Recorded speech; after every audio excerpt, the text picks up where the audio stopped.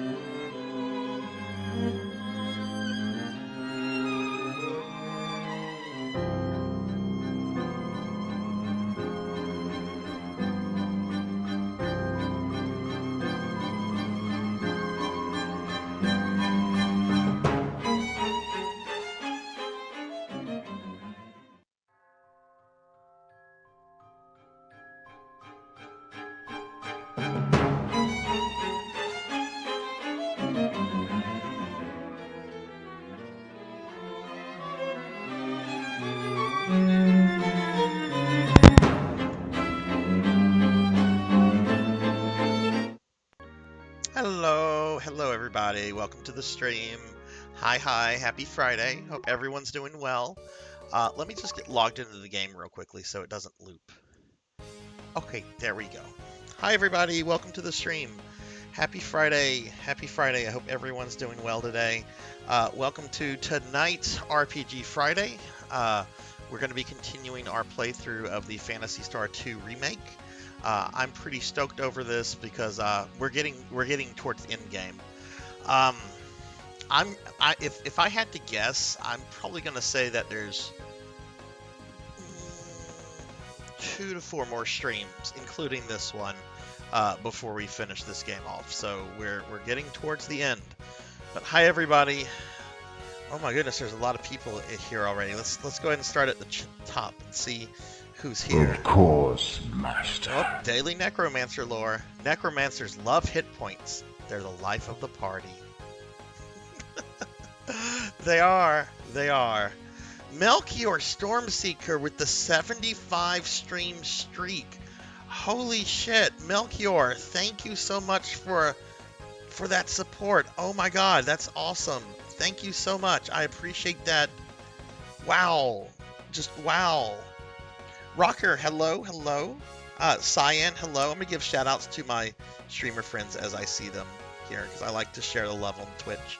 Hi, Liv. How are you? How's your Friday going? I saw you in Pizza Maid's stream earlier. Give shout out to Liv.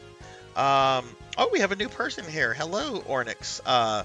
Ornix Reingor. Hi. I hope you're having a good Friday. Hope you're doing well.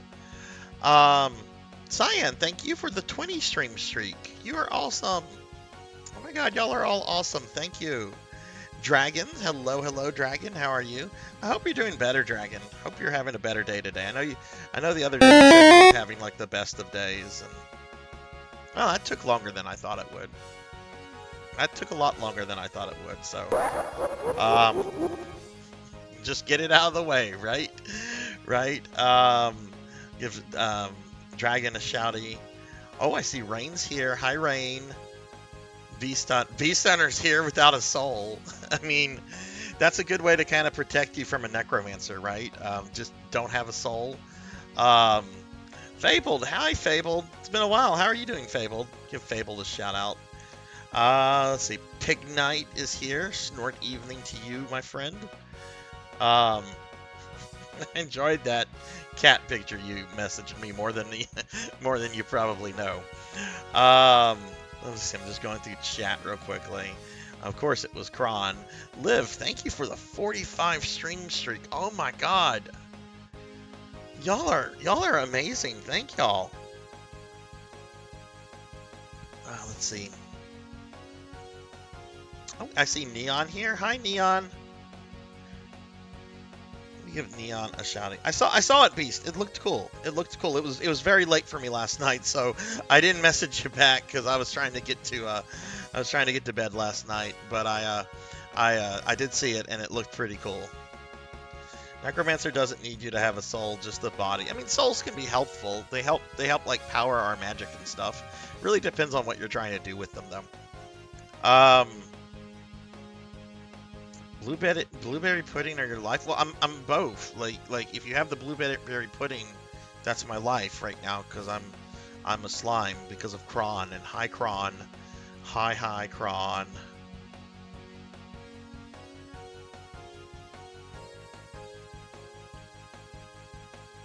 You're addicted to Pal World. Oh, interesting. I've been meaning to try that out, Fabled. And yeah, don't apologize. I'm glad you're doing well. How many hours have you wrapped up or racked up on Pal World yet? Hey, Cheezer. Hello. How are you, Cheezer? What are my thoughts on the Borderlands film? I have never played a Borderlands game in my life, and I therefore have also never seen the film. So I have no opinion. That's the easiest opinion to give is whenever you just don't have one because you haven't experienced it, right? Oh my god, that's a lot of hours. Well, how is everybody doing today? How's everyone's Friday? So yeah, we're gonna be playing some Phantasy Star 2 tonight. As you can see, we made it to the second planet, Planet Devoris. And now there are only 2 planets in the solar system since the third one got blowed up last stream. Oops, that's a spoiler. But yeah, we're going to continue trucking through this. I know I'm getting excited because we're kind of getting towards the end of this, but the upcoming dungeons are like the hardest dungeons in the game, as you would expect, because it's in-game content. But I'm excited. I'm excited. Rain likes the cute eye candy. Rain likes the cute eye candy. At least this is temporary for just a bit, and then they can't do it for a while. Made some locking cardboard dungeon time. Oh, that's cool, Cheezer. Are you doing this for like a D&D or for some sort of other tabletop thing, like maybe oh god, its name just escaped me, and I've probably spent a lot of money on it. Warhammer. Warhammer. I'm on my 3rd cup of coffee right now, by the way.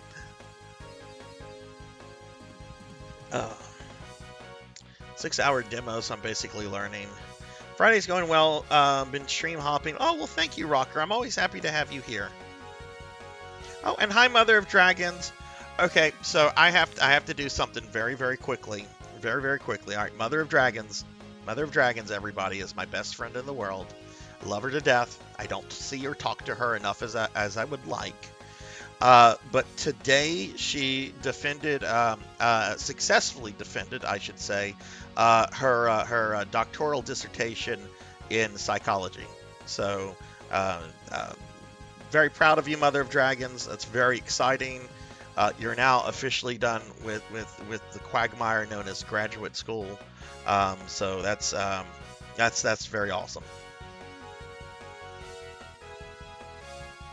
Okay, cool. I'll check that out later, Cheezer. I love seeing people do that kind of stuff. Wait, when was it posted? Pig Knight's talking about like he's already seen it. Did I miss something? Hang on. Oh no, Cheezer just posted it. Okay. Okay. Oh, that is nice, Cheezer. That is very nice looking. I can call you whatever you want me to call you, Worm. I can call you Dragon. I can call you Plane. I can call you Worm. I can call you whatever you want. Yeah, that's awesome. Well, congratulations, Mother of Dragons. I hope you get to like relax this weekend. Though knowing you, you're probably not going to relax. But hi everybody. Let's go ahead and get the stream over the on the way. Let's get the stream rolling. How about that? Once again, I did not have this pulled up, and I really hope this does not kill the stream. So fingers crossed. But here is my streaming schedule for the rest of the week, everyone. So yeah, so this stream, tonight we're doing, obviously it's RPG Friday. We're doing more Phantasy Star 2 Remake. I've already talked about that. That's what we're going to be playing. Tomorrow for 8 p.m. PSO Saturday, I'm going to be playing Episode 3 of PSO 1. That is the card game, and this honestly might be the last time I stream it, because I have played that 4 or 5 times now over the last year, and I don't like it. I shouldn't say I don't like it. There are things I like about it, but I'm not really enjoying it too much. I'm not having as much fun with it as I am with the other versions of PSO. So we're going to have a stream tomorrow with the card game. I'm going to try to like make some progress. At the end of the stream, I'll make the decision as to whether or not if I'm removing that from the wheel. But it's very likely that it might be the last thing or the last time we see Episode 3.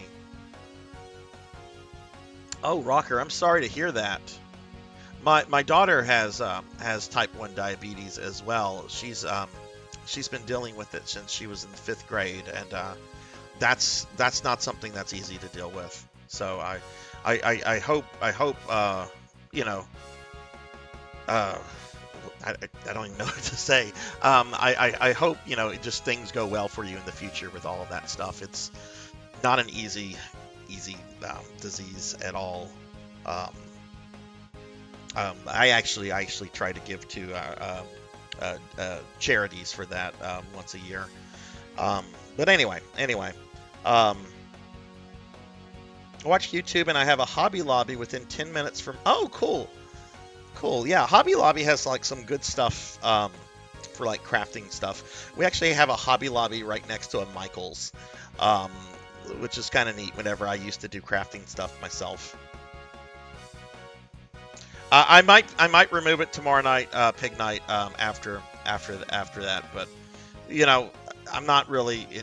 We're gonna do it one more time, and then tomorrow night I'll see if I'm removing it. And anyway, back to the schedule. Sunday at 2 p.m. I'm doing a special stream for Amy Yazuki. Amy was the biggest gifter during my birthday subathon, and Amy is having me play Metroid Fusion for the first time. I have never played Metroid Fusion before. I'm hoping to stream it from my Switch. I have to like learn how to stream from the Switch tomorrow, which shouldn't be hard. But I was looking over the Switch and I didn't see an HD port. Am I just blind, or does the Switch not have an HD port on it, or do I have to go give Nintendo money for something else? Anyway, so that's the schedule for the rest of the week, everybody. Hopefully you guys will be able to make it. Hey, Six Card. Hello, Six. How are you? Let me give Six Card a shout out. Six, I hope you're doing well. It could be a better game when it comes from PSO Episode 3. I'll be honest. I think it's a fine game for what it is, but it's a card game. It's a card battler game. I historically have never been able to get into card battler games. Marvel Overpower, Magic the Gathering, Dragon Ball Z. I've tried many card games over the years trying to get into them. I can't. And I've tried like video game ones as well, like the two games in the Final Fantasies that had it, 8 and 9.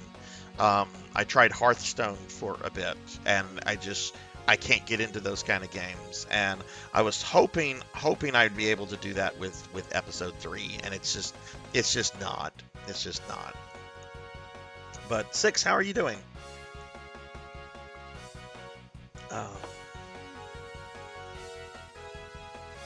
I have the fat Switch. I have like the Switch XL, like the big chunky Switch. That's the one that I have. You have to go through the dock. Ah, okay. Hey, Amy, I was just talking about you. I was just talking about you, about how you're having me play Metroid.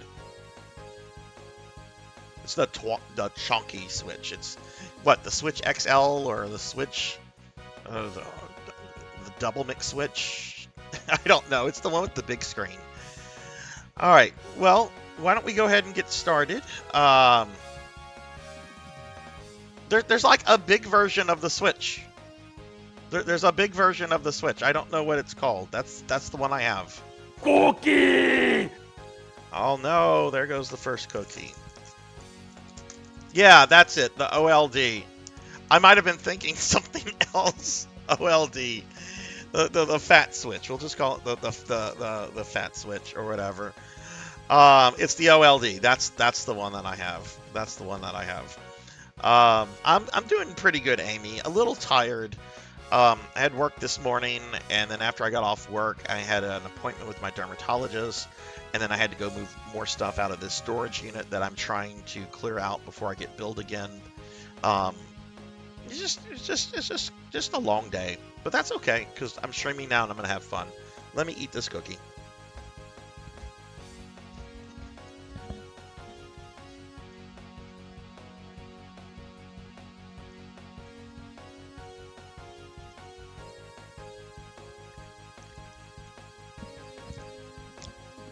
Okay, so I found out something really cool on this game.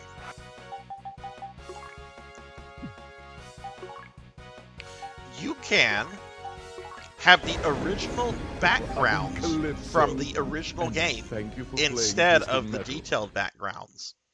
And if you don't know what the battle backgrounds looked like for the original Phantasy Star, this is Phantasy Star 2. This is what they looked like. You like blue grids? Do you like blue grids? Because if you play the original Genesis version of this game, that's all you're ever going to see are blue grids. Oh man, here I am kind of having fun, and they decided to throw two of these big dudes at me.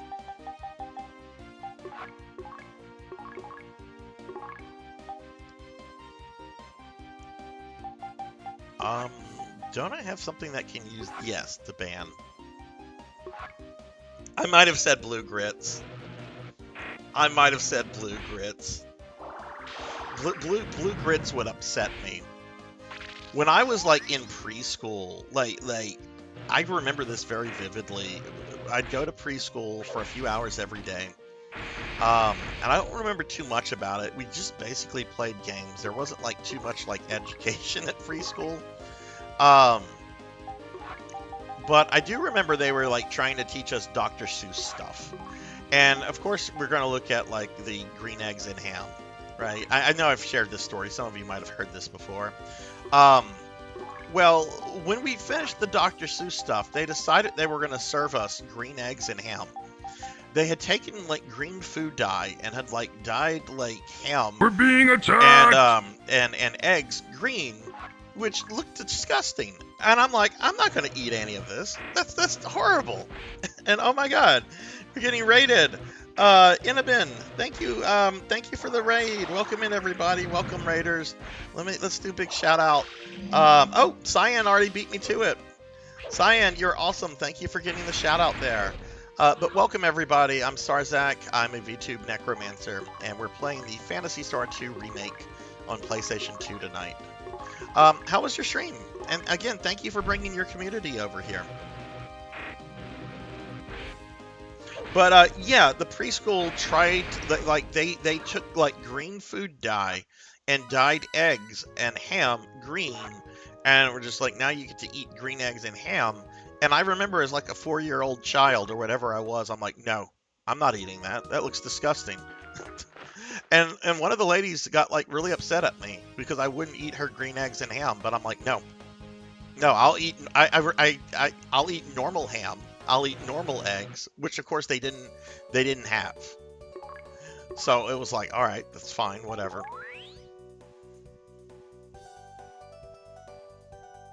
Played for cute and funny, and I got cute and dark. I am emotionally confused. Oh goodness, what were you playing? Let me scroll up. Little Witch, Nobeta? What kind of game is that? I haven't heard of that one. The stream's going really well. We just started not too long ago. Yeah, like all I've done so far is just like one little battle, but we're having a good time. Ooh, it's Souls-like. You know, I just finished my first ever Souls game a few weeks ago. I started with Dark Souls 1. Never played a Souls game before in my life. Is this your first time playing it, or have you played it before? Oh, that's right. They have accents, and some of them speak like Gungans. Oh, I don't want to read this in Jar Jar's voice. Hey, Nagamasa. Hey, Thunder Drummer. Yep, we're oh no, we're on Devoris, not Motavia. We're done with Motavia for the most part. Give Thunder Drum. Well, I gave Naga a shouty, but I'm also gonna give Thunder Drummer a shouty too. It's your first time, and oh, well, how are you liking it? Are you enjoying like the difficulty of the Souls, of a Souls-like game, or no? I have to say I really enjoyed Dark Souls a lot, even though I died a tremendous amount of times. It was a really cool game. I can't speak like Jar Jar. The corgis will get very angry. You have to remember, my corgis have been trained to like negatively react to Jar Jar Binks. I shouldn't even say his name. And yes, that is actually, I'm not like lying, everybody. The corgis, I did train them to not like Jar Jar Binks.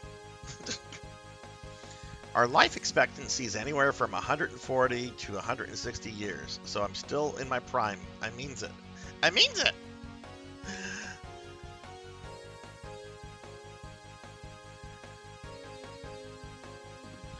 Wouldn't fingerprint, and the teacher got mad and tried to tell me to my mom, and I was like, I don't like getting dirty. Teacher escalated it.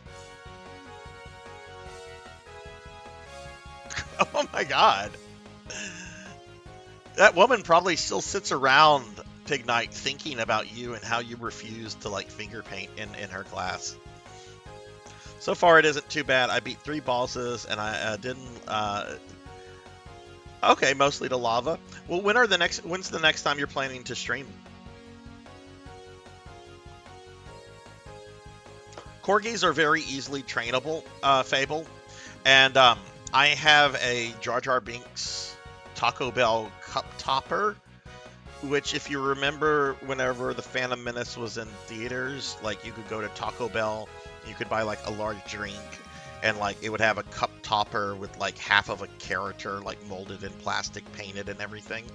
And basically I would treat it like a toy with them, and I would have it talk and antagonize them. And I got them to the point where even if I have like Phantom Menace on in the background, they grumble at that. These are some of the sweetest, most loving dogs you'll ever meet, but they do not like the Binks. And Mother of Dragons has seen them, and she has seen this happen.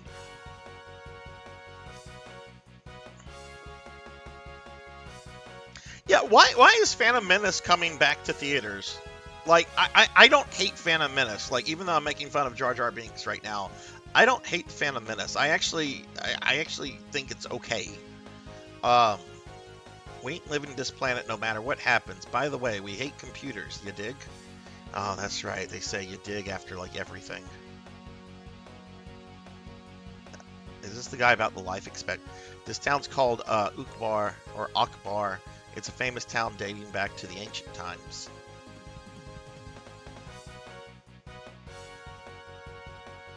Oh, yay, Pig Knight. Pig Knight and I are both in the OCD club. Because I also have been diagnosed as OCD, hence the tag. Is it 25 years old? Oh my god, it is. Oh my god. 1999 was 25 years ago. Oh my god. Yeah, Kron, I'm exploring the city right now. I'm just kind of chit-chatting with chat right now. Did you hear about the Aero Prism? It's got the power. Okay, I'm not reading in their accent. It's got the power of warp gravity. When it does, you can see stuff that was once invisible to the naked eye. I'm not doing that. Divorce is our planet. We want Palmanians to stay away. Sorry, just the honest truth. I mean it. That's right, Devorians don't like people. Did you come here from the Skir tunnels? That's where the Skir colony was set up by the first people from Palma 1,000 years ago. Yep, and they're all gone now. Arcing you well into ancient tales, you dig? Well, Rocker, when you go see it, I hope you enjoy it. I actually might go see that. So I have a confession to make. I saw The Phantom Menace in theaters 11 times during its initial run. I've never seen any movie in theaters more than twice, except The Phantom Menace, which I saw 11 times in theaters. Oh. Hey Zardov, hello. Are you not a fan of the dungeon designs of this game, Zardov? This remake actually has a more intense random encounter rate, if you can believe that. If you can actually believe that about this. Part of the reason is that I wanted to see it with like different people, but then there was also a couple times I just kind of like went by myself just because I was bored. So I'm like, I'll go see The Phantom Menace again.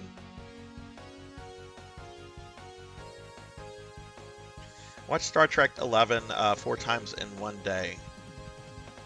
Oh, okay. So that's Star Trek, like the first Abrams movie. I only saw that in theaters, but I kind of liked it. I haven't seen any of them since then.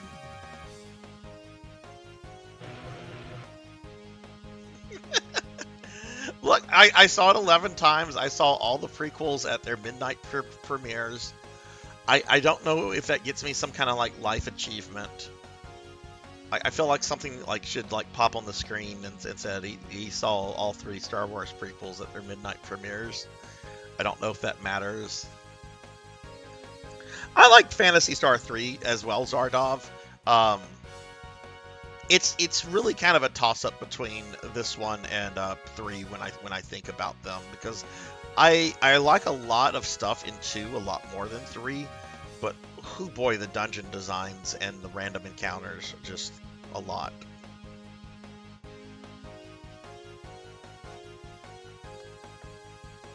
Hey Bahamut, how are you?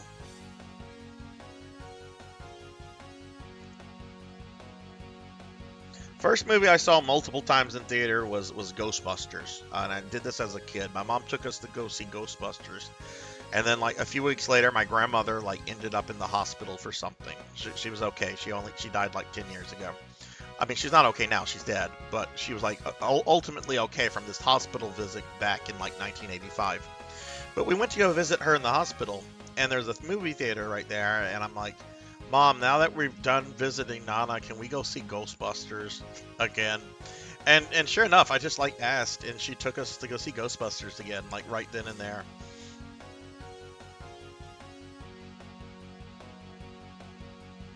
Give Bahamut a shout out. Bahamut, how are you? Worked the 3rd shift that day, and I went and saw the first showing of episode 3 at like 7:40. Wow. Rocker, since you're going to see Phantom Menace for your anniversary, what's your favorite of the prequels?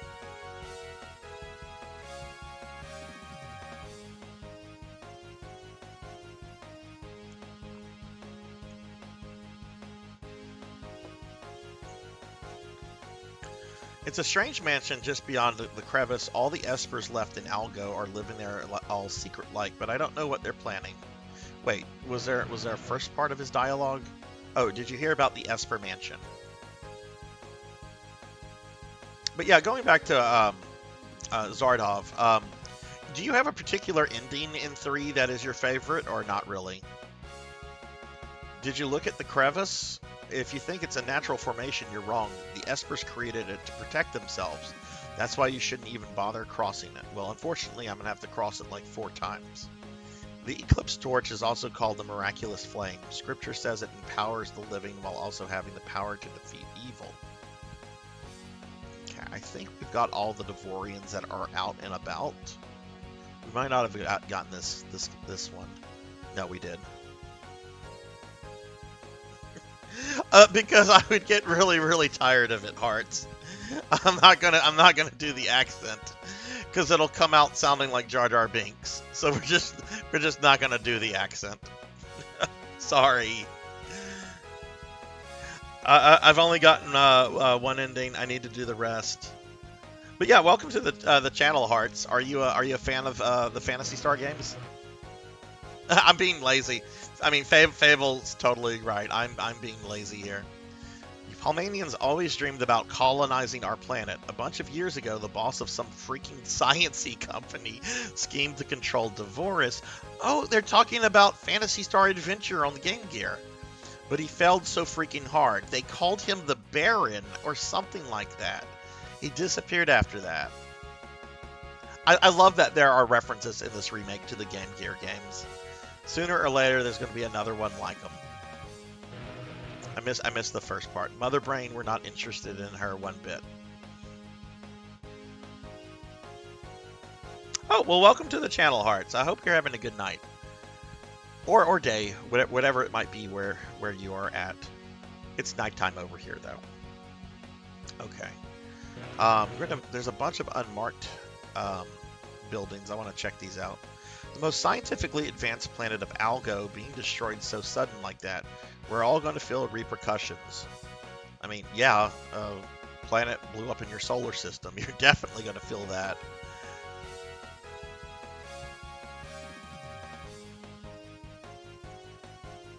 Okay. Did I go to this house? Yeah, I just did. I have 2 Pembrokes. Let me move my head so you can see them. That's not really a good picture. But yeah, I have 2 Pembrokes. One is 7, and the other is 5 right now. But they're my babies. And hearts, look, I love my corgis so much. I even have like an alt costume that viewers can put me in, a little corgi onesie. So yeah. Yeah, they are sweet dogs. They are very, very sweet dogs. Do you have corgis? I actually thought about getting a cardigan at some point, but right now it's just me in my house with the 2 dogs, and corgis are very they're great dogs, but they very much require a lot of attention. And I just don't think it would be good for me to right now to get like another dog, you know. Oh, shoot. Okay. Well, Pig Knight put me in the corgi outfit. Oh yeah, we even have a follower emote with the corgi outfit. I forgot about that one. That one doesn't get used all that much. But yeah, that's a follower emote of me in the corgi onesie. Okay. I did talk to this one. Kron, you said there was a house here with somebody that's going to give me something.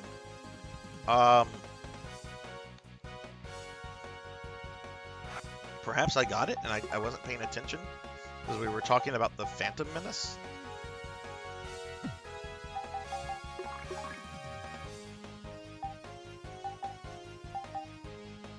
Oh, that's right. He can't wear that.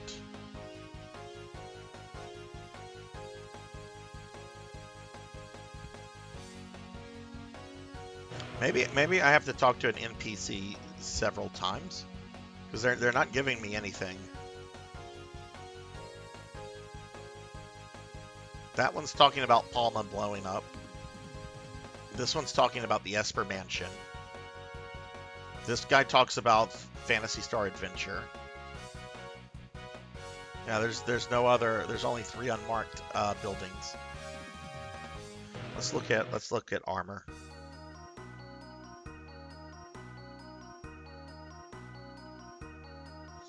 Oh, you went with Aaron, and you went from blue to green.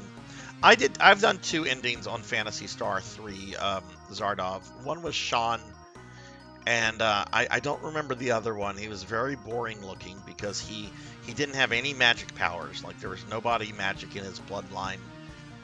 Maybe that was Aaron. Maybe it was somebody else. I don't remember, but I am going to play Phantasy Star 3 probably in the next few months to get the other 2 endings I haven't done yet. Hey, Phoenix, hello! Phoenix, how are you doing? How was the move? I've missed you this last week, my friend. I hope your move went well. Give Phoenix a shout out.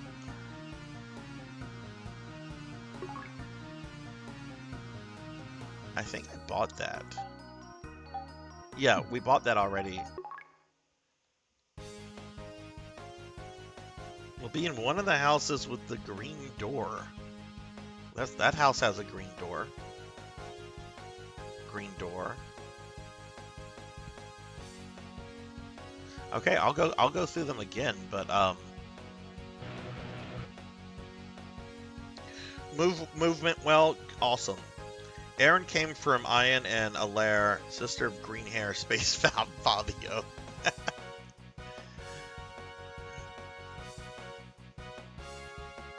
I'm excited to play Zardov because the version I've played of Phantasy Star 3 was the official Sega version. And when I play it again, I'm going to be playing a fan hack that retranslates the game and makes it more accurate. Because my understanding is the original translation is really, really bad.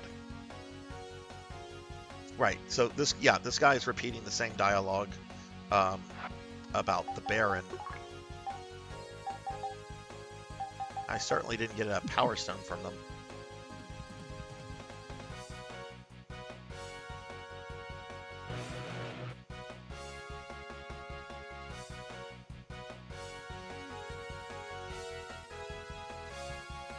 Are we talking about James Bonds now? What is everyone's favorite James Bond? I'm probably going to be like the odd man out. I'm going to say my favorite is Roger Moore. It's a strange mansion just beyond the crevice. All the espers left in Algo. Right, yeah, he's just talking about the espers. Maybe they won't. Maybe they won't tell me this dialogue. Yeah, this one's talking about Palma blowing up. I'm not getting any kind of thing from them. Maybe I have to find all the other cities on Divorce first.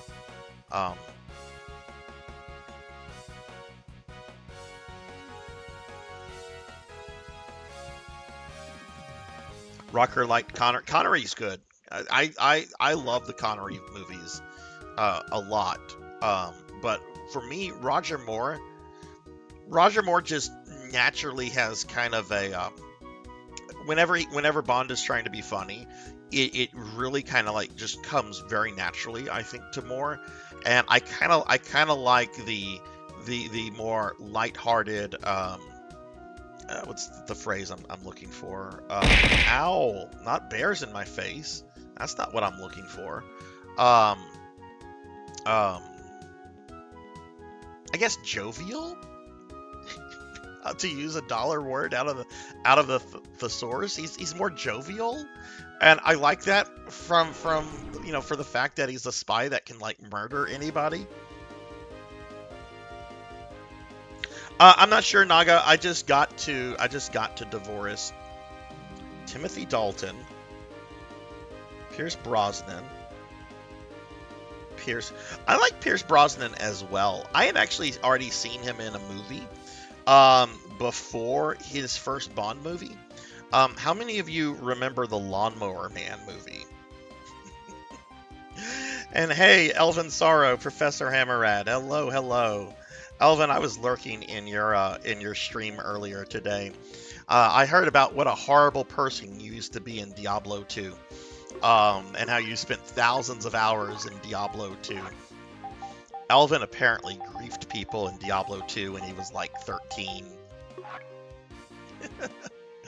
Professor Amarad, how are you? I have played the video game on SNES. It's weird, like the movie. I kind of like the Lawnmower Man movie. Like, it's a really bizarre movie. But like the CG like ending scenes, I guess you could say, when they're like in the computer, like early 90s, that was really cool looking. I can't imagine that stuff has aged well, because it's like early 90s CG, not from Spielberg.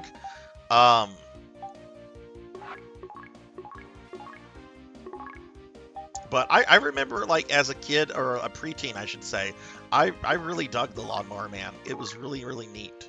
Fun fact about that movie, it's based off of a Stephen King short story, and Stephen King was so angry with the movie that he successfully sued the producers of the movie to have his name completely removed from any promotional material or anything related to it. Like, there's not even a based on a short story by Stephen King.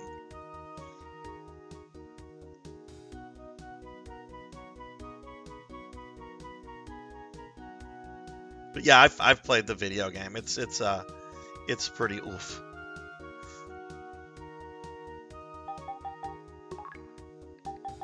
Oh yeah, it would have come out around one of the I want to say that movie came out in 91, Professor, which that would have been, I think, Secret of the Ooze, which is the second. I mean, most of y'all know what the second. I don't need to explain the Secret of the Ooze. I do want to ask, though. How many of you like the Secret of the Ooze, the second Turtles movie from the 90s? I like that movie. It's definitely not as good as the first one, and it's definitely much more like kiddie, which you definitely notice like when you're rewatching it as an adult. But I enjoyed that movie a lot. I liked the New Mutants that were in it. What were their names? Toka and Razar, I think. Even though they were babies.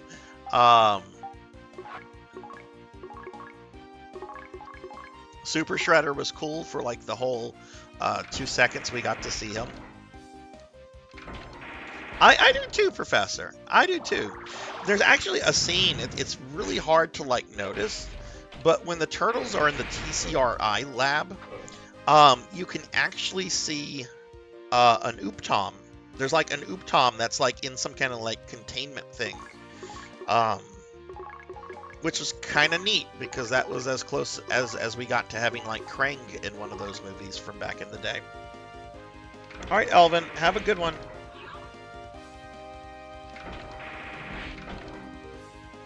Yeah, I like the second one. Yeah, the Foot Clan like actually being like, oh, Kynes is dead. I might be a little underleveled for these guys. Also, why do I still have the ugly ass classic background on? I need to change that.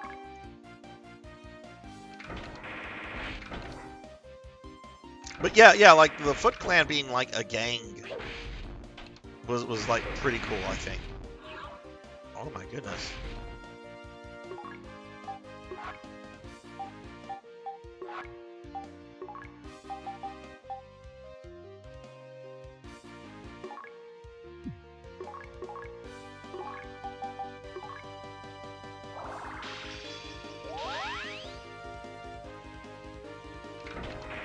Oh, that's right. The guy playing Super Shredder went on to become like a big wrestler guy, right?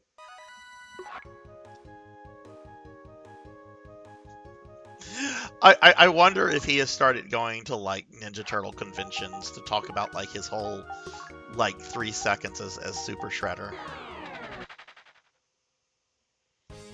Oh, he was pretty known back then? Okay. As a kid, I liked like the old wrestling, like the Macho Man, like Hulk Hogan, like Andre the Giant stuff as a kid. I was never like super into it, but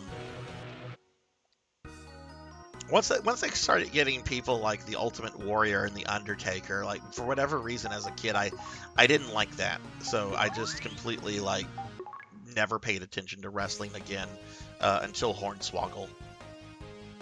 Who is objectively the best wrestler of all time. Hornswoggle.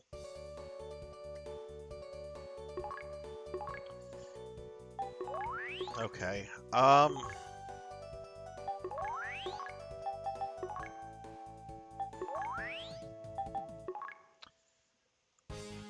Oh, I didn't have to come back here. Rolf has the ability to revise. Okay, let me save.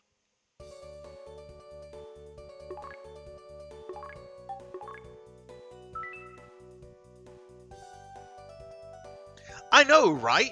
Right, Rain? Like that's like the weird thing.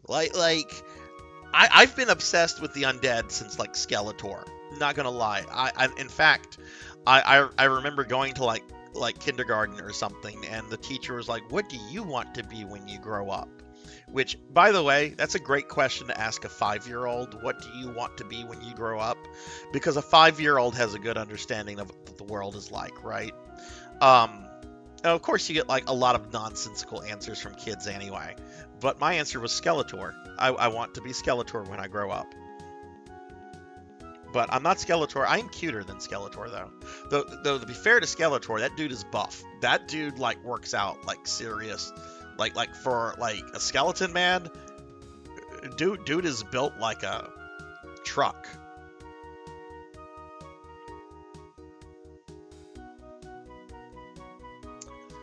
Do I want to go back to Skur? Or do yeah, let's go back to Skur. I think I want to find the other towns.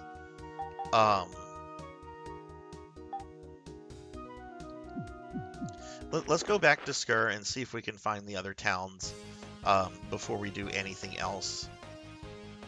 And then if I come across the spaceport, I'll go talk to this guy by the control tower.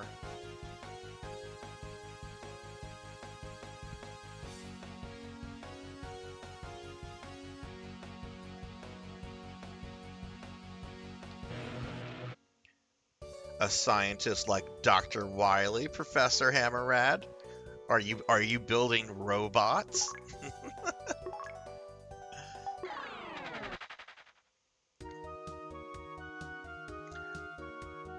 I'm so glad we live in a world where like one scientist cannot build like a robot army like Dr. Wily. The amount of money it would take to like build that kind of stuff is just no. That's not in their budget. Fair enough, Professor. Oh no, Rappies, and I still haven't changed the battle background.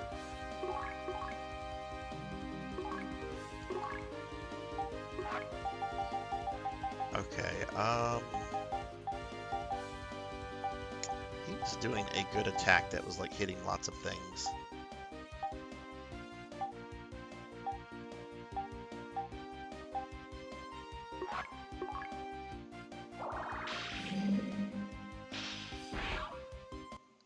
Which I haven't seen the Sonic. Did I almost say Honic? I have not seen the Sonic the Hedgehog movie, but my understanding is like Robotnik comes from like the military, so you know maybe that's like a good like explanation for how he gets to build his robot army. Okay, first order is to actually let's have background.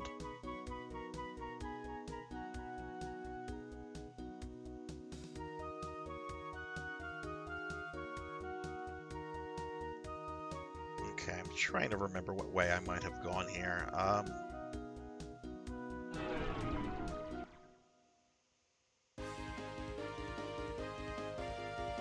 Hey, Nocturne, hello. Thank you for the 3-stream streak. How are you? See, doesn't that look better than, like, blue grids?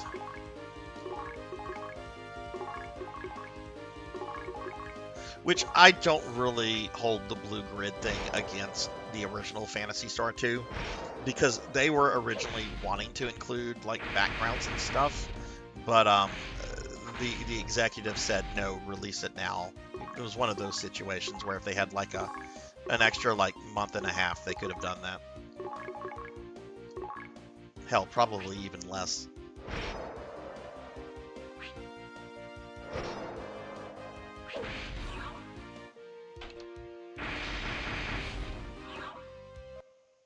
You got sucked into Balatro? What is Balatro?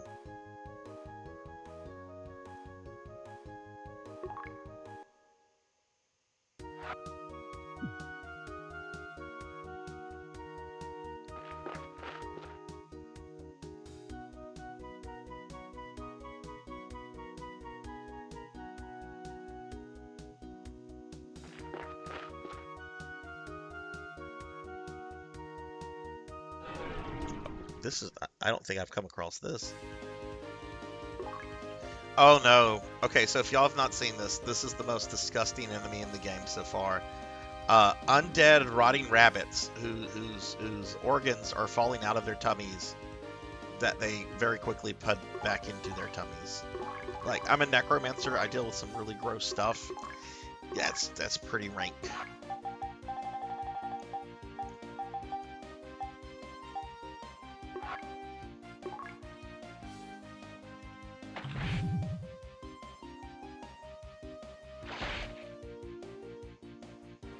New indie game, it's like poker, but with some roguelike stuff. Oh, interesting.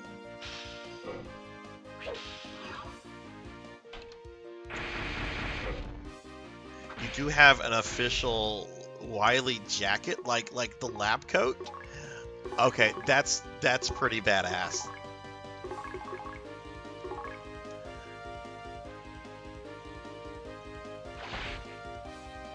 I am a necromancer. I will romance somebody's neck if they are cute. But I'm also a necromancer.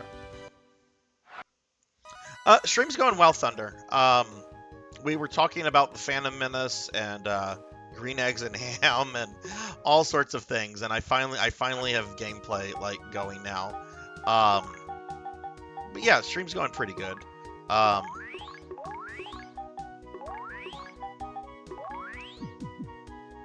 Okay, so what's this? Oh, that's a treasure chest we opened already.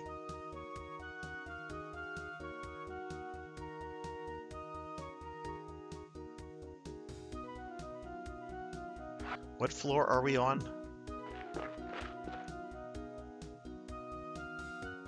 This is B2.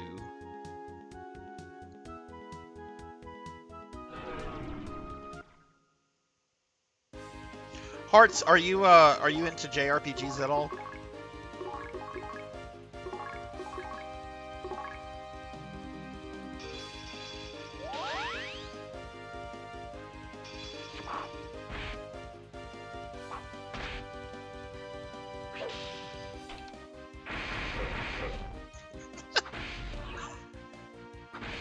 There's just something very funny about the anime version of Rutger Hauer, like pulling out like a Tommy gun and just shooting up a bunch of these cute birds.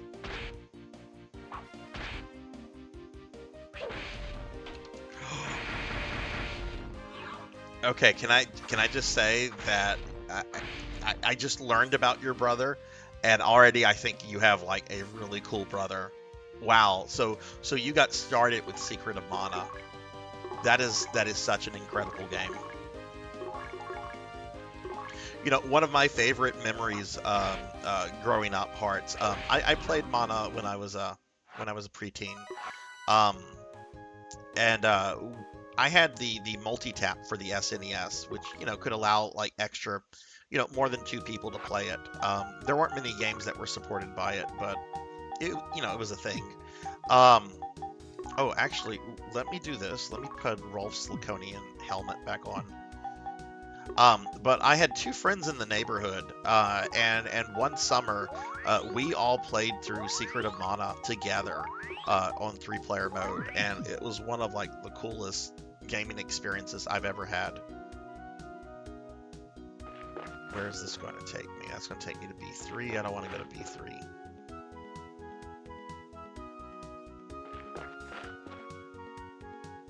Ah, okay, excellent. Okay, so this is an exit. Okay, so let's go ahead and save with the Visiphone. What's your favorite JRPG then, Hearts?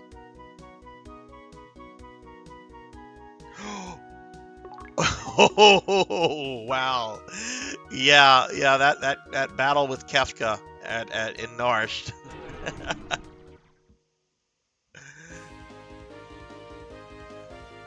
Final Fantasy VI is my favorite game of all time, so I will gush over it a lot. Like, it's not even my favorite JRPG, it is my favorite game. I don't play it all that often because I feel if I played it a lot, I would probably like burn myself out. So I try to play it like once every 2 or 3 years, and then I generally will play like different versions. Though the SNES version is my favorite version. It's kind of sad that that game does not have a very good definitive edition. Or something we could at least argue as a definitive edition.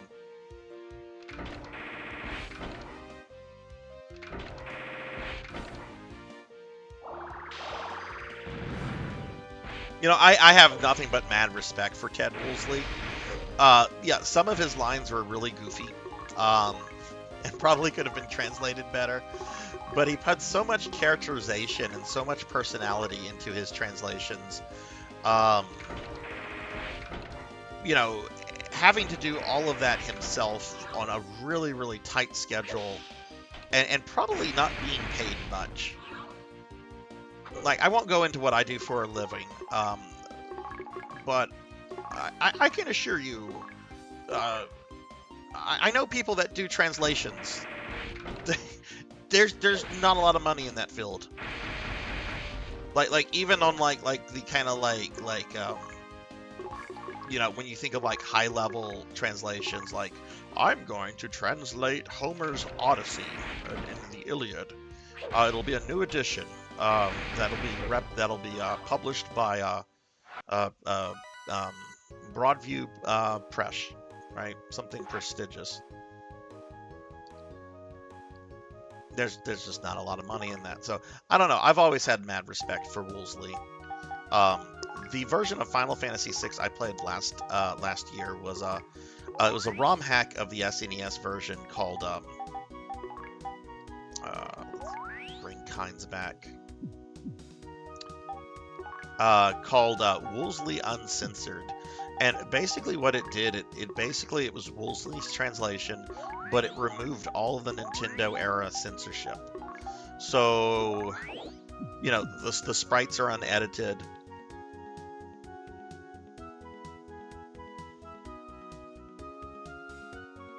Okay, so I'm not really sure where the town is here. Oh, there it is. Wait, is that the... Oh, of course I can't run. Why are the government robots here?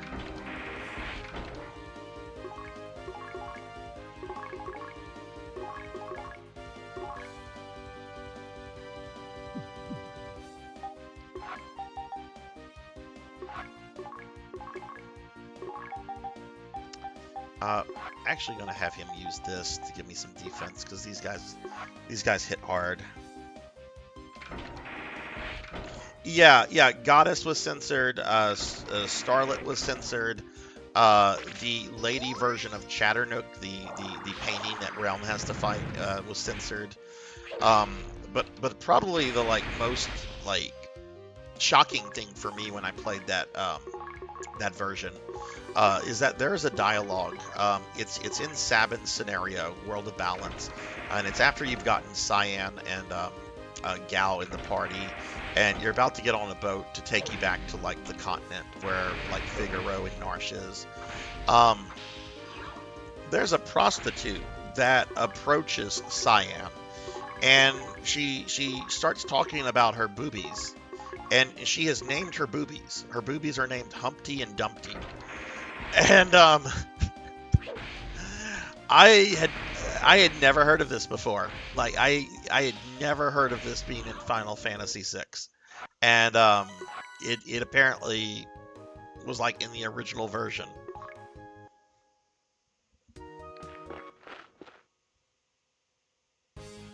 Okay, so this is the same town. So I guess I just went in circles then. Oh, I don't have the hat on now.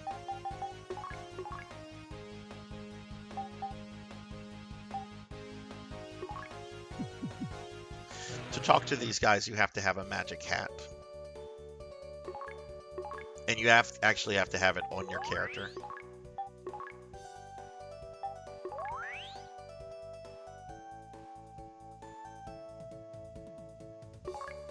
Oh, hearts.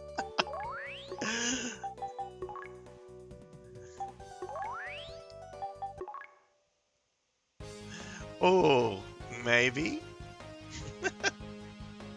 No, that's look. I'm not a spring chicken. Boomer humor is fine. It's perfectly fine here. Oh, that's probably why, because I teleported to Skur. So it brought me here to the spaceport.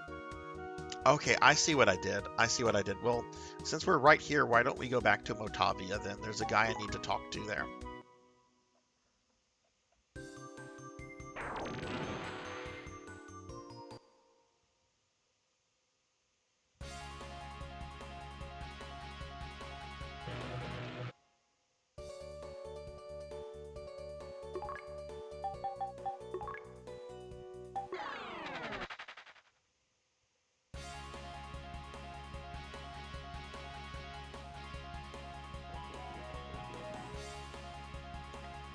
Okay, so let's see. It's the old man by a control tower. I'm pretty sure I talked to everybody here, but maybe you have to talk to these people after. Oh, is this him possibly?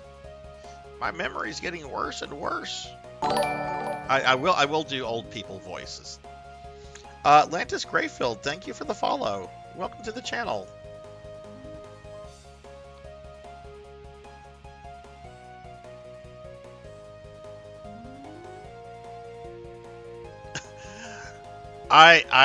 Aging is actually something that kind of I really hate thinking about. Not gonna lie, my hair, I dye my hair very once a month. I go to the salon, I get it colored, because otherwise it would look a very, very thick gray.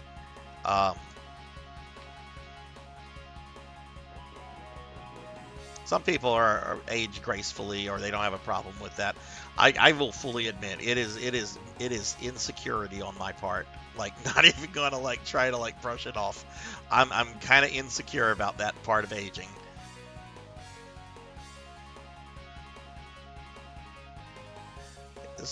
These are control towers, but there could be more. Lantis, how are you doing?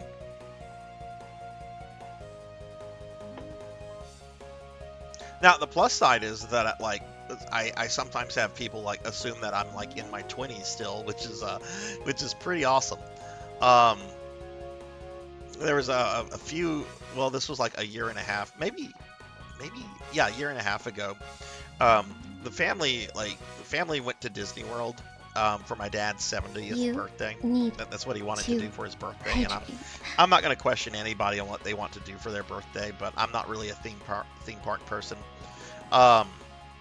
And my sister, who's several years younger than me, we're all in a restaurant, and we're ordering alcoholic drinks, and she orders hers, no problem.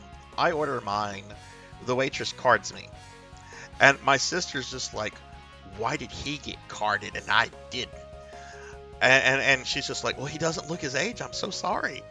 And I'm sitting there with like a little smirk on my face.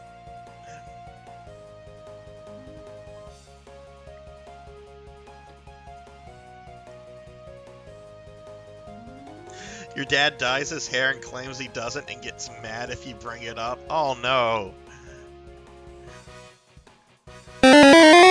And thank you for the hydrate, Liv. Okay.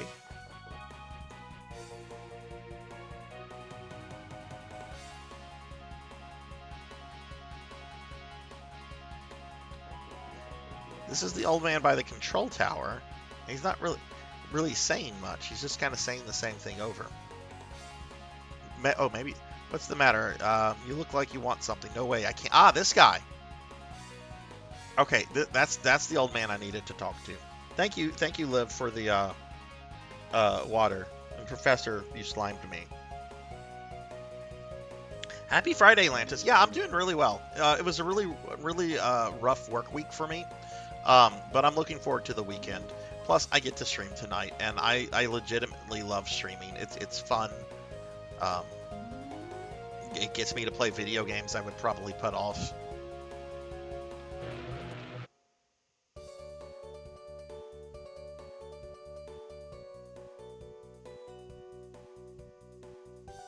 Sometimes when you see younger pics, you look really dorky. God. I feel the same way, Rain. Especially with like preteen, early teen pics from like the 90s. I look at that now. I look at those pics and I'm like, oh my God. That haircut. Oh my God. I'm wearing jorts. Why am I wearing jorts? I actually made a joke about throwing that picture out to a family member, and they got kind of upset. They're like, don't throw that stuff. I'm not gonna throw it out. I've made a joke. I'm not gonna throw out an old picture just because I look like I look like a kid from the 90s, because I was a kid from the 90s. Rocker, have a wonderful night. I always love having you here, and I hope you have a great rest of your weekend.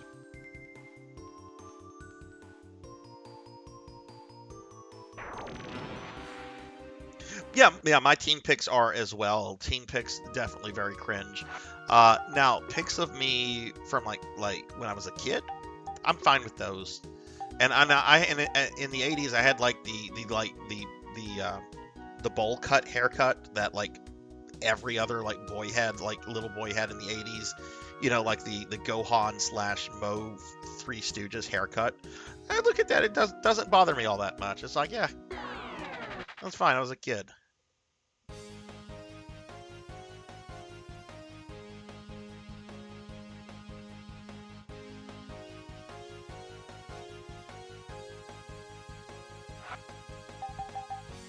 Oh yeah, Hearts. The anime. Let me go to their status screens and show you some of the character portraits. This is so 2000s anime.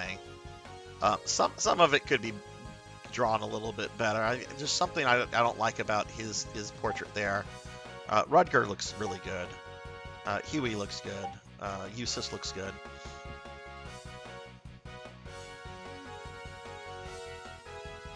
Oh, yeah, Judgment. I'm a good bit older than you. I'm a good bit older than you. How are you doing tonight, Judgment? Look, I've said this before on the channel. I'll say it again. I was born during the Carter administration. The very, very end of it. But nonetheless, I was born during the Carter administration. So give Judgment a shout out. Oh, Symphony of the Night. How's that been going?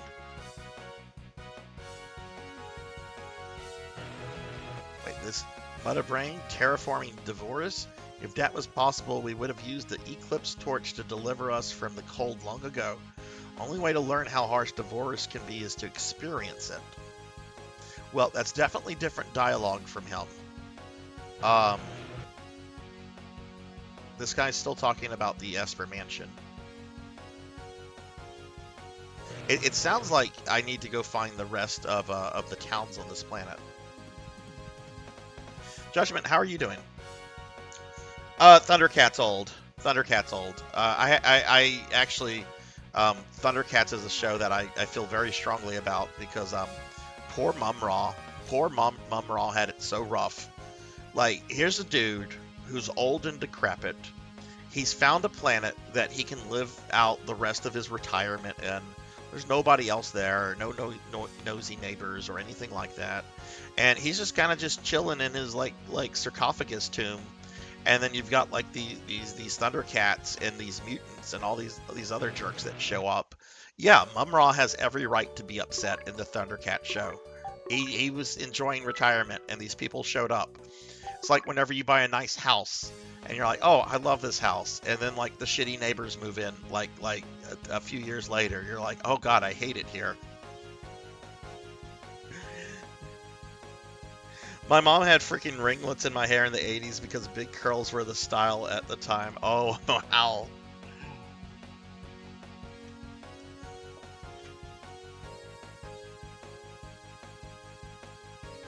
Retro Twitch streamers are like flypapers for millennials. Oh, totally.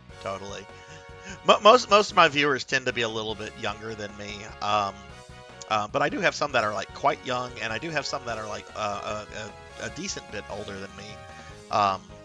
But you know, the important thing is to just have fun. Just to have fun. Okay, well, I guess I do have to discover the rest of the planet, which there are only 2 other cities. Where's the teleport? Where's the teleport service?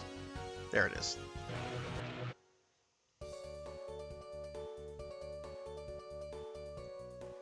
Forcing yourself to relax. Ooh.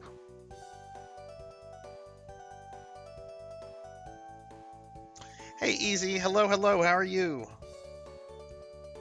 Happy Friday. Give Easy Breezy a shouty. Easy's a great friend. Easy and I are actually talking. This is very preliminary, but Easy and I are talking about doing a possible collab in the future.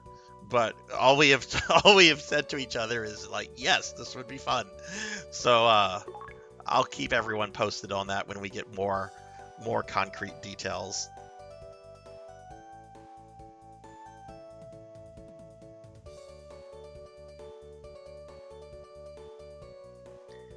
I'm at the very, very, very end of Gen X, Rain. The very end. But I have more in common with older millennials than I do with like older people in Gen X. All right.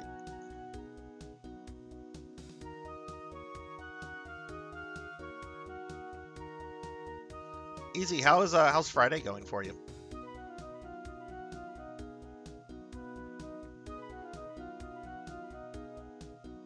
Let's go this way.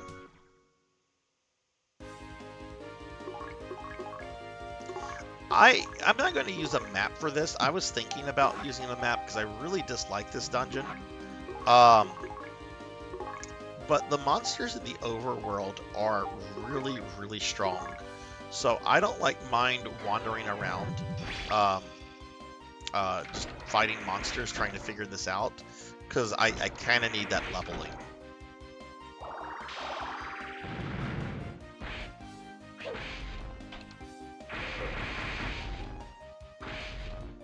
Easy, you're streaming tomorrow night. Not tomorrow night, but you're streaming tomorrow, right?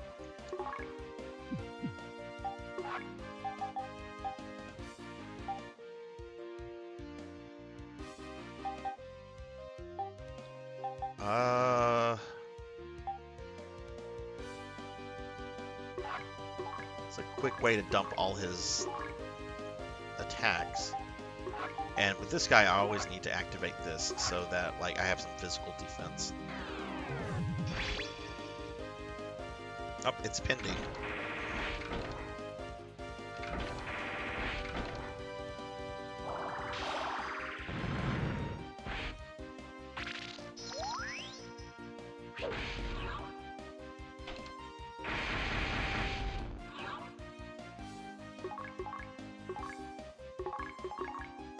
But I will say it is fun to kind of like listen to because there's a lot of like retro VTubers that I watch or am friends with and so forth, and it's fun listening to people talk about like life experiences because most VTubers won't clearly come out and say I'm this year, I'm this age, right? But it's interesting to like hear some of them talk. Like there's one VTuber I watch a lot, and I'm pretty sure she's a few years younger than me because she talks about having played Mega Man X when she was like a child. Oh no, I'm tiny! Oh no! What happened? Why am I tiny?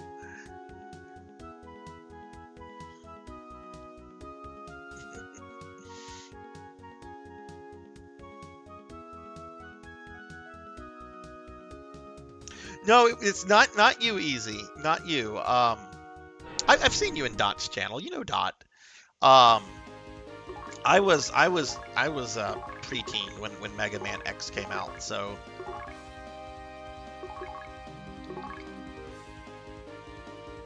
Hey, Javors. Hello, hello. How are you doing? Javors a shouty.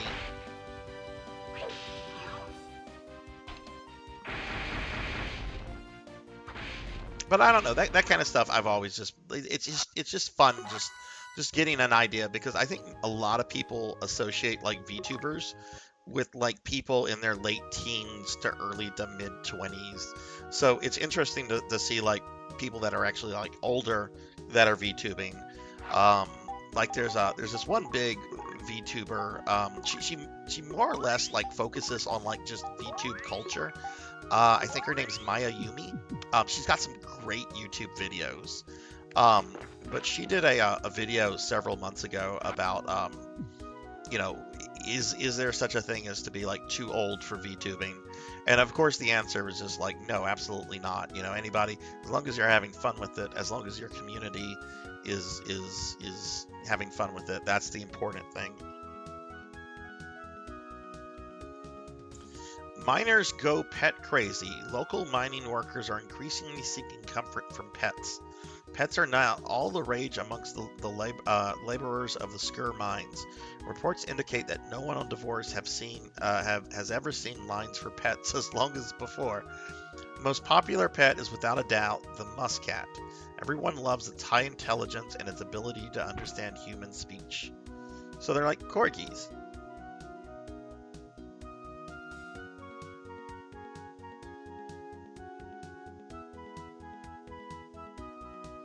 I like to feel that I'm still a kid at heart too.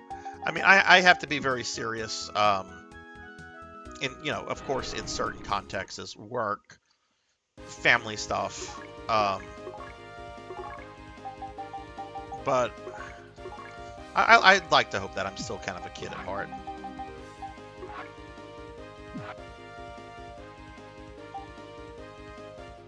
Oh, that's right. He can't hurt Rappies that way. These are just Rappies. They're not going to do much damage. I'm not going to waste TP on them. Easy's 33. Nocturne is 39.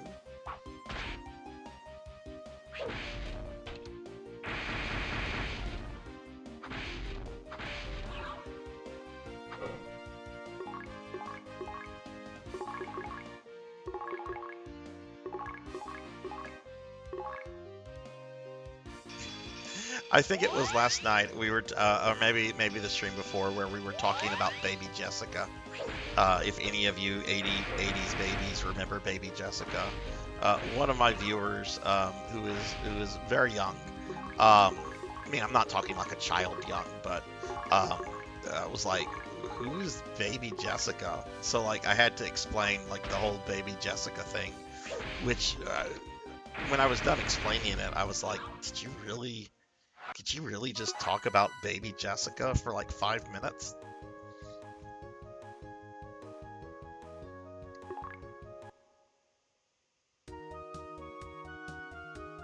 Okay.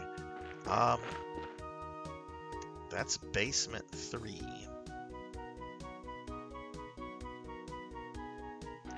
I'm gonna keep going south here. Again, basement 3.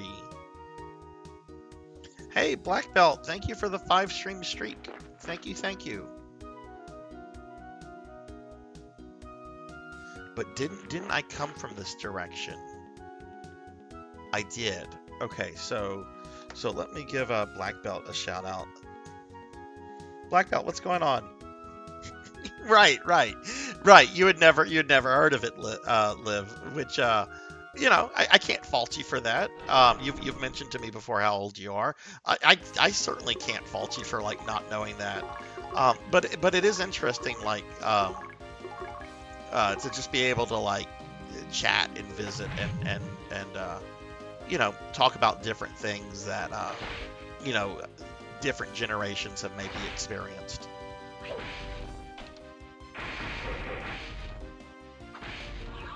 Making some hamburgers. I hope you're using seasoning.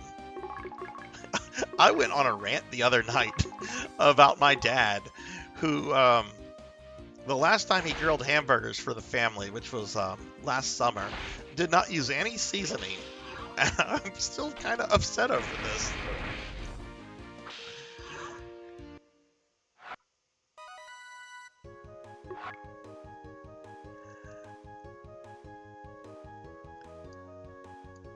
Baby Jessica Rain, I mean, you can Google it, but my understanding, and I was a little kid at the time, so I wasn't like super paying attention to it, but my understanding about Baby Jessica is it was the same kind of like intense like media coverage that Balloon Boy got back in like 2009 or 2010, whenever Balloon Boy was a thing. God, I remember exactly where I was for Balloon Boy. I was working at a library, and we weren't busy, which the library could sometimes get like really busy. I was kind of shocked, like how many patrons we would have come in and everything. But we weren't busy, so we just kind of had like the TV on like in the back. And, you know, people were just, like, glued to it, wanting to see what was going to happen to the Balloon Boy. Yeah. It's like this guy's been, like, waiting for us. See, he kind of looks cute there.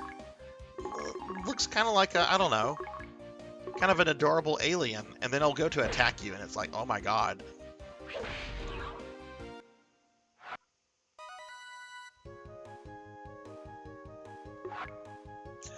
Oh God, Balloon Boy.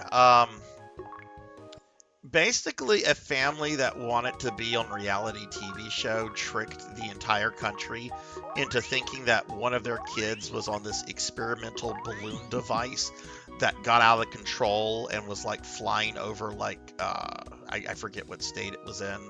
like Texas or Colorado or somewhere, and like the entire country was like glued to like the TV for like 5 or 6 hours watching this balloon just speed across, thinking that there's a child in the balloon, and it turns out there was no child. It was a scam. I do remember that as well, Professor. I was at my grandmother's with my sister, mom, and mom.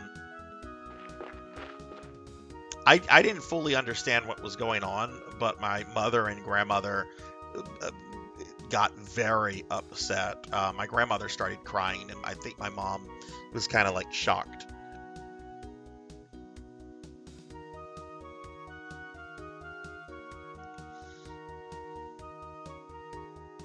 I do hearts. I do RPGs every Friday night. So I normally stream four times a week, and I have different themed weeks. Mondays right now are Castlevania themed, because I'm trying to beat every Castlevania with every character, every notable port. And I've been at this for like 2.5 years, and I'm not done, but I'm almost done. Thursday nights are spooky games night. I play any kind of game that has like a spooky theme to it. It doesn't have to be like survival horror. It could be something like Dark Souls or Heretic or Doom, right? Which aren't scary, but they're spooky things. And Fridays I do RPGs.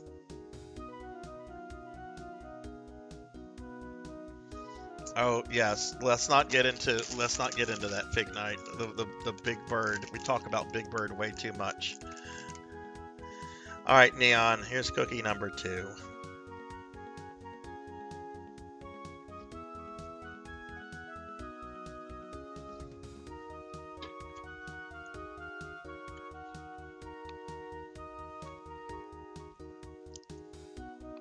Oh. Oh, okay. This is... I found an exit that I hadn't found earlier.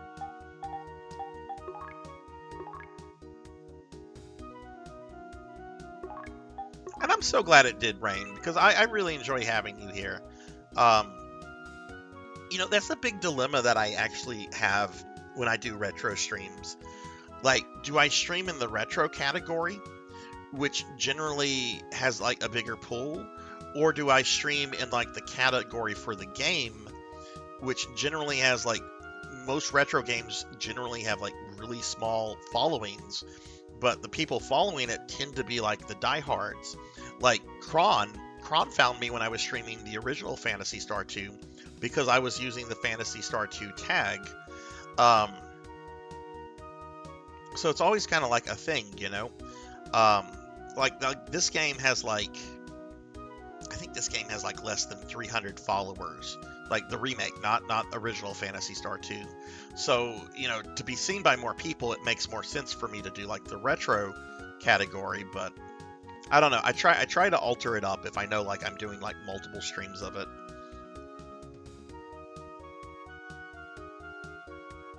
Oh yeah, and then Saturdays are Phantasy Star Online nights. I play a lot of Phantasy Star. Thanks, Big Knight. I forgot about my Saturdays there. Oh my goodness, it's a big wart. Oh no, it's a big bird. Oh no. Why? I never streamed Dark Souls in retro. I never did that. Okay, I streamed Dark Souls. That was like a 13 streamed game. I might have had that in retro. I take that back. I might have had that in retro. You can argue that it's retro.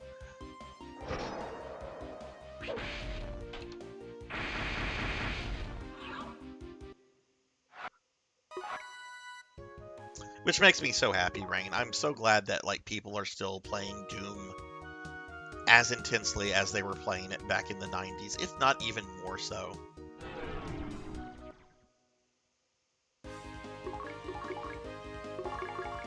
I definitely see PlayStation 2, the PlayStation 2 era, GameCube, whatever. I definitely see all of that as retro. The PS3 360 generation, I think there's a good argument to make for it being retro, and a good argument for it not being retro. So, if I see someone calling a PS3 game retro, it's like, okay, that's just how they see it. If they don't think it's retro, that's fine. There's an argument to make for both ways, I think. But I've never had somebody come in my stream and be like, oh, why are you streaming in the retro category? This isn't retro. I'm sure at some point that'll happen.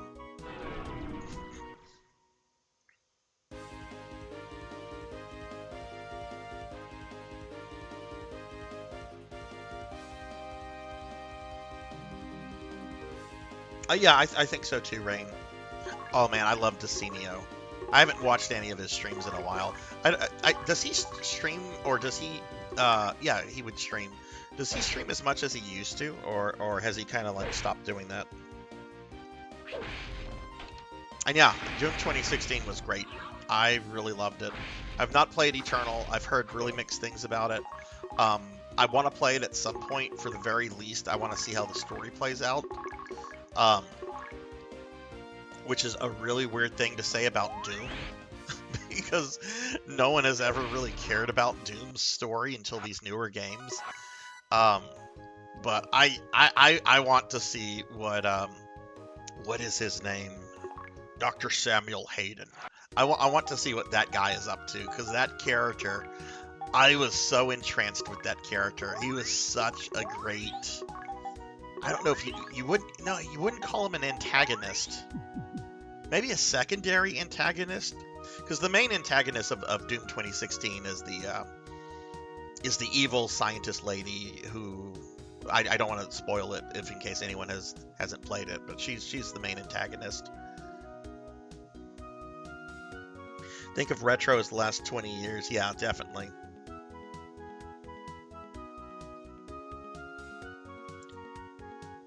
But there are some old fogies out there that swear that like retro are your 2D consoles, and anything starting with the N64, PlayStation 1 era. Those are not true retro games, and I just fundamentally disagree with that. I think most people here probably would too.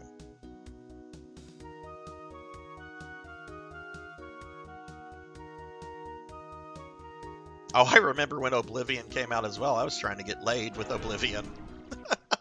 Not gonna lie. I was working as an office runner, and I had to like run something from the office to this other business, and the girl that I left the stuff with, like we instantly like started like chit chatting while I was waiting for like her boss to like sign off on something, and I forget who figured out the other one was a gamer first, but we figured out we were both gamers, and then we started talking about like retro stuff, like Sega CD and stuff, and so we traded numbers, and I think on the first phone call conversation, she was talking about like Oblivion, like it was about to come out, or it had just come out. And I had never played an Elder Scroll game before, so I'm like, you know what? I'm gonna get this. I'll get this. Check it out too. So I got a copy, and then we had a couple like more phone conversations. I think we might have had like one dinner date or something. She turned out to have a really bad problem with alcohol, though.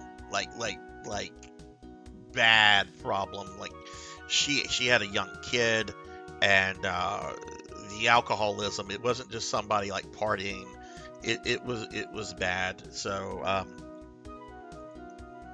we just kind of stopped talking after that. I hope things have worked out for her. She was a very nice person.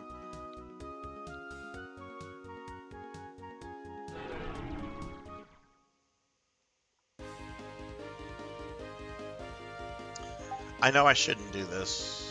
Actually, no, I'm gonna fight them. Yeah, it always sucks when you meet somebody and they have some sort of addiction problem. Hopefully she got the help she needed.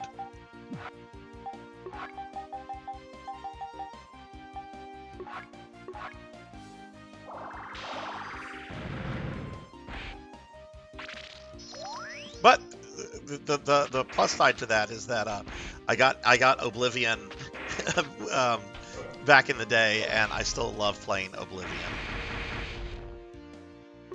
I'm one of the weirdos. I like it more than Skyrim and Morrowind, but that's probably because I've put so many hours into it.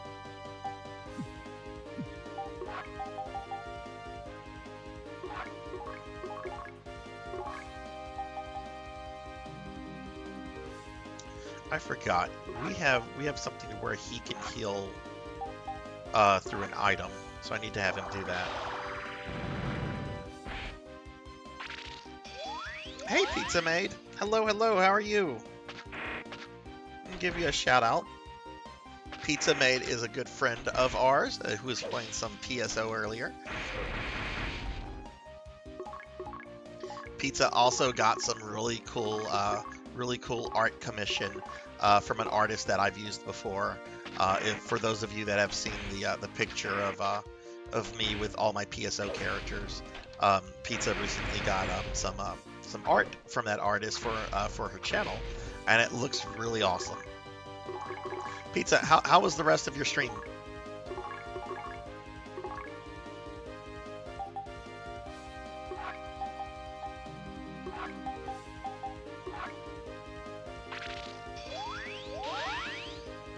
Oh, I definitely think Rain Oblivion is definitely retro.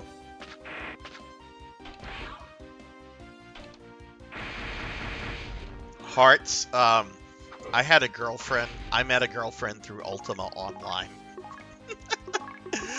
I played WoW for like 13 years, and I certainly flirted with some people. I flirted with a lot of people. I'm kind of a flirt in a lot of ways. But I did have a relationship come out of an MMO, and this is not good. Eustace is dead. Eustace is the character that can like revive other people. I might have to reload the thing because I might be kind of screwed at this point. Can I remove equipment from him? Okay, I can remove equipment from him. So it's not like totally lost. We got to help someone who just came back to PSO after a few decades, and then we raided a new PSO. Oh, nice. Your brother met his wife on WoW. I've heard of several stories like that. It's always really awesome.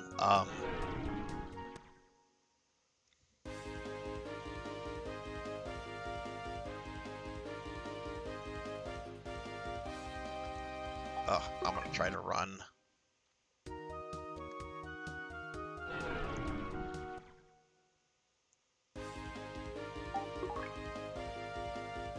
There should be a city somewhere here.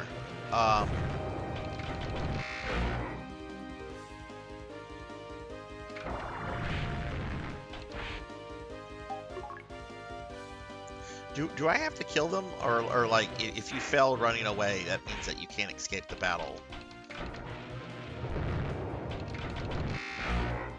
I think eventually you can run away.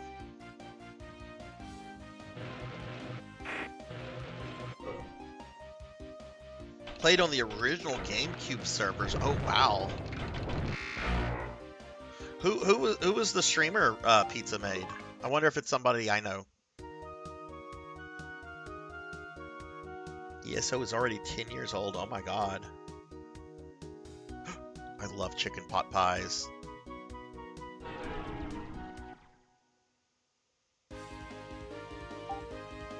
That's so cool, Lantis. That is so cool. I love those kind of stories. Mine, it was really kind of odd because I did meet this woman from when I was playing Ultima Online, and she actually like moved from halfway across the country to live with me for a bit, which they're about almost 2 years. I still stay in contact with her. We're friends, but it was one of those things where you realize we're better as friends and not as a couple, because we got into some arguments.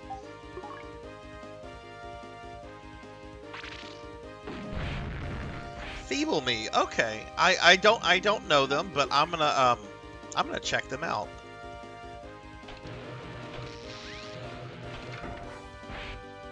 See, at this point, I'm just trying to run away.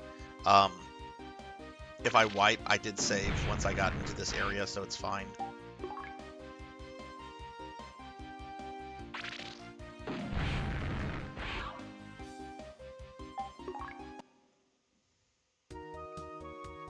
Oh, poor Rutger is by himself now. Maybe I should just reload at this point. Oh god, is he gonna get killed by the rabbit zombies?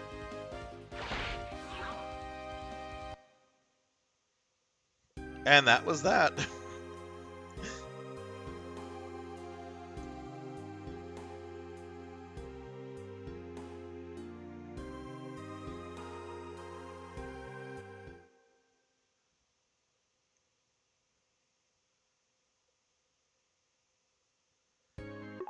Alright, well, let's reload that.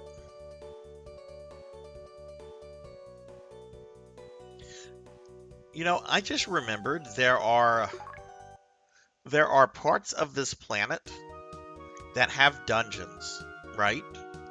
That I can't see yet. Like, they're currently invisible, and I have to do, like, a plot thing for the dungeons to become visible. And I'm starting to wonder if this little enclave is where one of these dungeons might be. Hey, Hellstorm, hello, how are you?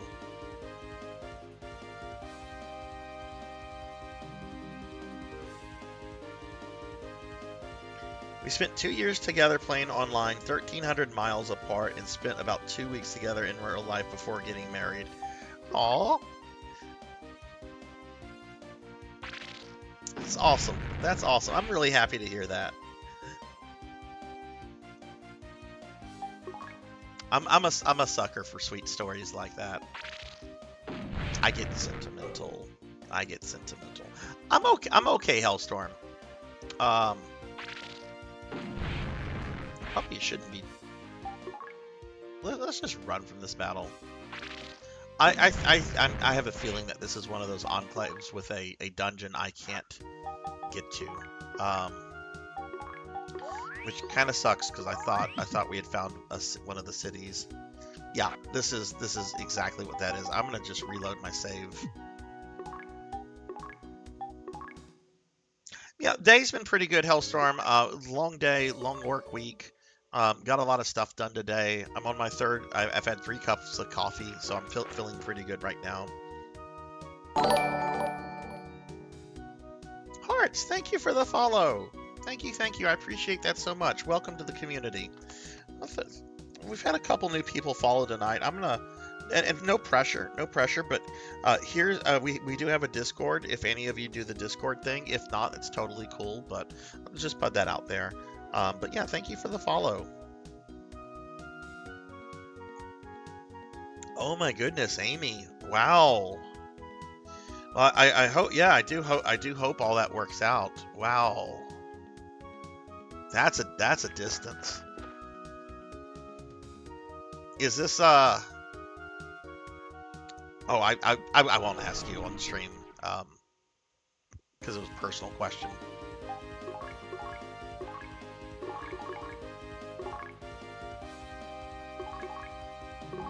Okay, so this is kind of a bummer. I was hoping we'd get to one of the other cities.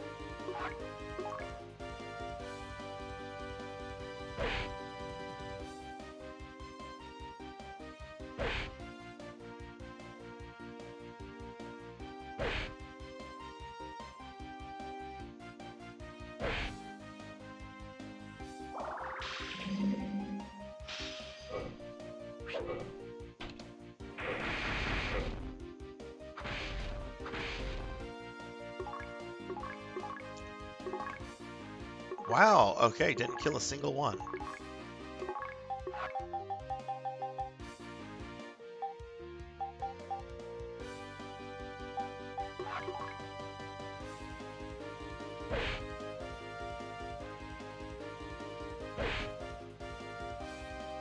I like how they go right back to like twiddling their thumbs.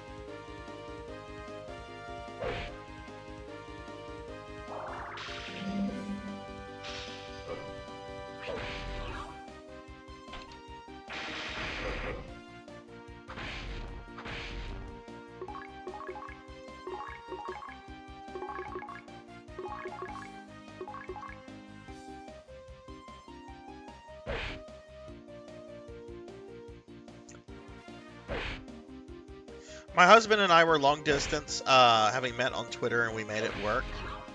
Oh, I didn't know that, Pizza. That's awesome. You know, I tried the long distance thing a couple times. It never worked out for me. But I also realize I'm a very difficult person to put up with, like, in a relationship. Like, I'll say this about myself. I'm aware of my flaws. Like, I might be dumb, but I do recognize a lot of my flaws and personality quirks. I'm very needy in a relationship. Husband was in Florida and you were in Ontario. Ooh, same time zone, yeah, but wow. Lives on a giant island in the ocean as big as the United States. Australia? I'm gonna guess Australia, perhaps.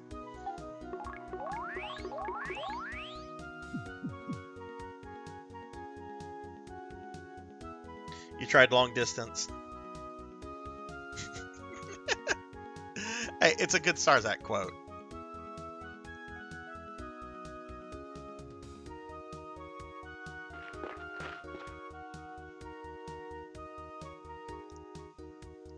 I think this is where we came from. So if I go down here. Oh, yay, Rappies.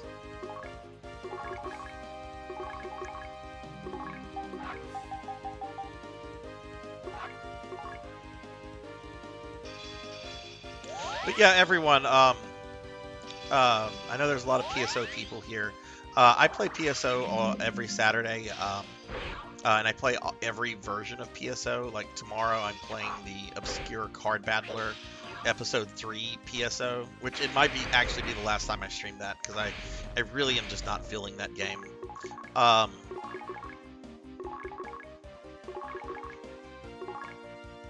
yeah, my middle name should be Phantasy Star, because I love Phantasy Star.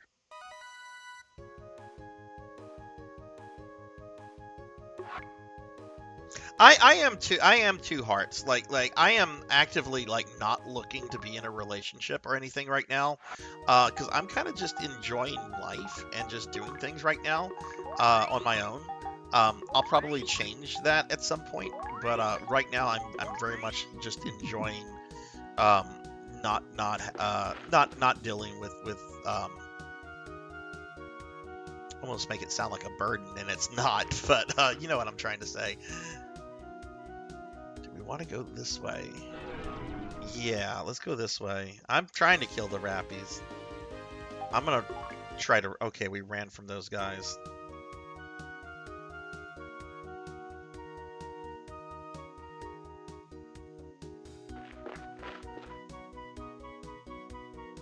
Okay, this is B1. This is the floor that would have an exit.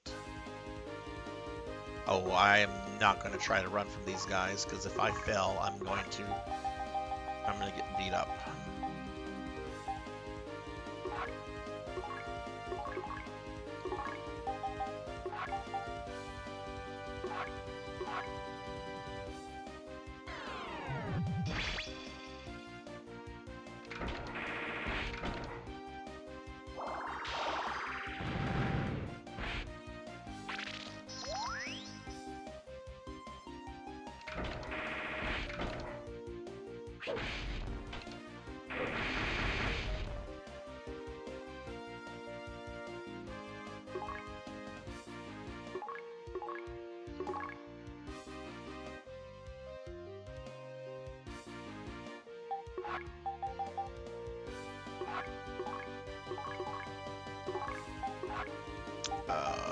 Get out of that.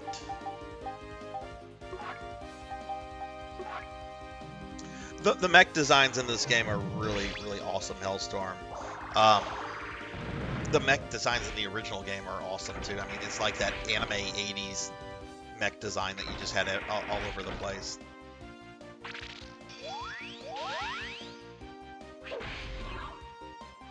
My understanding, too, Pig, and you would know better than I, my understanding, too, is that there's, like, a glut of, like, lawyers. Like there's so many out there that it's like hard to get started if you don't like, you know, have like an in into like a firm or something like that. Like I have a friend of mine I play Warhammer with. He has his own firm, does pretty well, but he inherited the firm from his dad, who was also an attorney.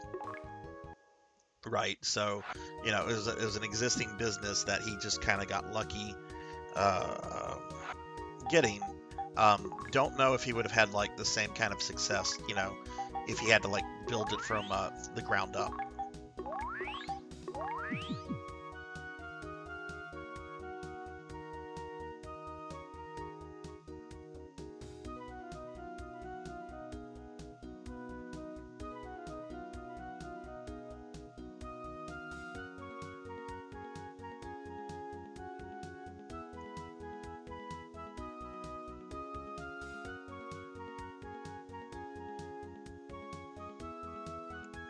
This way. I think this is the first floor. I know where I'm at right now.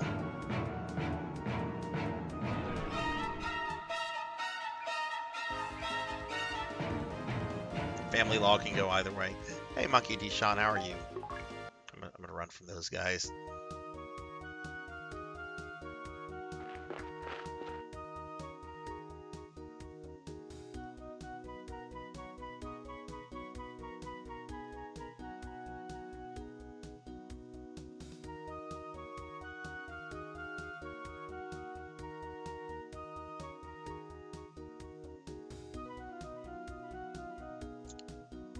Oh, I know.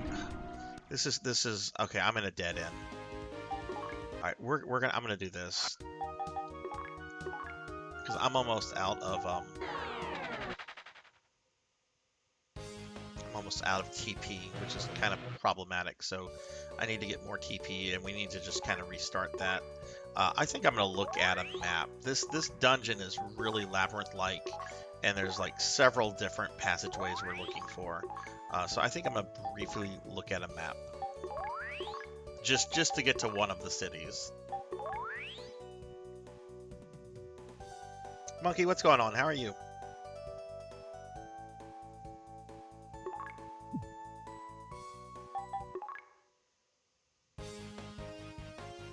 Hey, Stovetop. Hello, hello. Happy Friday. How are you, Stove?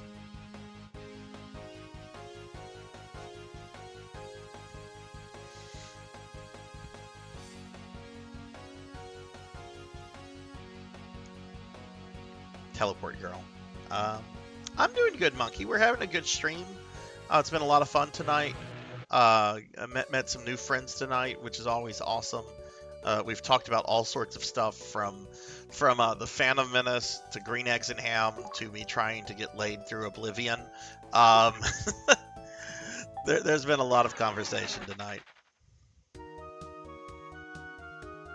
Ooh, fried chicken. That sounds yummy. Stove, are you in the field right now, or are you still at home? Okay, I'm gonna look at a map real quickly, everybody, because I want to at least get to one of these places.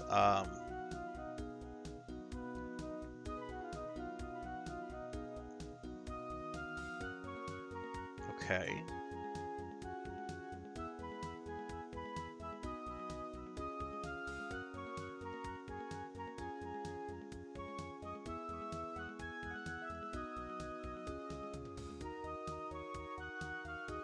Okay, alright, I see how to get to one of them.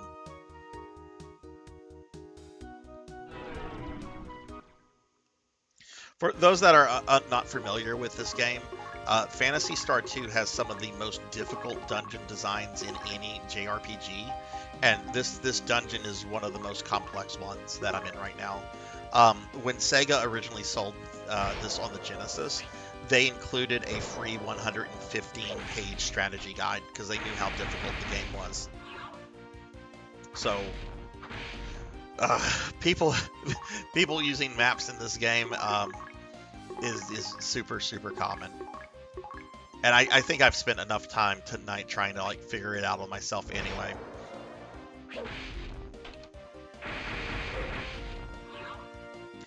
I am 2 hearts. I am 2. She was my type. She was a very cute redhead.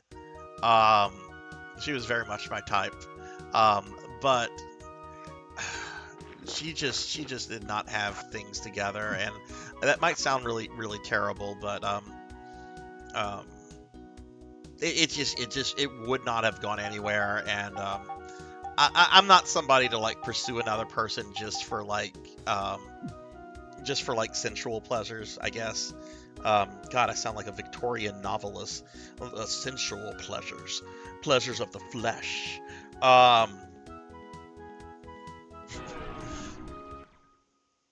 But I hope things worked out with her. She knew about Sega CD, which that still kind of impresses me for back then.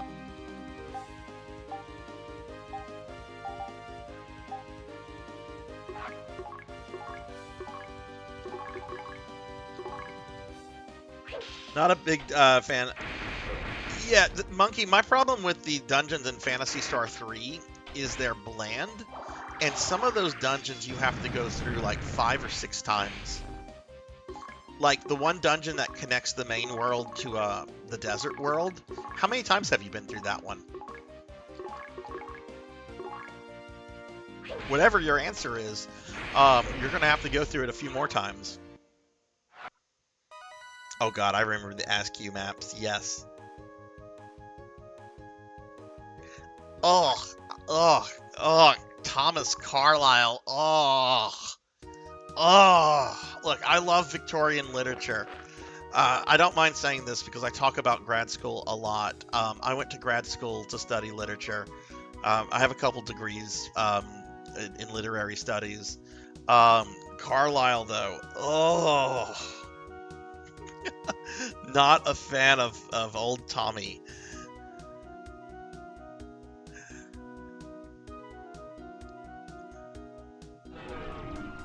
Okay, so we're going to go to the right, and then we're going to go up. And then I think that's going to take me where I need to go.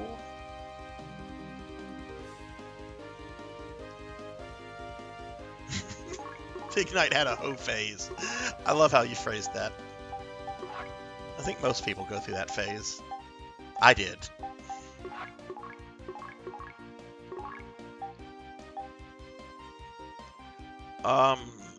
This is Huey.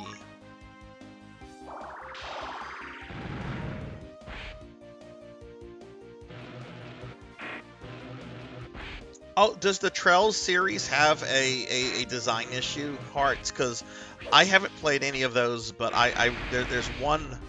I bought a copy of it a few years ago, and I want to play it because I've heard good things about that series for the most part.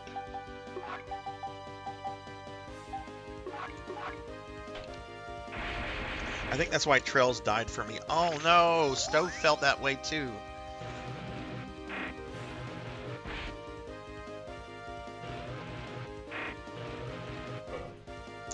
Yeah, look, there was I remember when I was studying Victorian literature, we read this you know, the Victorians loved having like these handbooks and guidebooks on how to behave like in different ways, like how to be a lady, how to be a gentleman, right? Stuff like that. And there was one book that was aimed at women, right? Because it was very much the angel in the house concept. And one of these guides talked about how you should have for in the dining room, you should have tablecloths that go all the way down to the floor. And the reasoning is that you don't want young men to look at the table legs of the dining tables and get aroused from those table legs. And I just remember like this was a graduate level course, and I just remember saying aloud, because would often like read stuff and then we would discuss it in a group. I'm just like, who the hell is getting a hard on by looking at a table? Yeah, yeah, this was in a Victorian guidebook on how to be a good housekeeper.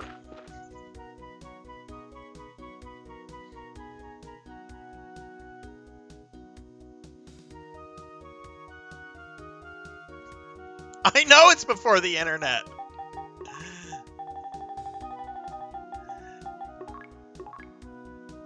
I remember a time when there was no internet. I remember I never once have I ever looked at furniture and gone, that's some mighty sexy furniture over there.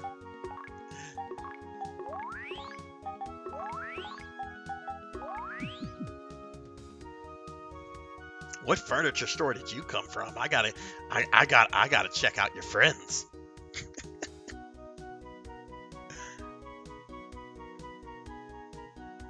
Best friend is obsessed. Yes, there are a lot of people really into those kind of guidebooks. I actually have a legit guidebook from the Victorian period. It's very tiny. It's like a tiny book. Like I could probably like have like an action figure hold it, but it's like a legit book, and it's like a pocket guide on how to be a gentleman. But it's so tiny, like trying to read it is like, oh my god. I have not seen that meme. Are those table legs sort of like the leg lamp? Oh my! Maybe. What did the dad call that? It was some kind of reward or award. It's a something award. He was trying to like justify it to his wife, who was just horrified by the thing. What kind of reward or award was it?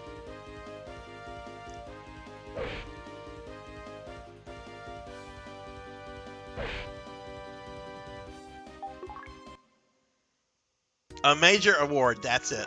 That's it. Okay, so this is B2.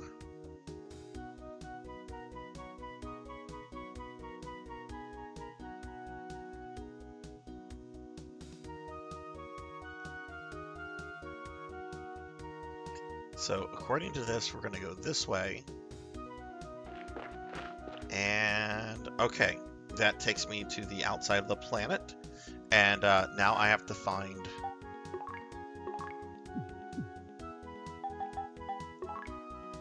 Hey, Bat. Hello, hello. How are you?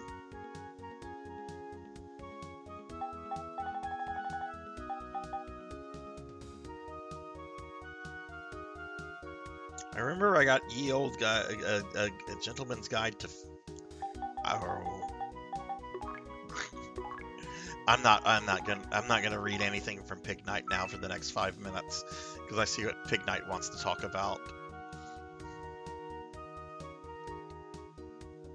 Okay, so we have to find a city. I'm just noticing that these things are called rascal monkeys. Can I just say that that's like an awesome name for like a monkey monster? Is rascal monkey?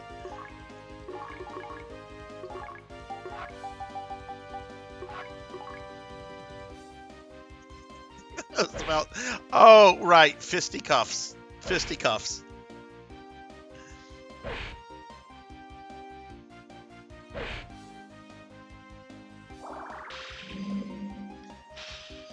So wait, Pizza Mate, are you telling me you want me to buy like some kind of like sexy, provocative Victorian table and serve like green eggs and ham on it? Is that what you're telling me to do?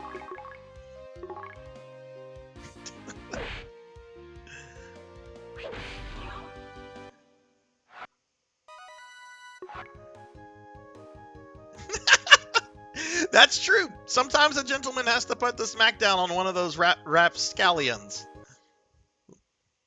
Those urchins. God, there's so many fun words from the Victorian period. I just noticed that Rolf is... Oh, God, no!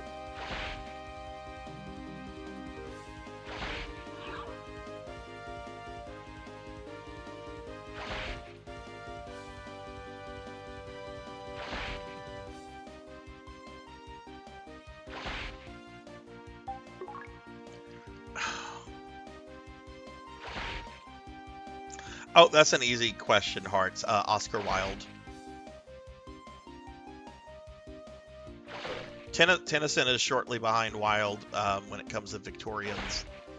Um,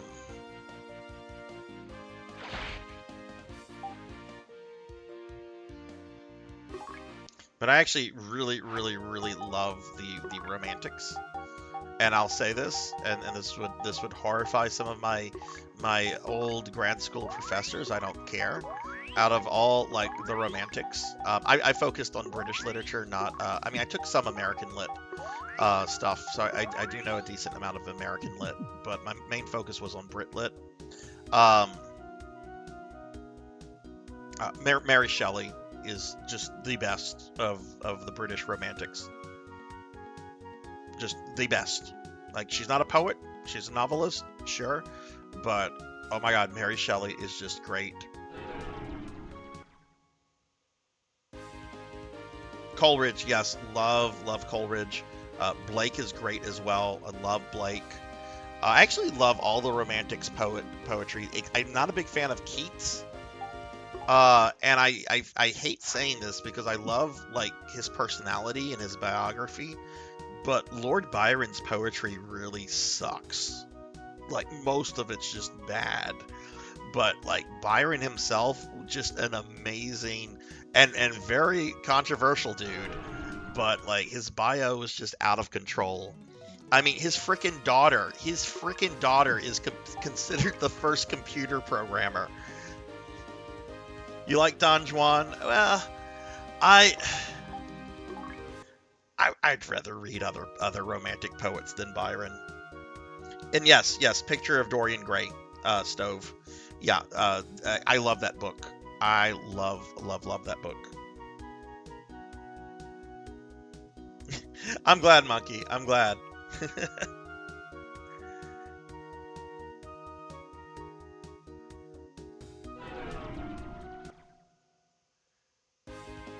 Okay, so I know there's like a reward, like a channel redeem where I tell you like a weird like literary or historical fact. But here's a freebie, since we're talking about Mary Shelley, kind of. Okay, so Mary and Percy Shelley, right? They're madly in love with each other. Um, which she would later comment that she based the character of Victor Frankenstein on Percy.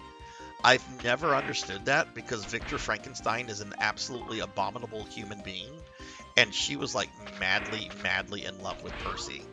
Um, I'm just trying to run away at this point. But after Percy's death, she kept his mummified heart on her desk until her death several decades later.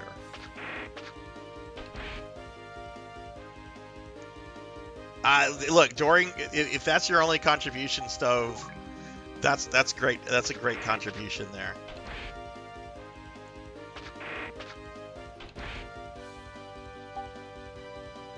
It was actually kind of common for Victorians to keep mummified hearts of loved ones. I wouldn't say it was common, but there are other examples of it happening.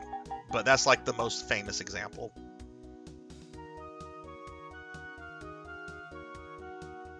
Yeah, just the heart. When she passed away, the heart was Percy Shelley came from an aristocratic family that had like a family vault. You know your family's fancy when you have your own private like burial vault, right? Um, and the heart was buried in the vault with her. Oh, these are new, but there's no sense in me trying to fight these guys if I don't have Rolf.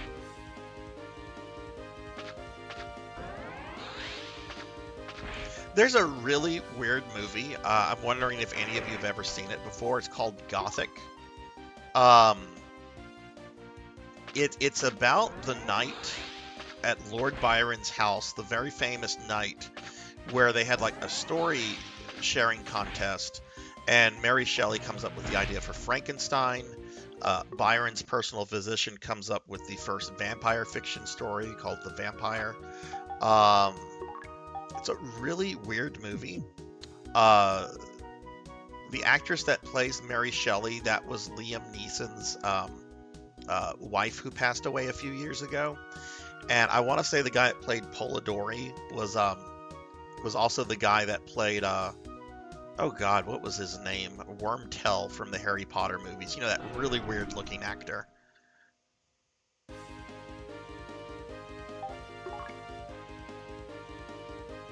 You have seen that. Yeah, it's a great movie. It's a trip though. Like I've watched it a few times, and every time I've watched it, I felt like I've been on drugs.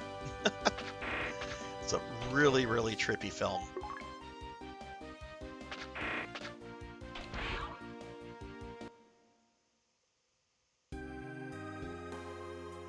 Well, the second edition of Frankenstein Pig Night was heavily edited by her father, William Godwin, who was a very famous 18th century social philosopher. Um, and Godwin's a very interesting character in his own right, but he made all these changes to the novel without her permission. So the second edition of Frankenstein is just it's considered trash. Nobody really pays it much attention because it was basically her dad going to it. Oh, I'm the better writer. I'm gonna make my own changes to this book about a zombie man.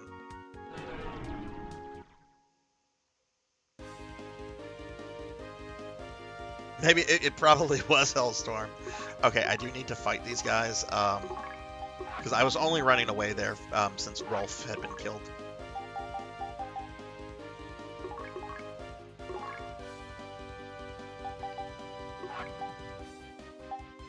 That doesn't surprise me, Monkey. I did not know that, but that doesn't surprise me too much.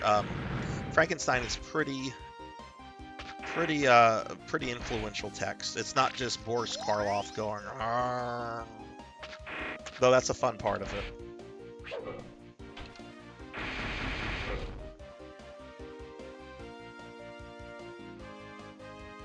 Oh my God, they're about to murder Rolf again.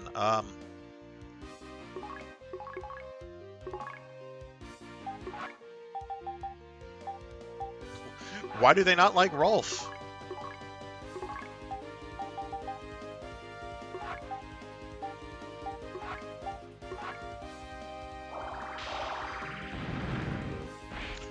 Hearts, if you don't mind me asking, what did you study at in college? You seem very, very well read from a conversation that we're having.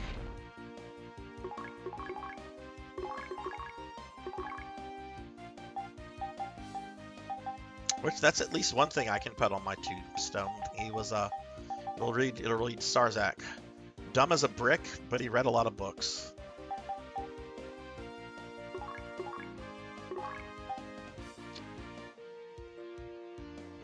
Let's use Garesta on Kinds.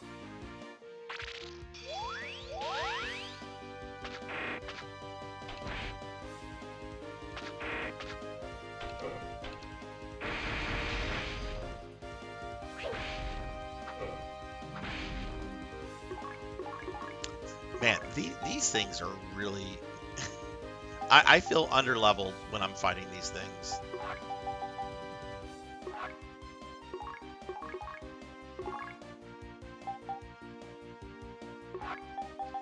Okay, even though Kynes has less hit points, I'm putting this on Rolf. Rolf can resurrect people. Well, and then there's different types of intelligence too, right? Like there's being book smart, there's being witty or spontaneous intelligence, right? There's different types of smarty pants. I don't have any of those. Undergrad, major English, minor philosophy, law school after that. Oh, nice, nice. I could get my master's in a year if I went back. Oh, sweet. What area of literature did you enjoy the most, Hearts? One of my professors said, if you want to be a student forever, become a university professor. I still think of that. Don't do that. Do not do that. Do not do not go into academia. Not unless you want to be in a job market where there's literally 200 to 250 applicants for a single position, making $45,000 a year. Do not do that. I don't want to say anything else, but just please do not do that.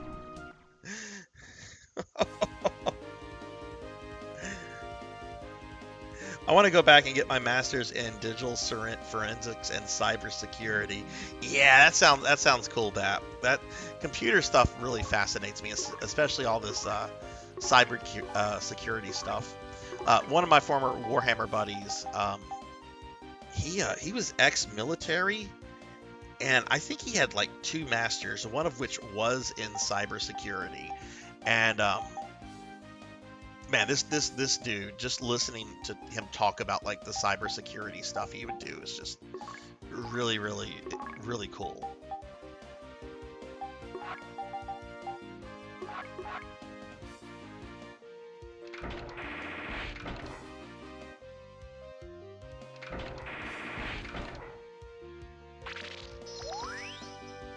Medieval and early modern lit.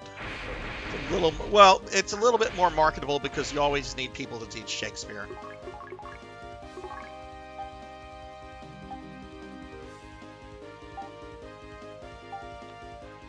Oh, Kynes, what are you gonna do? Sure, do this, Kynes. We're practically at the bloody city anyway.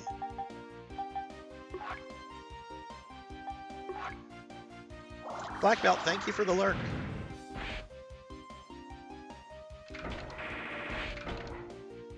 Chefs can make good money too. Like, chefs can make seriously good money.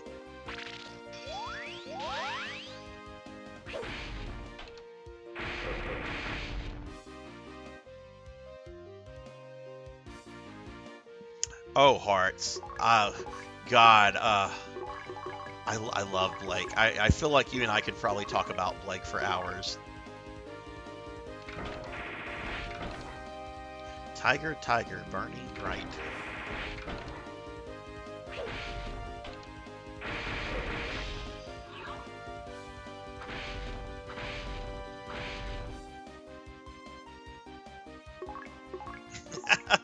Me too, hearts. Well, actually, I know how to cook, and I like cooking. I get very lazy about like cooking and going to the grocery store, which I'm trying to get back into the habit of doing that because I've been eating a lot of fast food like the last 2 months, and I really need to cut that out. Like, you got to remember, fast food is if you eat it, it's a once in a while food. It shouldn't be daily.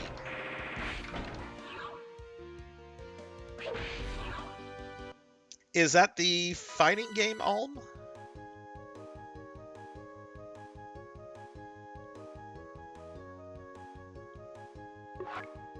Wait, who died? Kynes. I looked at chat. The battle ended. Kynes is dead. Whatever. We got to this city, which means that I can now teleport to it. Did you hear about the mining disaster? The Muscats were playing with matches and started an awful fire. Did you know about the Marua berries? The magic berries that use magic like electromagnetic waves to nix gravitational fields. After that, you can see stuff that used to be all secret. Like, too bad it's so stupid hard to. It's so stupid hard to find. Oh God.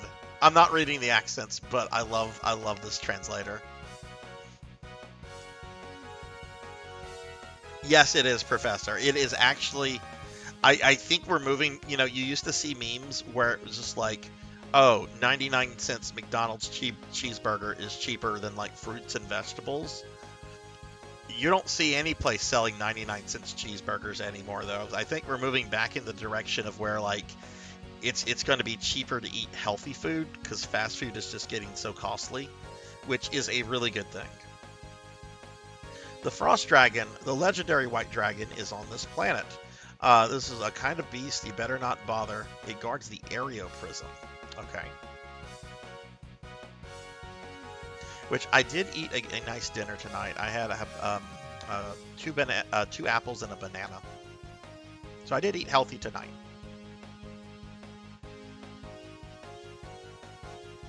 Nala's Bakery on this planet. You can buy a cake for 280 Meseta. Okay. Did you hear about the Eclipse Torch? It's the oldest oracle in all of Algol. Eclipse Torch is atop the Altplanio Plateau. I think that's kind of what they're going for, Hearts. How is HelloFresh? I've always wanted to try that. Have you ever tried it before, Pizza?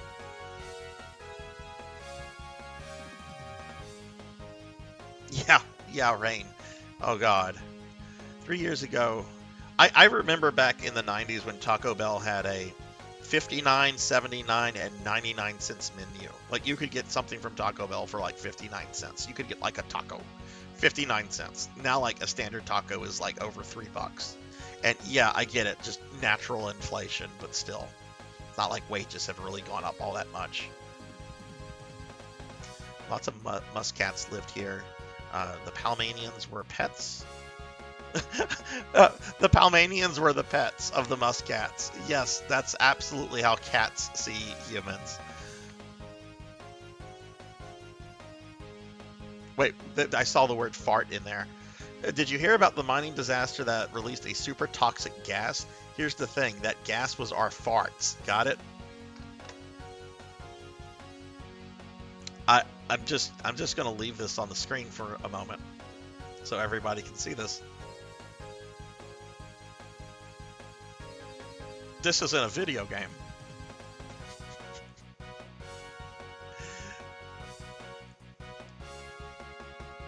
This is absolutely going to be the thumbnail for the stream summary.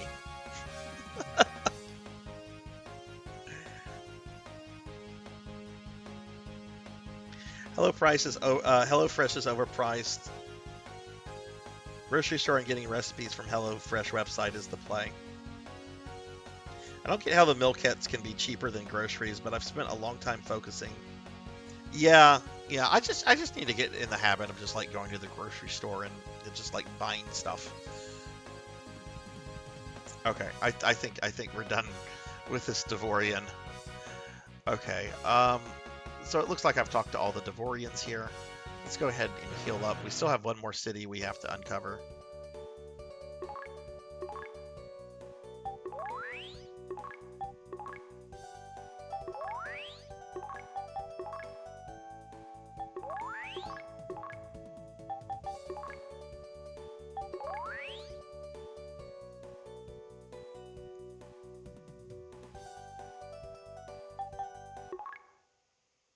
We prefer Blue Apron to HelloFresh.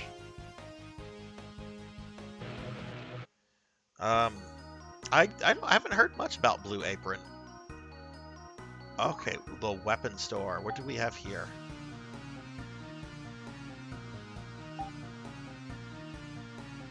Ooh.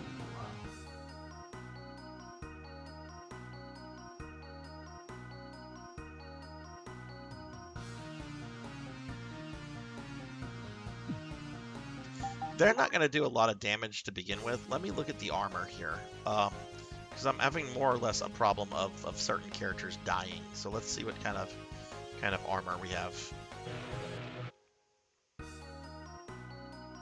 We have a proto store called H&W in my city. Veggies and fruits are like 30% off. Oh, nice.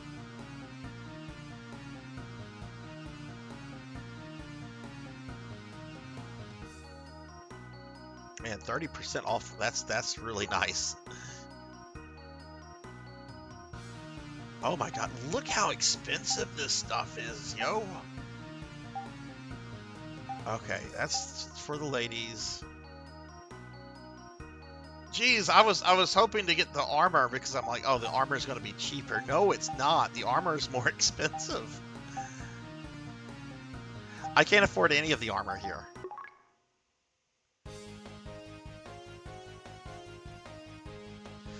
I'm not dropping any Meseta yet. I'm going to try to uncover the other city. But I'll show you guys what kind of just happened. Here's the teleport girl. well, the teleport Devorian. But now I can teleport to Skur and Akubar. So now I have 2 locations, which is technically 3 if you include the city I'm in. So there's one more city we have to kind of go uncover. Wait, did I talk to this Devorian over here? Name of this town is Zoza. Did you know the weather's so cold even Devorians catch cold? Okay, we're gonna save.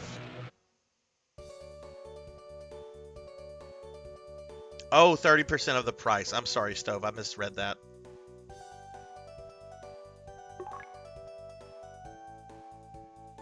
I know, Pig Knight.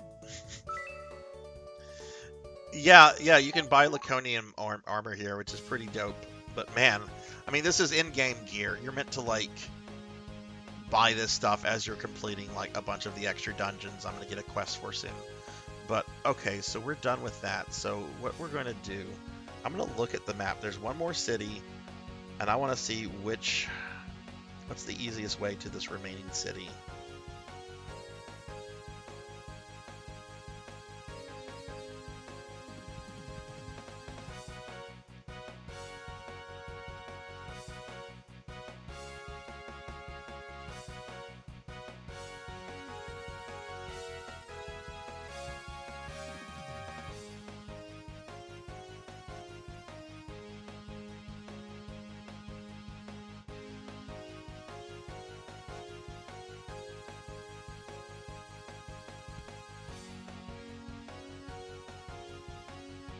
Okay, so let's see.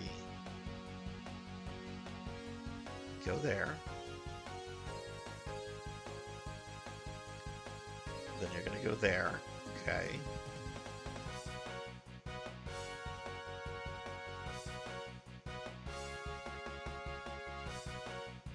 Okay, so what is best to do is for me to just go back to Skur.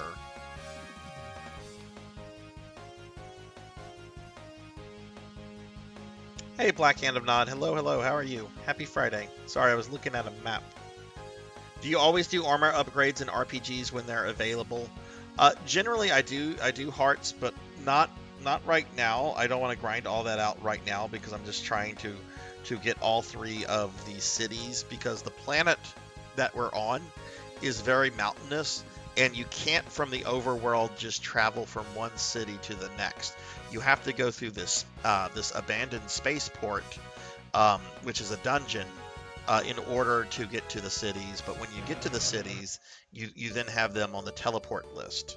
So I'm just trying to get all these out so I can see what kind of item. Like here, I'm teleporting to the spaceport. So it's really weird in that the overworld is connected through a dungeon and not the overworld itself, right? Let me give Black-Handed Nod a shout out real quickly. Blackhand Friday's going well, I hope.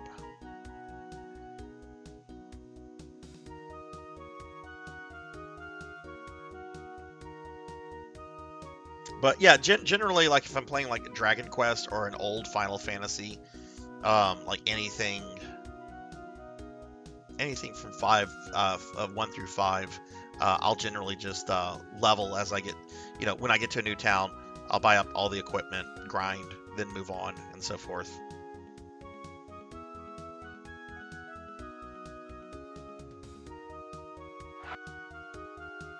Oh yeah, that is cool pizza. Yeah. Okay, let's go ahead and save here. Blackhand, are you planning to stream this weekend?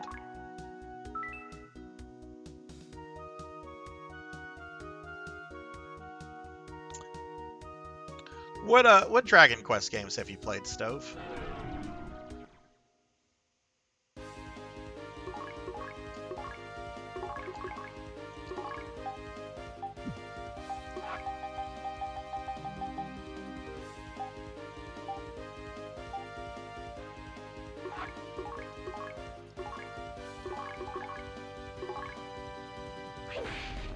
Or anybody. What Dragon Quest games have everyone, I guess, played through completion?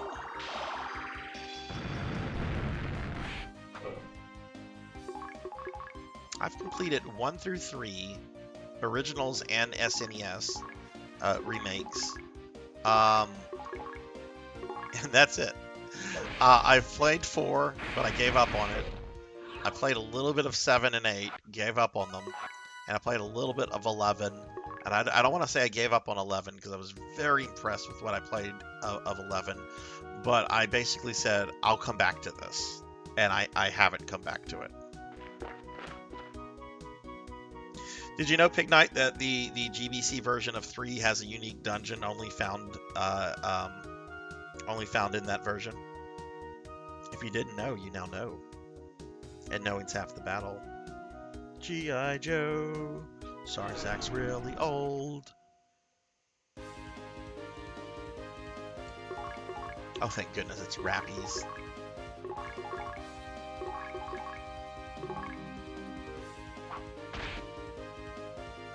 Stove has played, wow, 1 through 5, 8, and 11.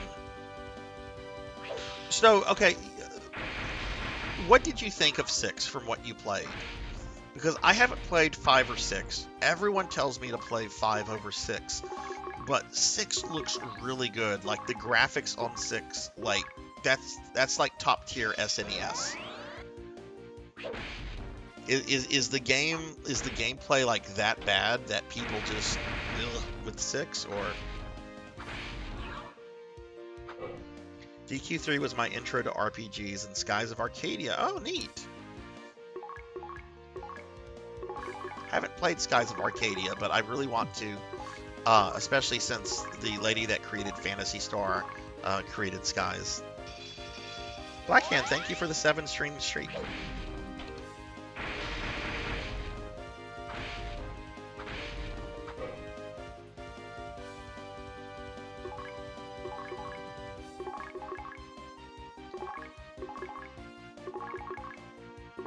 I did the More You Know infographics from NBC.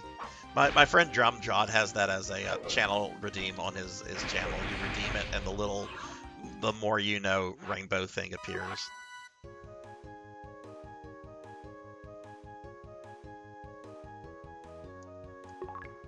Six having boring bosses didn't get hyped. Oh, I don't know anything about that pig. Get your mind out of the gutter, young man.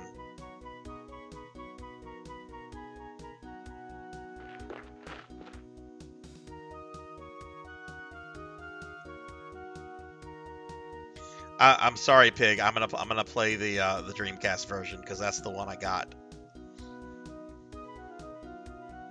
That's the version I'm gonna play when I play it.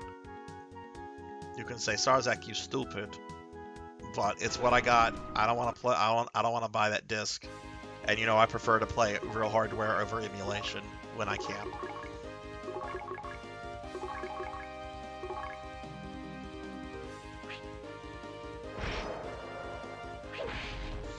The Dreamcast version is kind of expensive. I got it from a store not even that long ago, but I had a tremendous amount of in-store credit with this store because I used to have a Philips CDI with 3 of the 4 Nintendo games, and it was collecting dust for over a decade, and I decided to trade it in and got a lot of really cool stuff with it. Kinds died.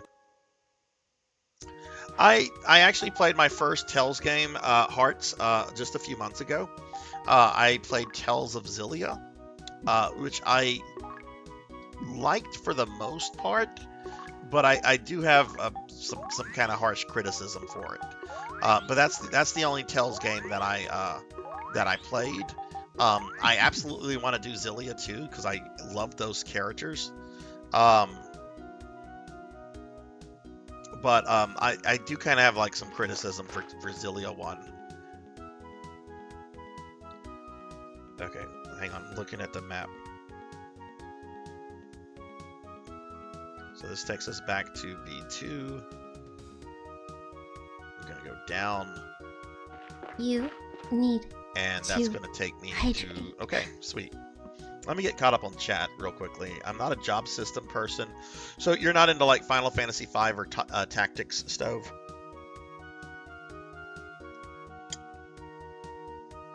That's funny, Pig. I grew up on Final Fantasy, so Dragon Quest wasn't really important to me. I do remember Dragon Quest III having a really extensive class system and gender options throughout. Yeah, Dragon's Quest III is it's a solidly good game, and supposedly Square is working on another remake of it. And I played the SNES remake within the last year. I didn't stream it, but I did post my playthrough of it on YouTube. And I found it as every bit as enjoyable as the NES version, but just with updated graphics and music. The battle system was great, really good fantasy feel to it, really neat things you can do with a party.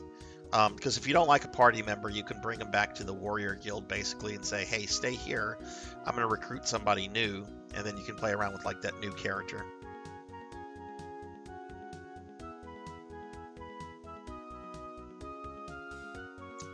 But yeah, Tales of Xillia, Skits of Xillia. And thank you, Pizza, I did hydrate.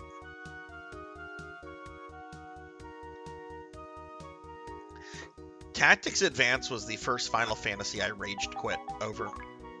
In fact, it's the only one I raged quit over. Most Final Fantasies I didn't complete. I just got busy with stuff. But I legitimately raged quit Tactics Advance. The judge stuff, with the judges say you can't use this command ability, it should not apply to basic commands like fight. And I can't tell you how many times I got that and would just wipe. So I'm like, no, I get what they're doing. Fine. This should not apply to basic commands. Not this early in the game. Oh, I like FF5. That's actually what I'm going to play. I'm going to finish up my playthrough of FF5 on RPG Fridays whenever I finish. Ooh, look at this big boy.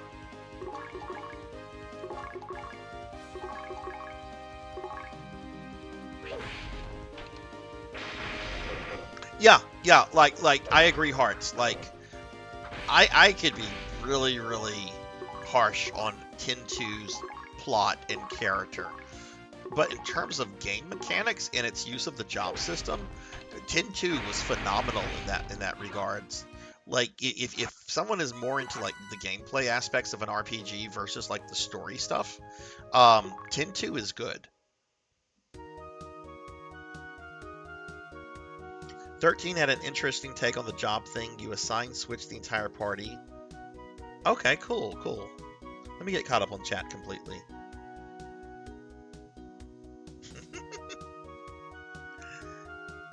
Don't remember that Tactics Advance was a lot more enjoyable when you learn you can just get yellow cards all day long.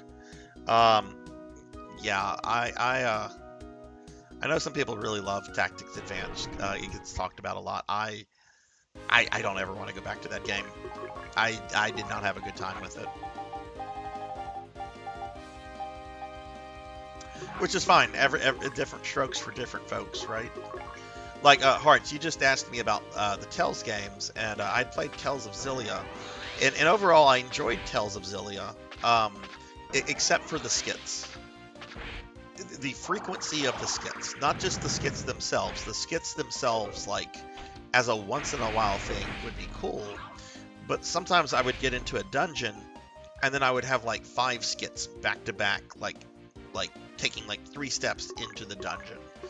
And it just, I felt the skits were very intrusive into the gaming experience. And I don't know if the other Tales games are like that. I've heard the more modern ones actually take it even further. But that's just what I've seen like on Reddit. Oh god, Snuffleupagus heard me mention Big Bird. Oh no. Does that mean the Cookie Monster's coming?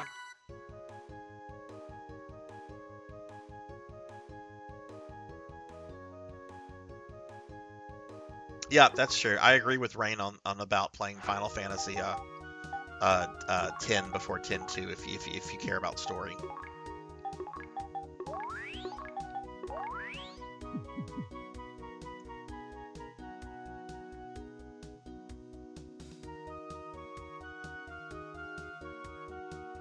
Okay, they did crank that stuff up. Yeah, that Look, one RPG series I love, but I'll probably never stream is Xenosaga.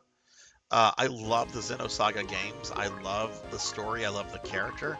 Um, that's a game with several cases of where you have like cutscenes that are over an hour,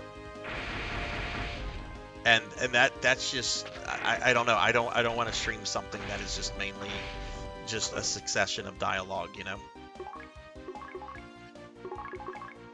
But I do want to go back and play the one Tales game that was on SNES. Um,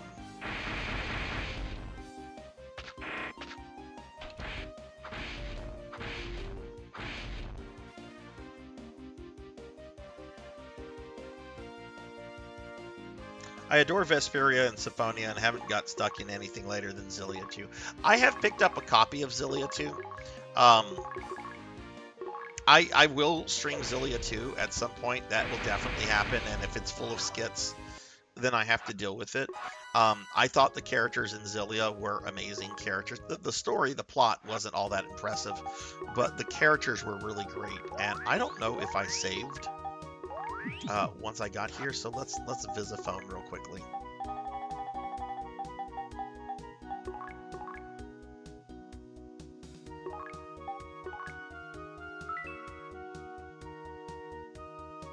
Oh, Xenogears is so good. Oh, Kron, that sucks.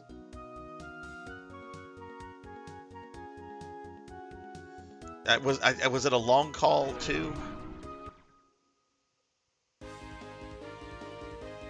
No, we'll never see a Xenogears remake. We'll never see remasters of Xenosaga, which is a shame.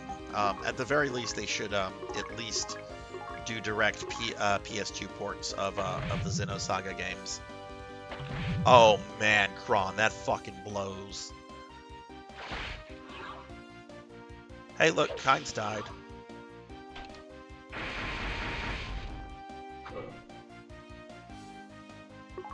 I've beaten Zestiria and despised it. I just didn't care for any of it. Combat was overly complex. Felt like you were forced to use specific mechanics. Which one is that, Stove? What system was that on? I know Arise is the most recent one, and I've heard Berseria is like the most divisive one. PS3, okay.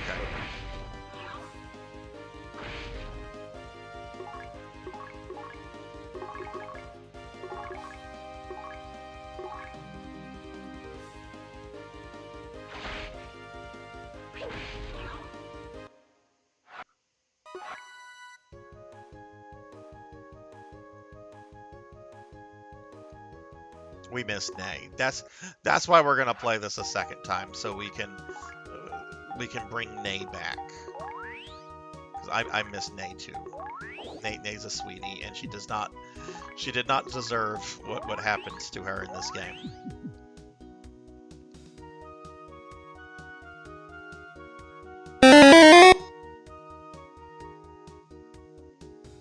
Jeez, thanks, Kron. Here I am showing you sympathy. Ow! Ow! Ow! Ow! Ow! Ow! Oh my God! Ow! Ow! Oh no! Oh no! Video juice! Ow! Oh my God! This is 600 bits. You're bronze. Don't stop! Ow! Ow! Oh my God! Ow! I'm dead. I'm a dead slime. There's nothing of me left. I'm dead. Dead. Kron, Stove, thank you guys for the bit abuse. Ow. Let me give Stove top. Ow. Hearts! Oh my God, Hearts just 69'd me with bits. Ow. Hearts, thank you also for the biddies. Hearts, I should have asked this earlier. Do you stream, by the way?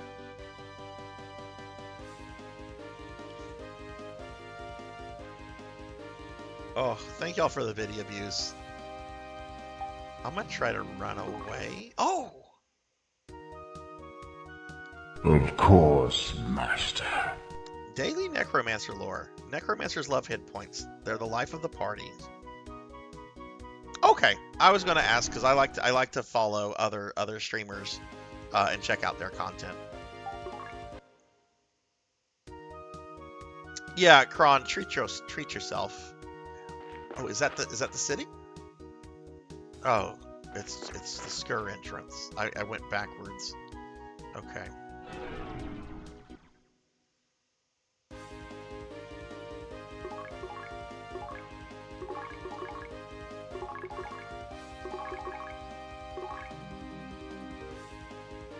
Hey, Cinematic Sith. Happy Friday. How are you?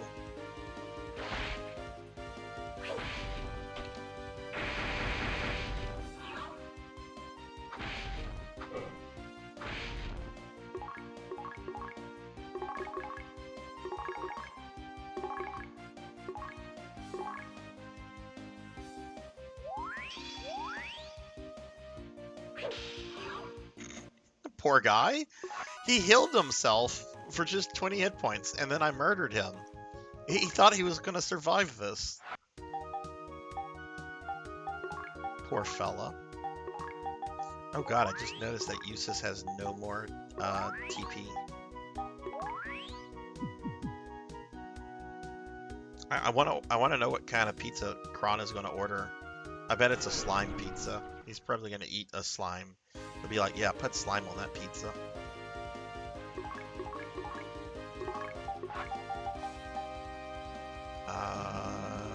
Yes, do this. And I actually have not fought these guys. I've just ran away from them. Hey, Rajan. Hello, Rajan. How are you? Let me give you a shout out, Rajan. How's your night going?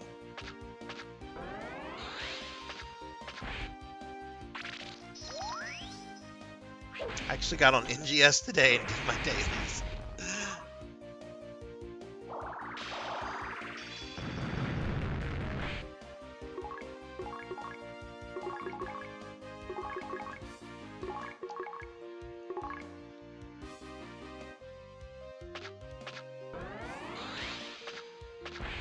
Which I'm having to also do dailies for that Castlevania game. Like right now, like I have like an hour worth of dailies to do on various video games that I'm playing, and it's starting to feel like a job.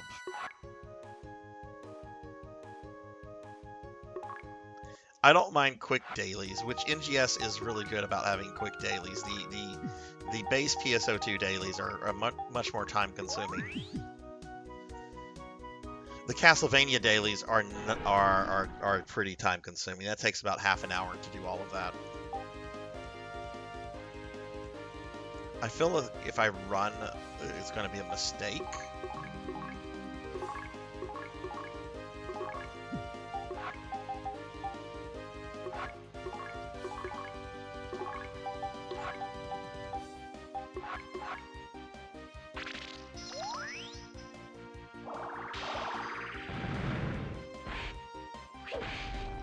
But yeah, Kron, apparently to get that thing you were telling me about, apparently I have to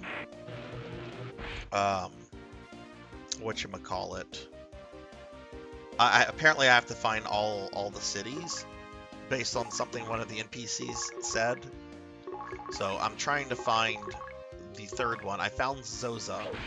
Kron's probably ordering pizza right now. But he's probably doing that on like his phone or like a web app. I'm acting like he's like calling the pizza place.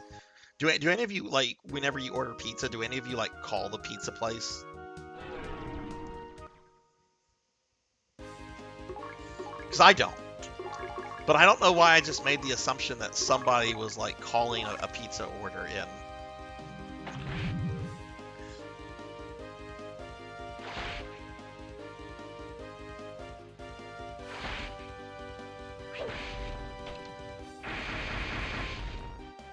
You do that with some mom and pops. Okay.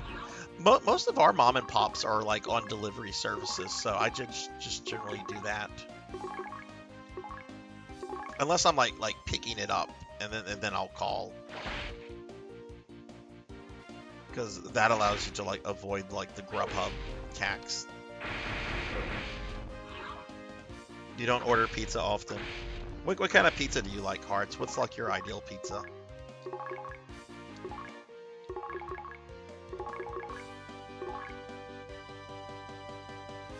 I agree, Amy. I deal with enough people. This is 2024. This is the future. Let me be antisocial.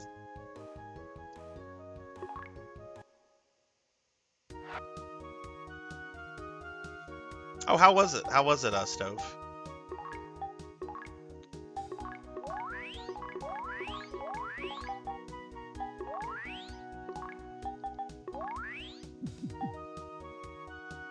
Hey! We found Rouen. Okay, we found the third city. Geez, Palmanians again. Did you come to nab some more Laconia? Oh, Jesus Christ. They're like, yeah, y'all tried to colonialize our planet. Fuck you. Welcome to Divorce, the world of eternal summer. Enjoy the sunshine and leave with the most incredible tan. Got it? Oh, is this a town full of liars? It's a very old vehicle. It's really handy because it can get you through the ice. It's a steal at 10 million Meseta. Here's a plan to thaw the world by placing torches in each town lit by the eclipse torch. If it works, Divorce will have an eternal summer. Got it? I don't know if I believe that. In the previous game, Phantasy Star 1, there's like an entire village of these guys that intentionally lie to you.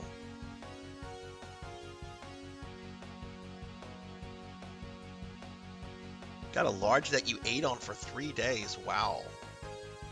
Surface of Divorce, our home planet, is buried deep under the ice. Mother Brain's terraforming skills nix all the ice and creates hardy flora and fauna, so our world's green again. That's what they say, but who can believe all those tall tales?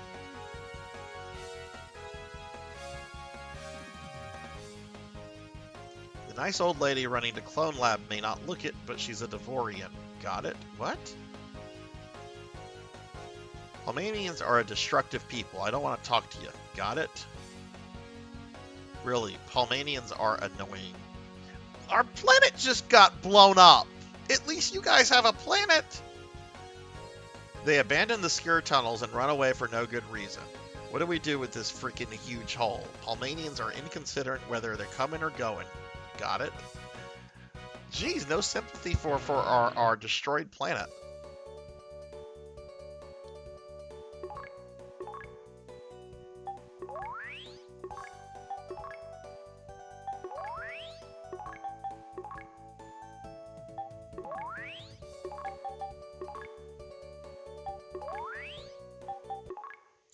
Go ahead and heal up. Okay, we gotta...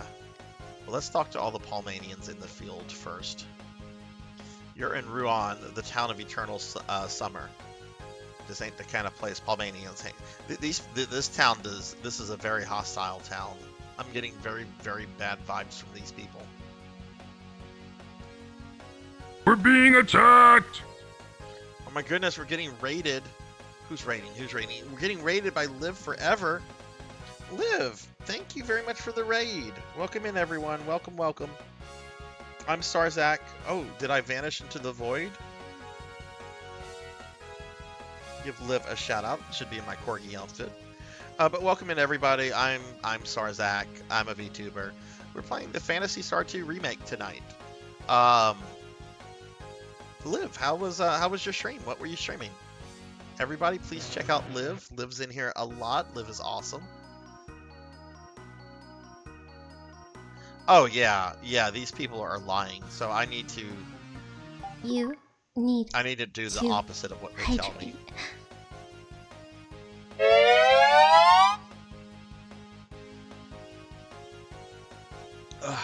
Braveheart, thank you for the hydrate and stretch. I just hydrated. Let me stretch.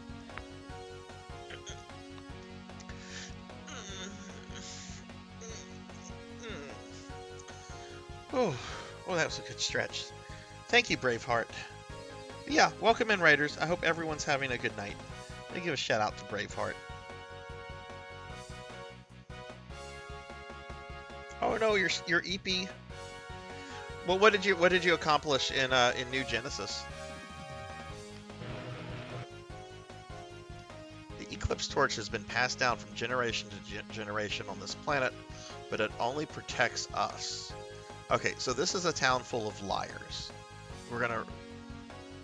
Actually, no, we're not gonna do that. What I'm gonna do right now, where is the teleport?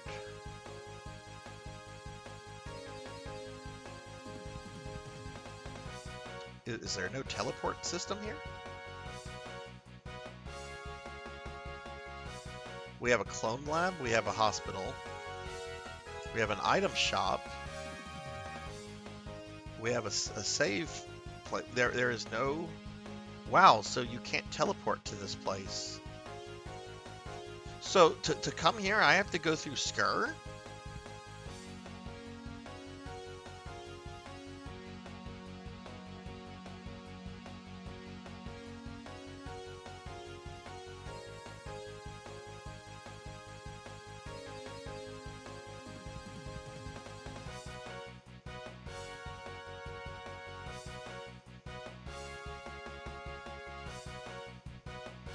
Oh, that's cool, Liv. That's cool. I got on NGS a little bit. Oh, look, we do have some other stores here. Oh, okay, I missed like half the town. Okay. I had missed half the town. I'm Sarzac and I'm dumb. But you all know that. Use the dummy mode if you got it. What? You Palmanians? Sorry, I ain't helping you with nothing. Got it?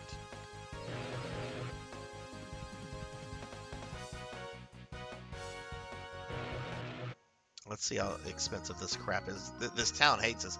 You're going to get a special discount. Got it? Take advantage and buy everything you need.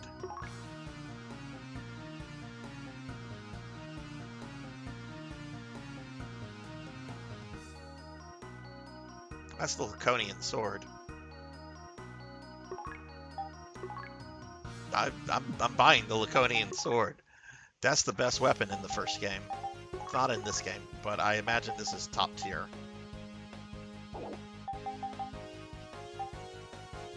Yeah, that's a big improvement for Rolf.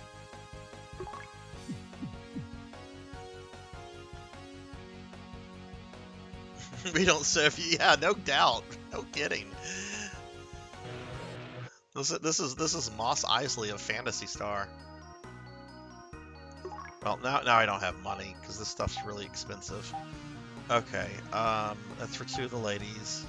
This is for all the guys. Ugh, that's expensive.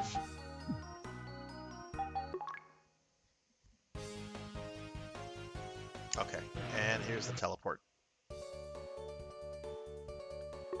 Okay, so we have all of the Devorian towns now. So let's go back here.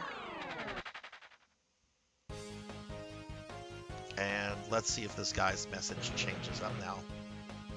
Mother Brain terraforming Devoris? If that was possible, we would have used the Eclipse Torch to deliver us from the cold long ago. The only way to learn how harsh Devoris can be is to experience it. Got it?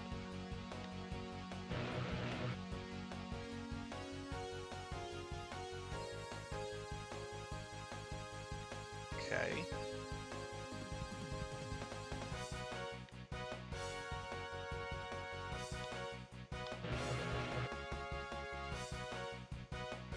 I have no clue, Rain. I have no idea what an Armel or an Armel might be, and I did not do the thing where I should have looked it up in the dictionary. It's possible some Palmanians try to live here again because Palma got nixed. This ain't funny, got it? No, it's not funny. A planet blew up with billions of people on it.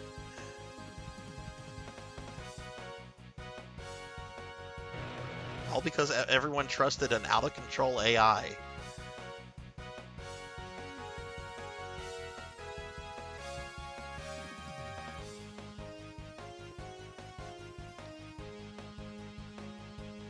In Phantasy Star 4, the Devorians, there are some Devorians that look different from each other, but yeah. In this one, they all kind of look the same, which is how it was in the original Phantasy Star 2. But it would have been nice to see some variants here, since this is a remake, you know. Nothing's really happening. I guess I'll go back to that guy on Motavia.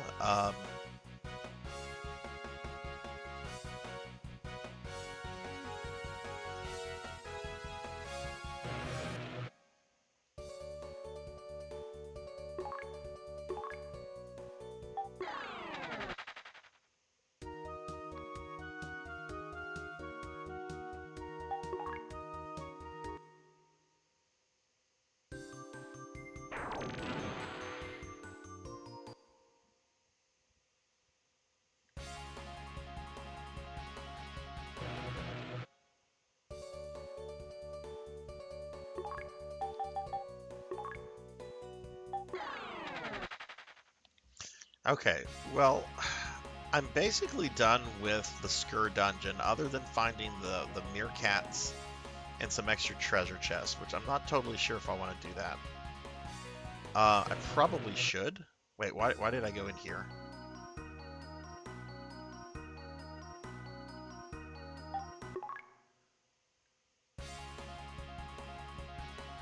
So he just totally implied that, like, the way cloning works in this world is you could clone somebody without their permission.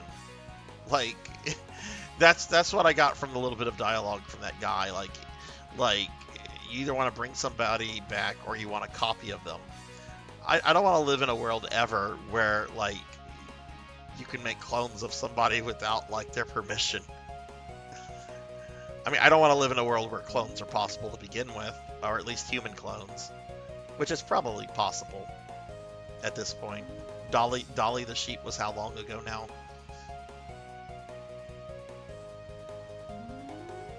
He's still saying the same dialogue.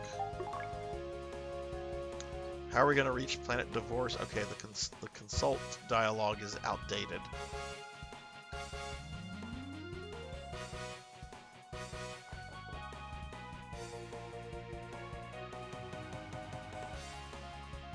Okay, well, something has not triggered a thing in the dialogue.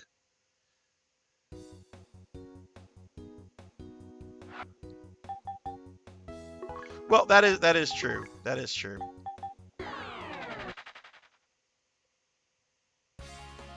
Okay, well, let's go back to Divorce. You know, one thing I didn't do is I did not look at the item shops.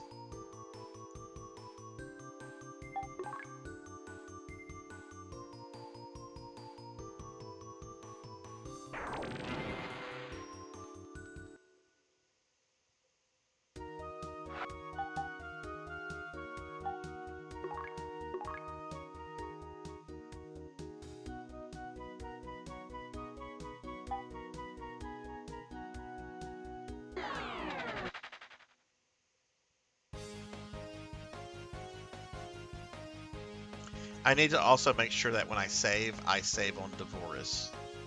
I need to check out the item shops because somebody said something about the ice machine.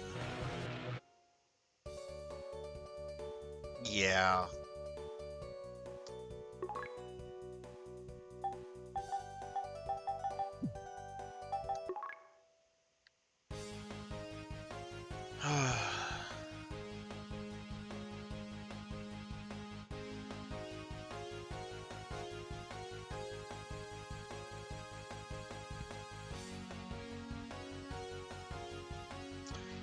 It's really something I've had to pay attention to, Rain, with a lot of the art commissions I've done for, like, stuff for the channel. You know, is like making sure, you know, looking at, like, samples and trying to see, does this look like this was AI? Does this not? Because I want to pay an actual, you know, I want to pay an actual artist, not somebody just using an AI prompt.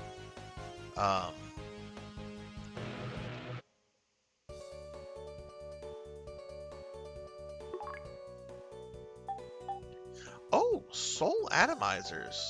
Oh, I was thinking star atomizers. I got excited there. Or moon atomizers, that's what I was thinking.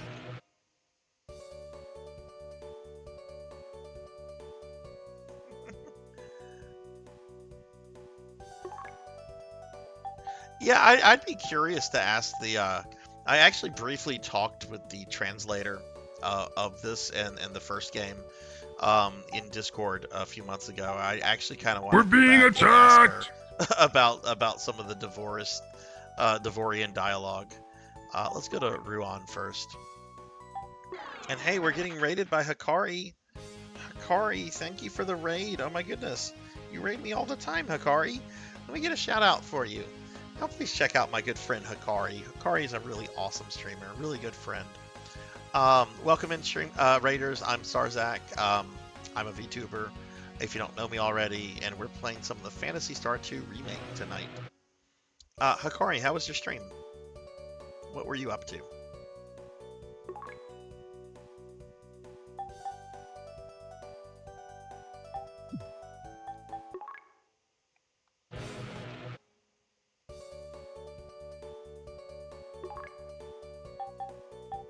Oh, he does sell moon atomizers. That's a lot of money to be able to bring the dead back. I'm not dropping that kind of money. I mean, maybe later I will. Okay, there's one more item shop I need to check out. Okay, that guy's like, F you, get out. Yeah, go enjoy your food, Kron. You deserve that. Bit on the shorter side since I was up shopping earlier. Oh yeah, stream's going really well, Hikari. What kind of can I be nosy and ask what kind of shopping you were doing? All right, so fun fact, I love shopping. In fact, when I was a teenager, I used to be the one that's just like, let's go to the mall to go shopping. Of course, people don't go to the mall anymore, right? I can't tell you the last time. Actually, I can't tell you the last time I was at a mall. Because when I travel to a very large city, I normally stay at a hotel that's like built into the mall. But that was like a year and a half ago. I've not been to well, I have been to Zosa, but I want to go check the item shop there. God, I miss mall culture too. Like, I'm not gonna lie, I was a mall rat. I mean, I would spend money there, so it's not like I was just hanging out and being like a nuisance and stuff, but I would go to the mall to hang out.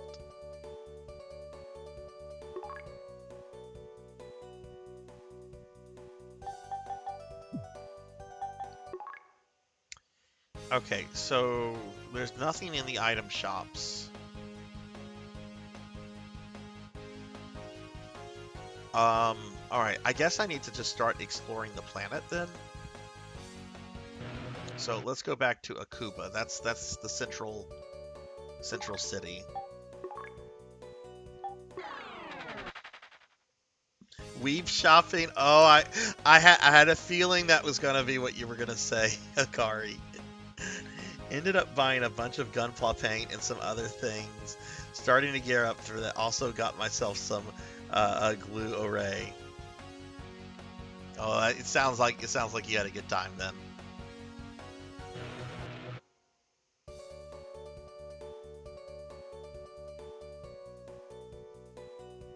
Yeah, Rain, I wanted to ask you. You're doing that Final Fantasy 12 solo play, with just Pinello. I noticed on the screenshot that you shared that you have nearly 80 hours in the game. How far are you like in the plot? Because I imagine trying to do a solo play with one character, it's going to take you a lot longer to just advance through stuff.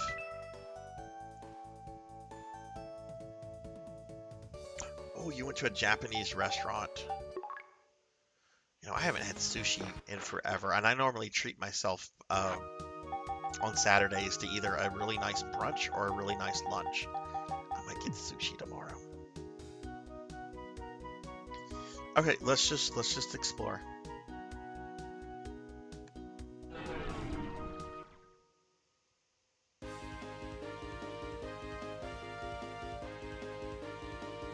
A lot of those are hours I spent idle away. I forgot to pause. Oh, okay. All right, good night, Pig Knight.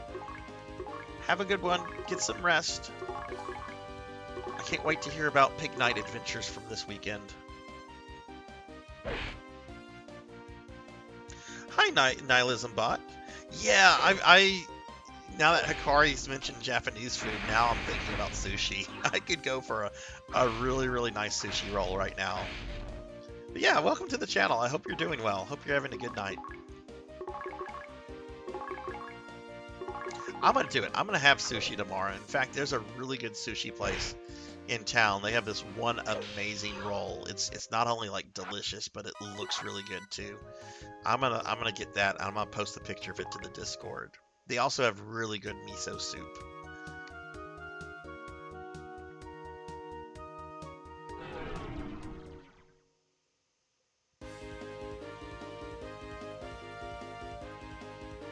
Got Kingdom Hearts, Dragon Quest 3, 2 minutes.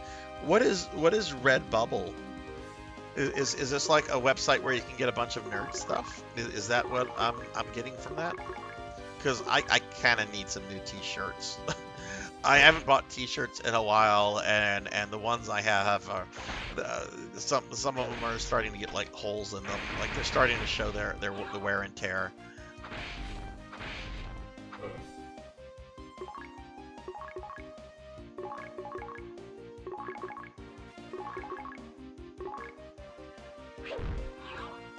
I mean, on Vancouver Island in a port town, and the sushi sucks. Oh.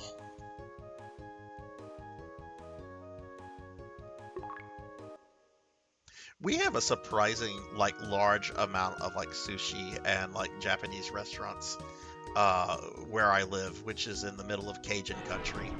Like, it's surprising, like, the amount of, like, sushi places we have here. Which I'm not complaining about, because, man, now I really want some, like, right now.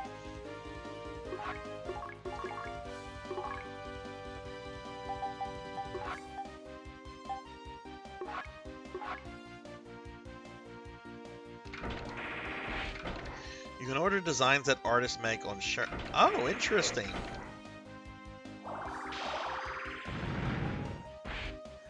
So it almost seems like VGen or Fiverr or Skeb, but instead of like getting like artwork or digital art, you're getting like actual tangible physical products.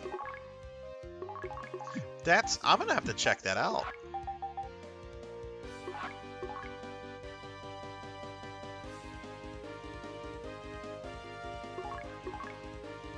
Oh, I do love some very good Tex-Mex. One of the oh my god, many years ago, this whole trip is a story. This I think was summer of 2017. A good friend and I decided we were going to take a road trip from South Louisiana to the Haunted Clown Motel in Tonopah, Nevada, because we wanted to see it because it was on Ghost Adventures, right?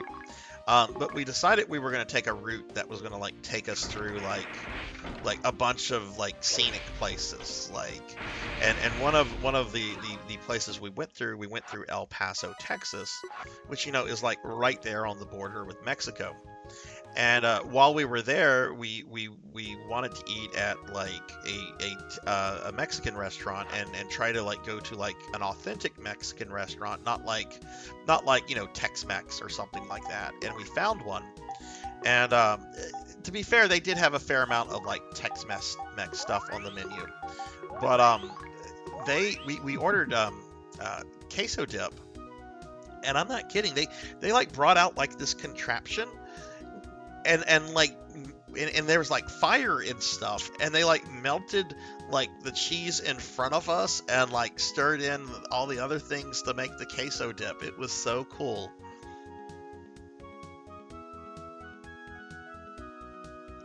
Usually pretty good quality. I've had some shirts from Redbubble for 3-5 years. Oh, okay, cool.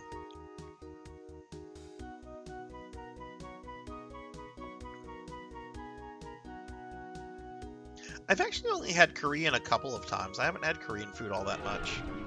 The few times I had it, it's pretty good. We don't have I don't think we have like a Korean only restaurant here. I know at least pre-COVID we had a restaurant that did both like Japanese and Korean. but I don't know if that place is still around. I don't know if it survived COVID. I hope it did.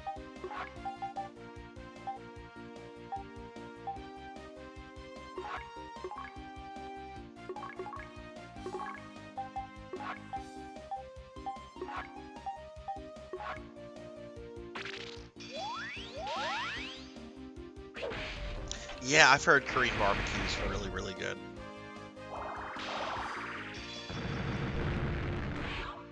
How do you feel about Thai food, Hikari? New Korean place near me, but it's a bit on the pricier side, so I haven't been. Yeah, I totally get that. Like, for me, when it comes to, like, restaurants and stuff, it's all about both priced and, like, how far is the drive? Excuse me. Korean fried style chicken. Ooh. Man, I want to eat all the foods now. Wife took me to a new Vietnamese fusion place. I'm gonna try to run away. No! Punished for being a coward.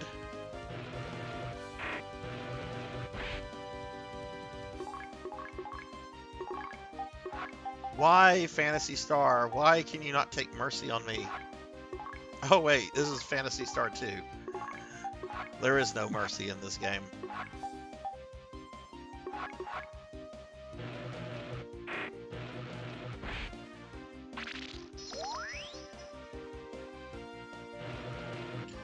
I'm trying to remember what I need to do next.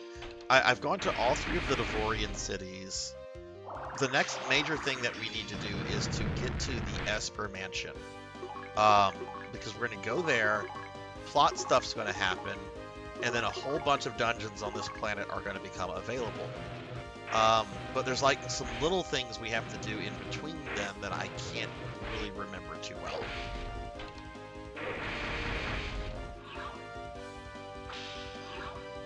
All right, Stovetop, great having you here. I hope you have a wonderful rest of your night. Get some sleep, and hopefully I'll talk to you again this weekend. But yeah, be safe and get some rest. Don't think I had Thai food a whole lot, at least not authentic type. Okay. See, I've tried Thai food only a couple of times because I like spicy food as well. I love spicy food, and you know, since I'm in Louisiana, like we're surrounded by like Cajun spice, right? When I tried Thai food, I tried like one of the spiciest things on the menu.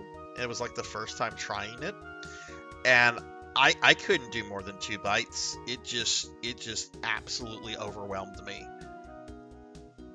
It's a very, very different kind of spice than what I'm used to. Run away? Okay.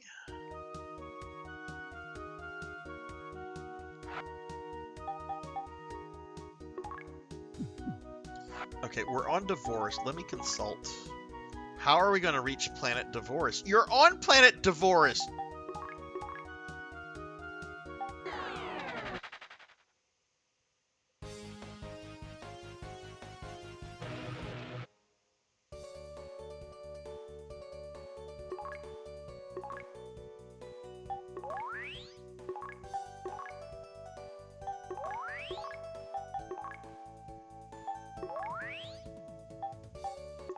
All right, we're going to go back to the town where everyone was lying to me, and I'm going to try to do the opposite of what they're suggesting.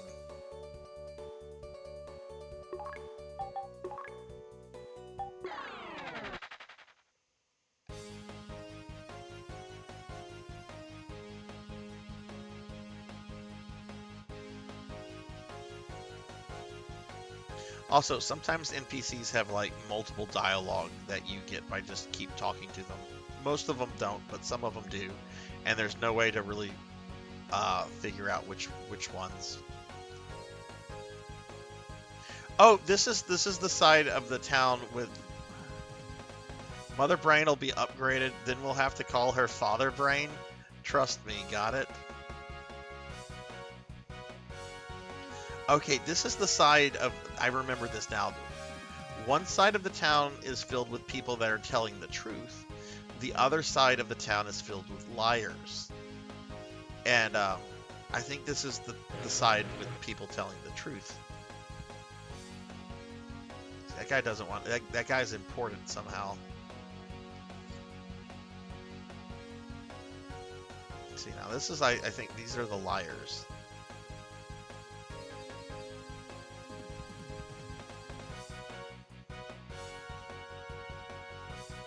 Or at least when we go on the other side of this.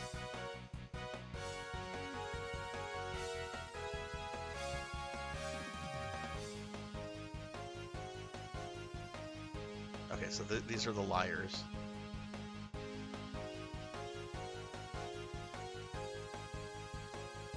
Or maybe these are just the ones that hate Palmanians. Yeah, okay, they're lying clearly because the person in the clone lab is clearly not a lady.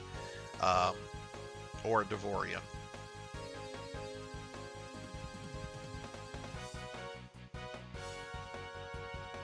Okay, so they either hate me or they just lie to me. Which they seem to just be filled with hate except for that one.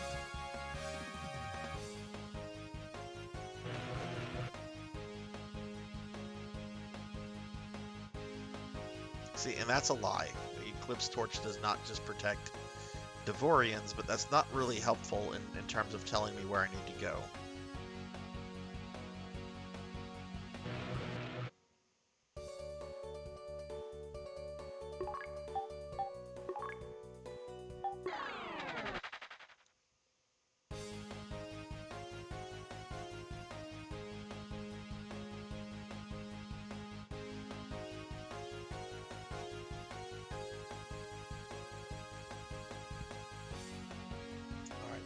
Let's talk to people here.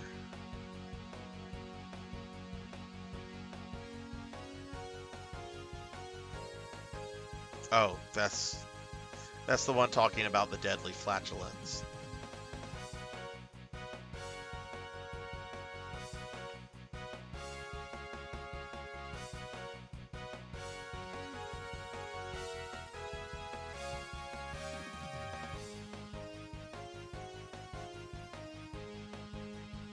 Nala's Bakery. You can buy a cake for 280 Meseta.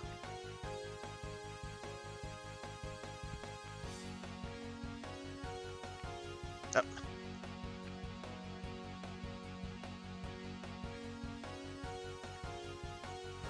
Rain, have you ever done that before? What you're doing in FF12, the solo play, or is this your first time doing that?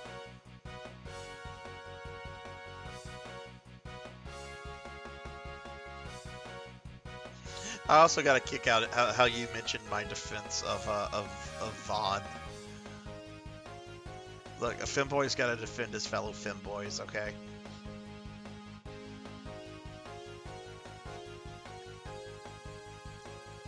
Okay, so there's not really all that helpful information here either.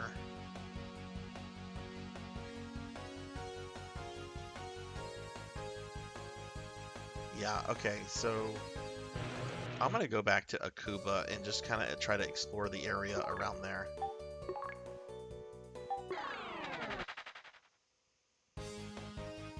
Are you playing the original version or the remake?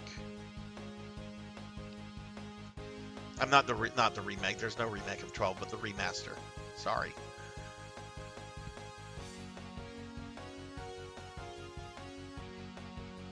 Where's the save point? There it is.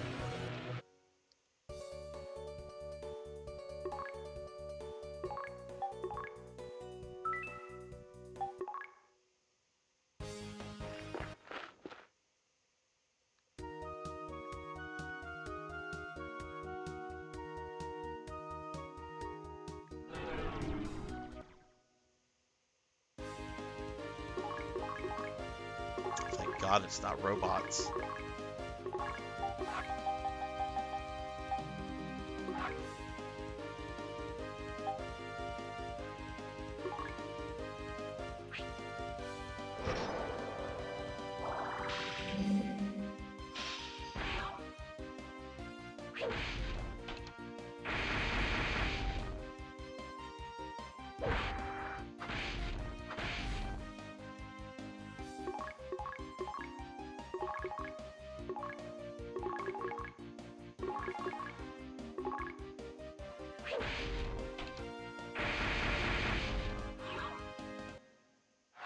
Yeah, I did something kind of similar to that in Castlevania 3 about a year ago.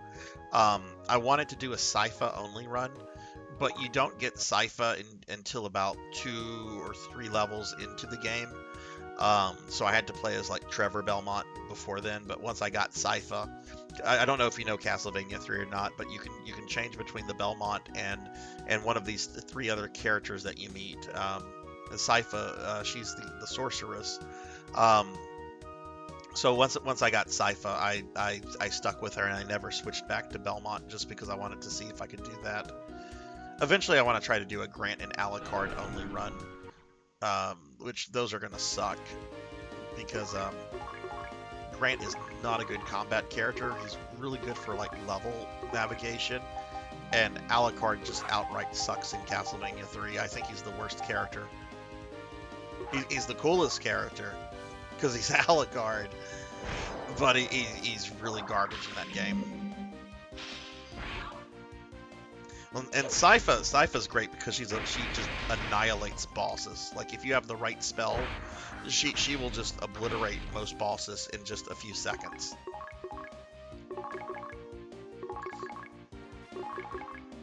But because she's a sorceress, right? She's got the weak physical attacks, takes more damage from attacks thing going.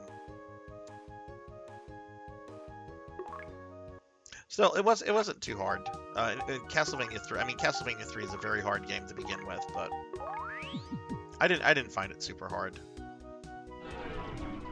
And I'm not like super good at that game. I've beaten it many times. Never done it deathless though. That's a game I really want to learn deathless at some point.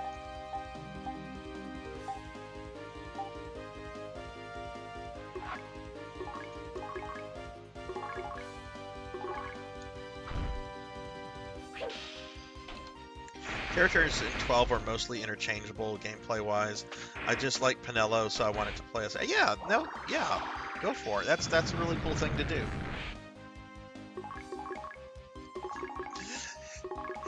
When I'm planning to stream 12 like down the road because I never finished it and I really want to go finish it.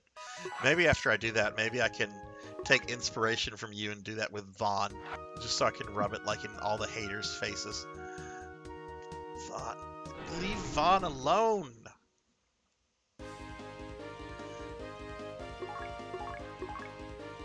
This is the van leader.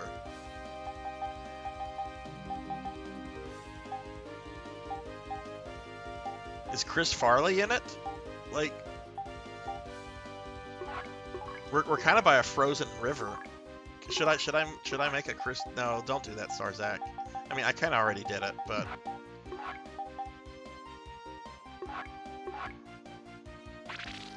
All right, Kron. So normally I don't like backseating, but I don't know what I don't remember where I'm supposed to go. I have found all 3 of the Devorian cities. I don't remember what is next on my agenda, and I'm not getting that thing from those guys. Like the dialogue's not moving. No one's giving me stuff, and I've talked to both the Devorian and the Palmanian.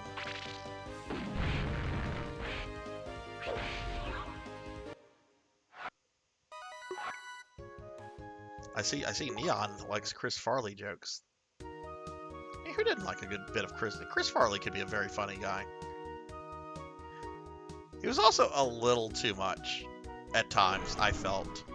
Like some stuff he was in, he was really good, but other times it's just like, woof. He is really overdoing this.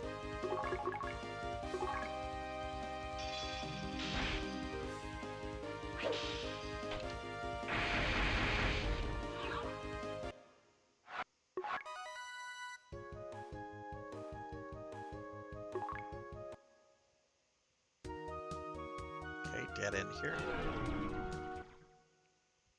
I remember there in the 90s before Farley died, there were a couple like buddy movies he was in with David Spade. Whatever happened to David Spade? Is he still around? Like the last thing I remember David Spade in, he was doing like commercials for like Capital One, because he was the original I think what's in your wallet guy, which I always hated that those commercials. It's none of your fucking business what's in my wallet. What's in your wallet?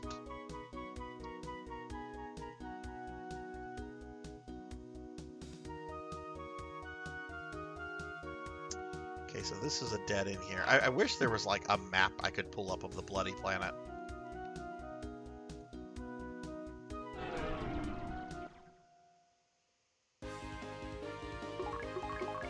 Does 12 have a lot of guest characters?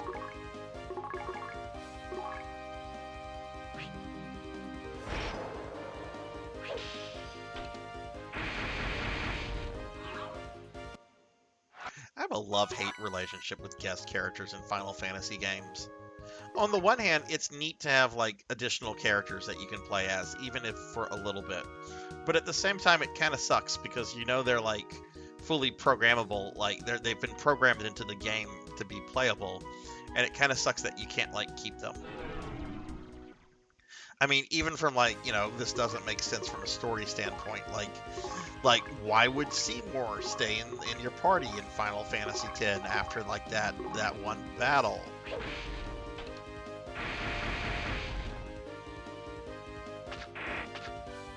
Oh, okay. I might have to look up some Final Fantasy XII characters after this.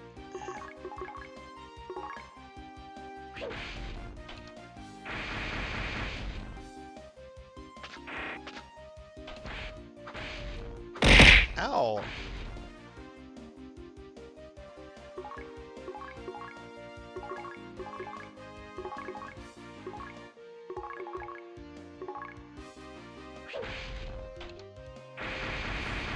Rajan, why are you throwing meows at me?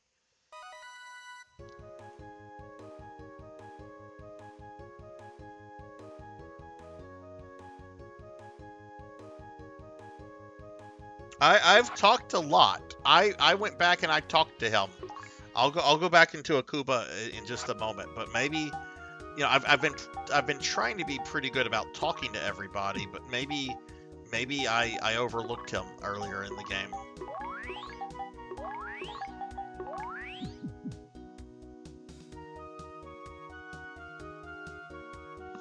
You know, Rain, I always knew that 12 was a game I was going to go back to at some point.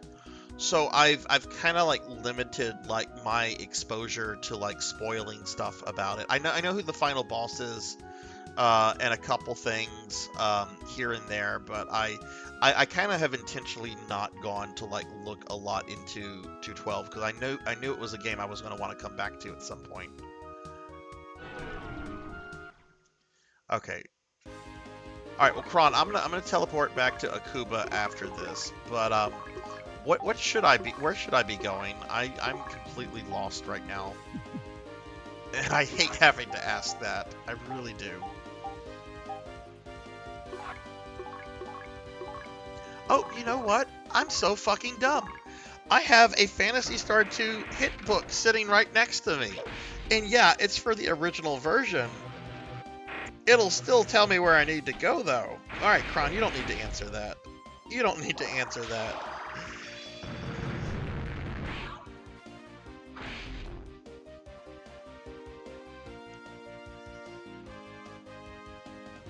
We're going to the crevice. Okay, that's what I thought.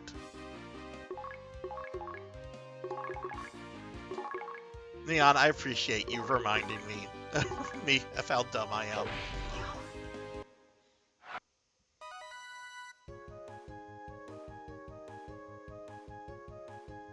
I got near the end, and then a different game came out, so I wanted to play it. I never went back to it. I should, though. I liked it.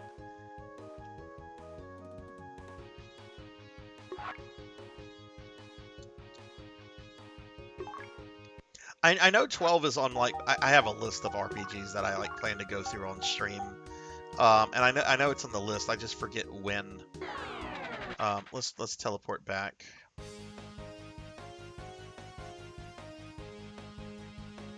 Hey, Showfox, hello, hello. And hey, Commodore. I wish we got these as well, Commodore. I actually had this on pre-order when they were going to do a collection here in the States. And I still remember when EB Games called me to cancel my pre-order because the game had been canceled, and I was very upset over that. I still kind of am, but hey, at least I can play it now thanks to like awesome fan translators. I love the fan translation community. They are amazing. I get to play so many cool games because these people are very passionate about that kind of stuff. Commodore, how are you? Showfox, how are you? Oh, hi, Jenya. Yeah, we've been in the corgi outfit. We had a new friend come in tonight, and we were talking corgis, and someone put me into the corgi outfit. All right, Kron said it's northwest of the item shop, so let's find the item shop. Here's the item shop. Okay. It's possible for Palmanians to try to live here again because Palma got nixed. That's all he's been saying, Kron. And if I go back to Pieta, Lot's gonna say the same dialogue, which I'll do that to show you.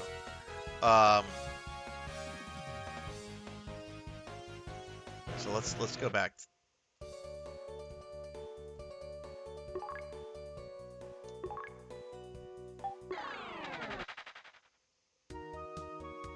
I did get the Zodiac remaster of 12, but unlike the remaster of 10, it doesn't give you the option to play with the original system.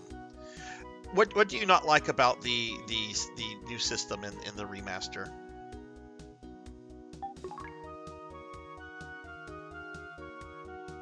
Jenya, how's your night going? Please tell me you didn't just get off work. Snake? Yo, Snake! Snake! Shut the fuck up! Sorry, G. I thought Snake was dead. Good night, Cinematic. Thanks for sticking around, my friend. I'm sure I'll see you tomorrow, but if I don't, have a wonderful weekend.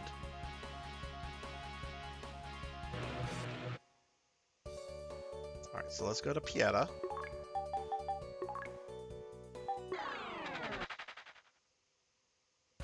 You've been playing a lot of Fortnite. Hey, as long as you're having fun with it, that's the important thing. I'll probably never ever play Fortnite. I don't have anything really against it. It's just, I don't know. I have no interest in it. I'm sure it's got to be a great game for it to have the lifespan and popularity it's had. It's just, But that's awesome. You're having a good time. What's the matter? You look like you want something. No way, I can't give it to you. And he's just repeating this dialogue. This is what he's been repeating. So I guess I fucked up, Kron. I guess I can't get the thing. They're going to talk about finding planet Divorce. How are we going to reach Divorce? I've been doing that.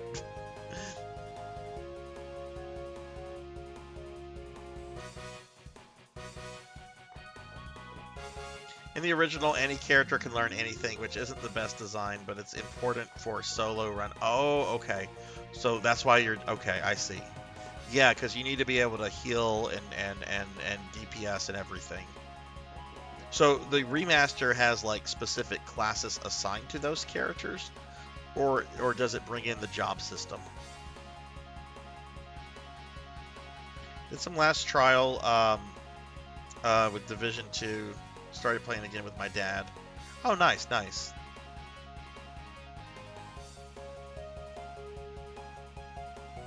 All right, well, that's fine.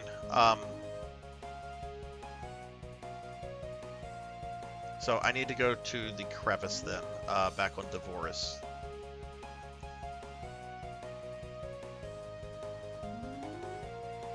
All right, where's the teleport lady?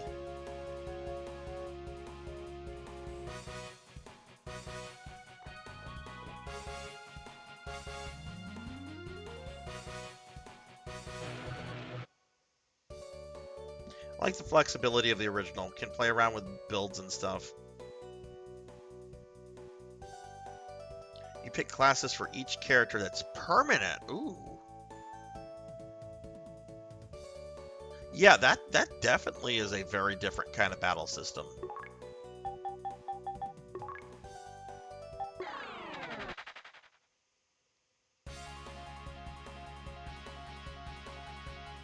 See, I have both Rain. I have the collector's edition of 12 on PS2, from when it came out, and then I also picked up the remaster when that one came out as well, because I impulse buy more than I should.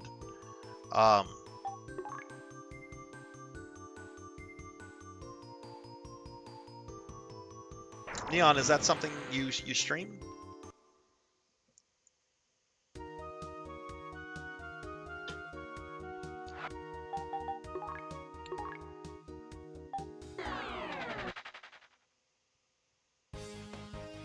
Okay, so I know we find the crevice somewhere from Akuba, and well, you know what? I'm gonna look on my strategy guide because it has like a shot of the planet. All right, the crevice.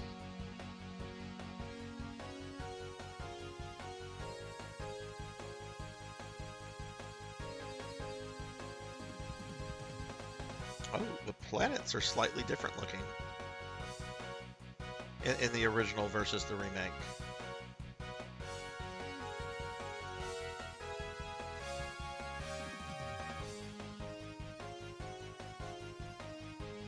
Okay.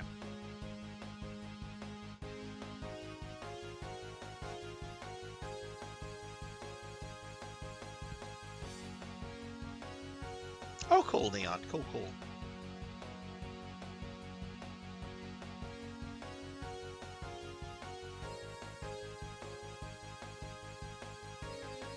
Oh, that's neat that they changed that up, Show Fox.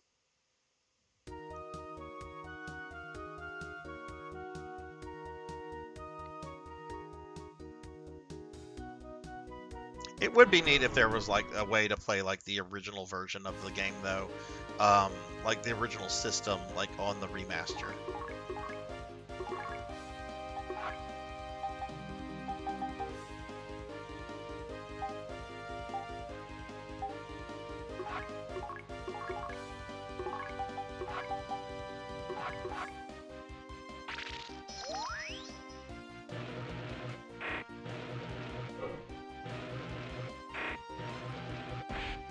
Oh, the font works better. Man, I don't know what it is about Square Enix and like using like shitty font. The font in the Final Fantasy Pixel remasters, which I'm on record as not a fan of those. It looks atrocious. Or at least when I looked at them, I don't know if they changed that or not. Maybe they did.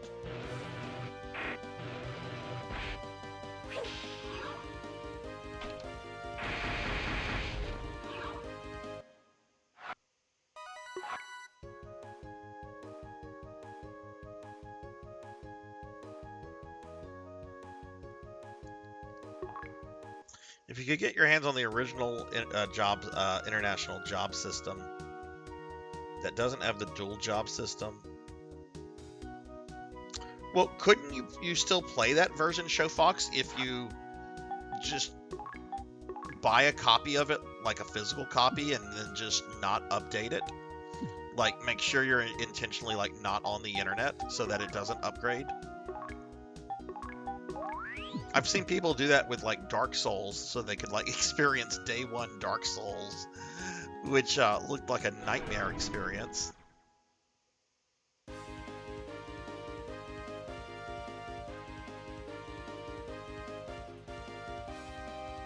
Oh yeah, no, I'm on record. Yeah, I'm on record for that saying that, Jack. The best version of Final Fantasy II is the PSP version, in my opinion. That's I for remakes, I still play the original, but as far as remakes go, that's the best version of Final Fantasy II.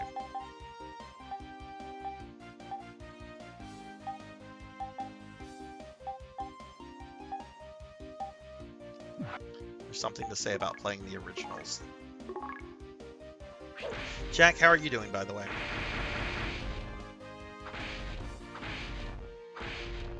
Zodiac version was originally released on PS2. Oh, right, yeah, they used to do those, like Final Fantasy VII got like an international edition, and 10 did as well, and that was like Japan only, or at least they were not released in North America. Right. Okay.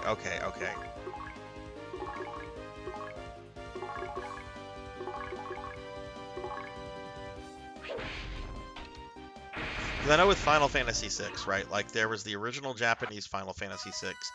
Then they did the North American one, where they introduced some things that weren't in the original Japanese, like Ruby and Emerald Weapon were introduced first in the North American FF7, as well as the actual fight that you have with Diamond Weapon, a couple other things. But then they ended up bringing that version to Japan with extra content that was only in Japan for FF7.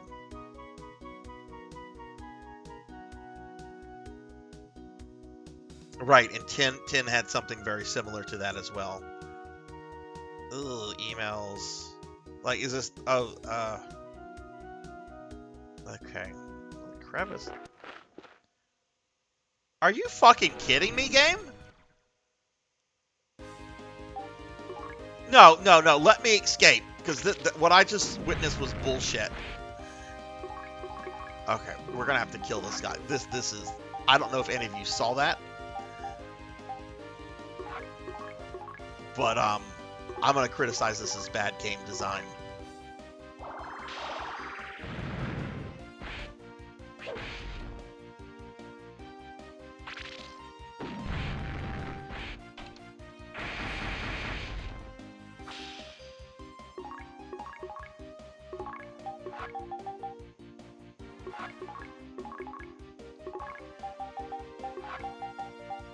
And remember, I love Phantasy Star, but this was garbage.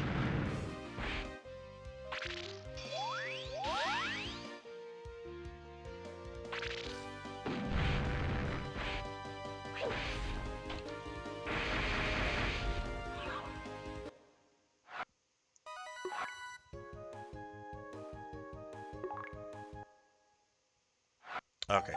Because I could get in another attack like immediately. Let me heal kinds. But look at this. So this is the dungeon. This is where I'm supposed to go. This is the overworld. Do you see the dungeon entrance? Could that be... that should be more obvious. That should be a lot more obvious. I mean, it does look different from like the rest of the sort of graphics there, but it doesn't like say dungeon entrance at all. I don't like that.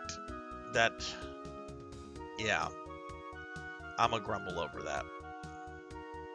Okay, grumbling's over. This dungeon sucks.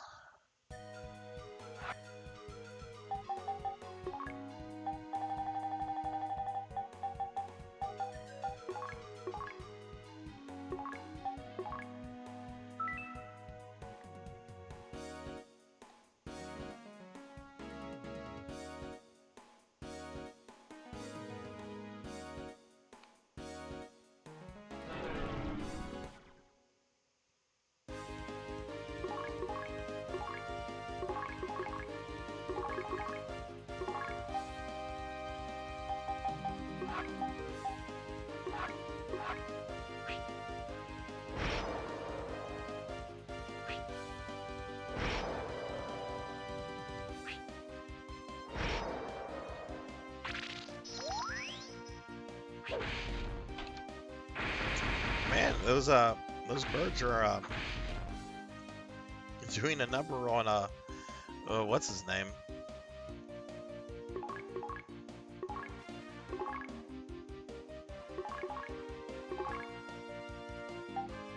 Oh, Jenya, I'm sorry to hear that. Go get some rest.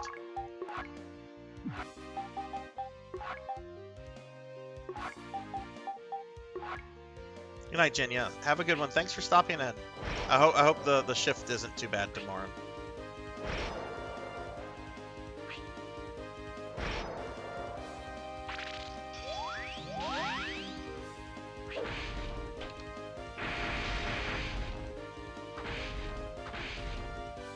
I have not killed any of these birds yet.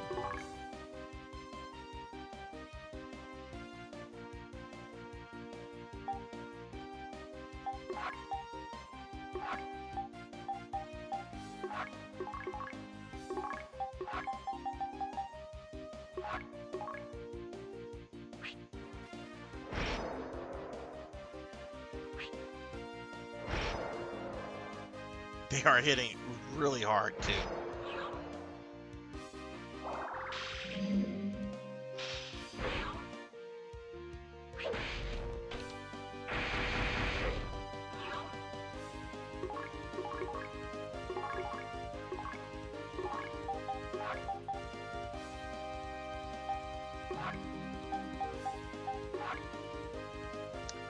Probably need to get some better armor before. Yeah, I think I need better armor before attempting this dungeon.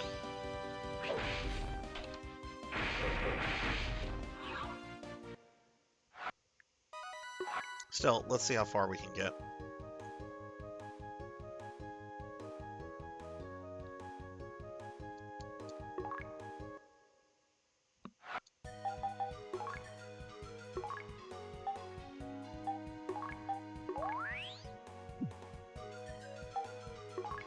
Also, I don't know why I came to a dungeon without any trimates.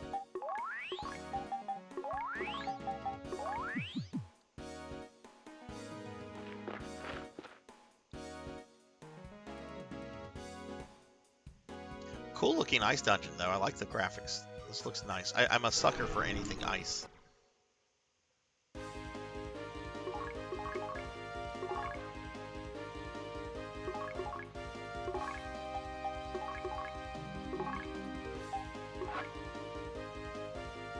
Okay, Jack, thank you for the lurk. I'm not going anywhere.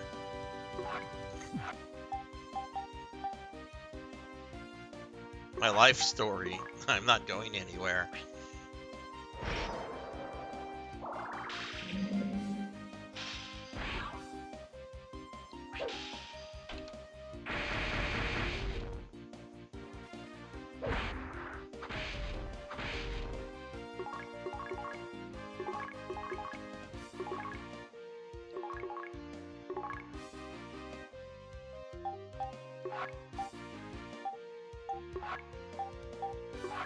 But yeah, eventually I want to play through Final Fantasies 12, 13, and 16. I think I can skip 15. 15 just doesn't look interesting or appealing to me.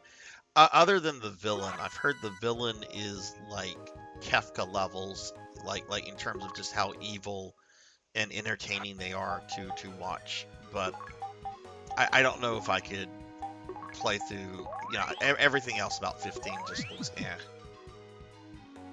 12 International came out a year after the initial release in Japan, but never in the US. Okay. Use the English voices and Japanese text, though. Oh, wow, you haven't even done it, Amy.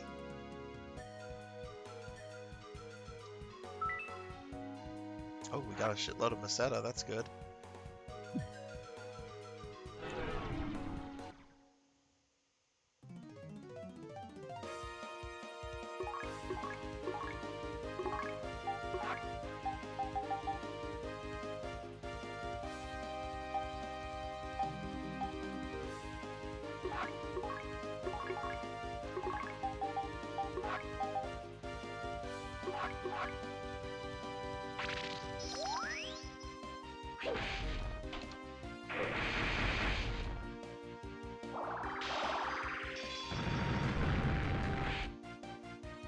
Oh, wow, yeah. Yeah, that's true. We didn't get the Dark Aeons in the States here, at least until the remaster.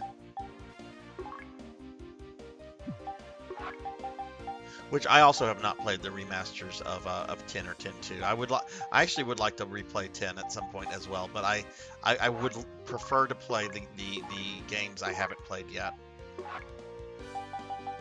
before revisiting the PS1 and PS2 games that I have played through.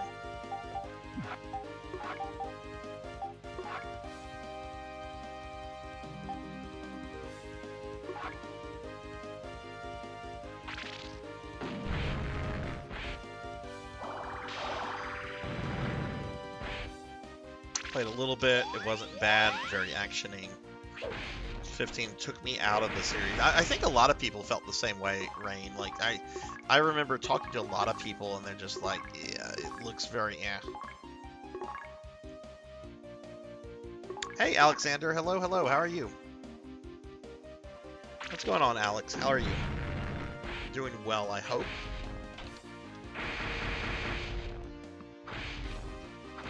I like that emote. The blink emote. I like that. That's cute and kind of disturbing, which I like.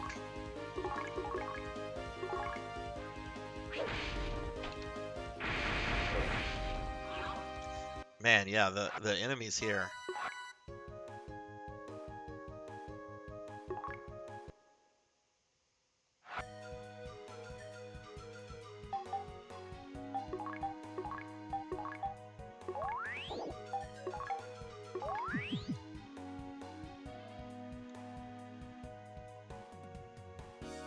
This is the thing about Phantasy Star 2 dungeons. When you see a staircase, but you see that the path still kind of continues, you should probably ignore the staircase that you come across first and continue on the path.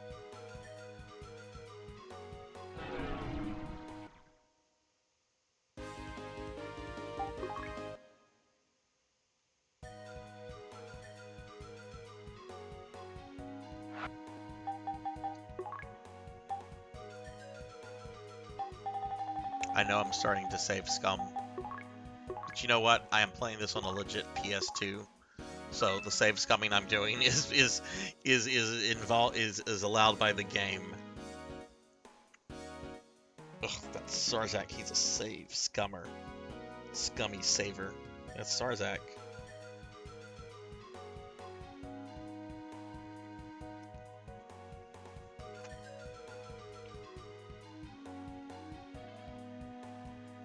I do want to see. I will go down this very quickly, just to see what floor we're on. Okay, so that's B3, B2. We're wanting to get back up to B1 because we're trying to like come out of somewhere.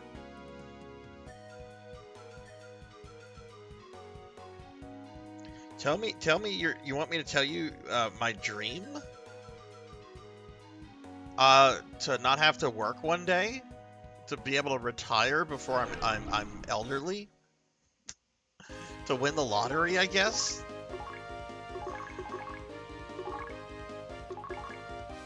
My dream is very self-centered, but you know what?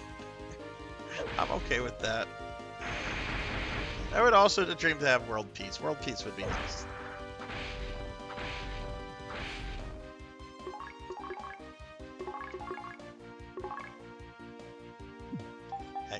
He's not going to do much damage.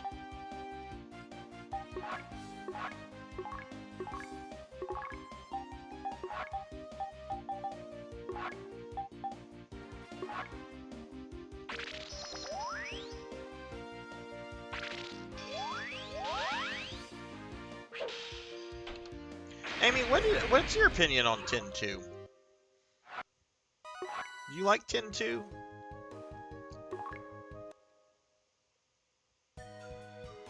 Oh, it's a dead end.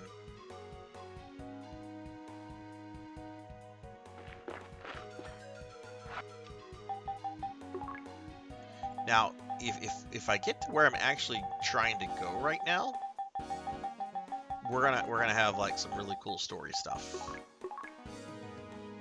which we have not had this stream.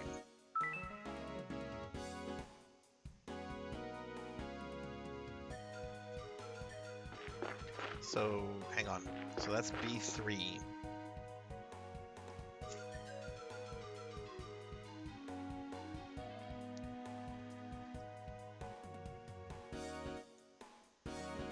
Much like Star Ocean 4, it never beat FF13. Last disc in the box got borked.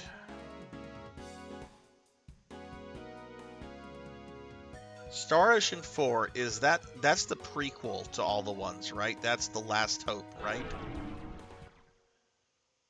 Because if so, that's the one Thunder Drummer has me playing.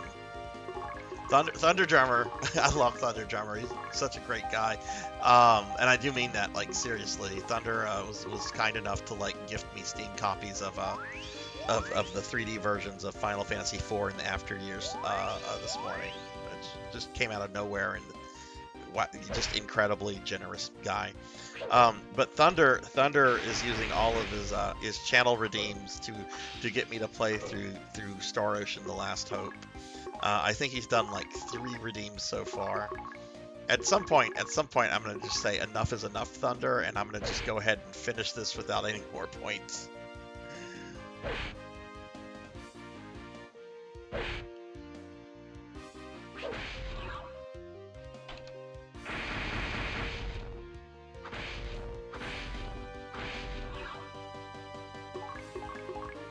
I'm gonna really hope that this hungry ape is not going to kill Kynes.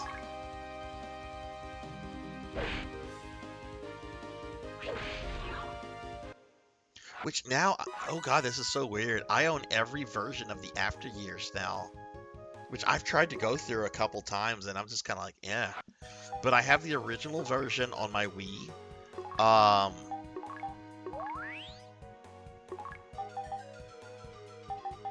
I have the PSP remake, and now I have the 3D Steam version.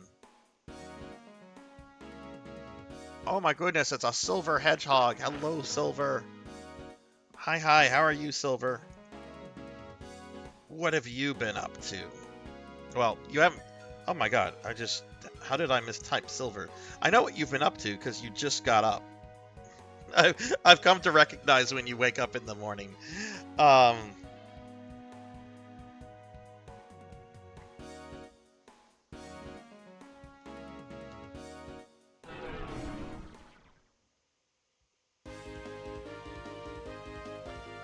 Do I run? No, I haven't saved on this level. Let's fight it.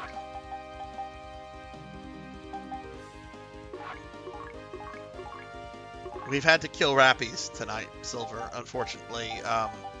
We were in an area where Rappies were enemies, and I had to defend myself.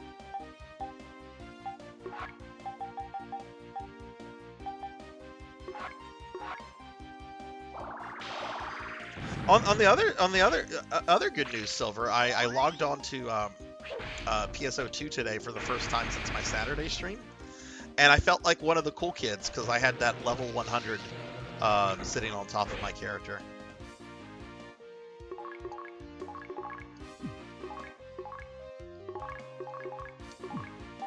I think Kynes is completely out of TP. No.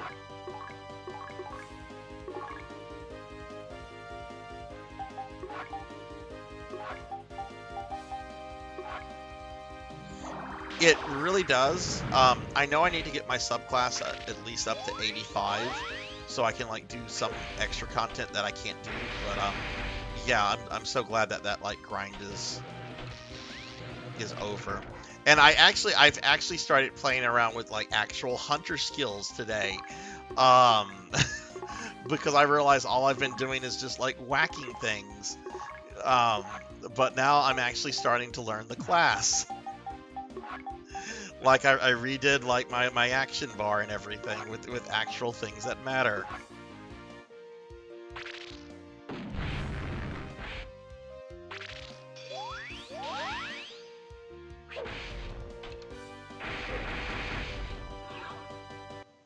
Oof, that was a tough battle. I am almost out of resources.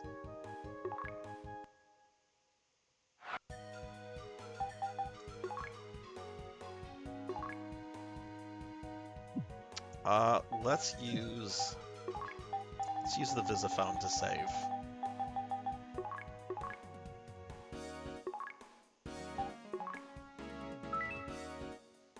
Yeah, I have other attacks. I don't think I'll be spamming. What is it that Sinri says a lot of? That's how it's done. That's how it's done.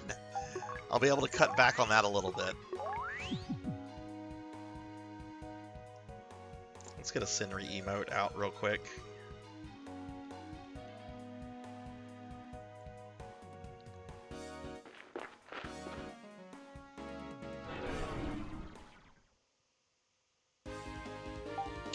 Run away. Oh my god, the game is so nice to me.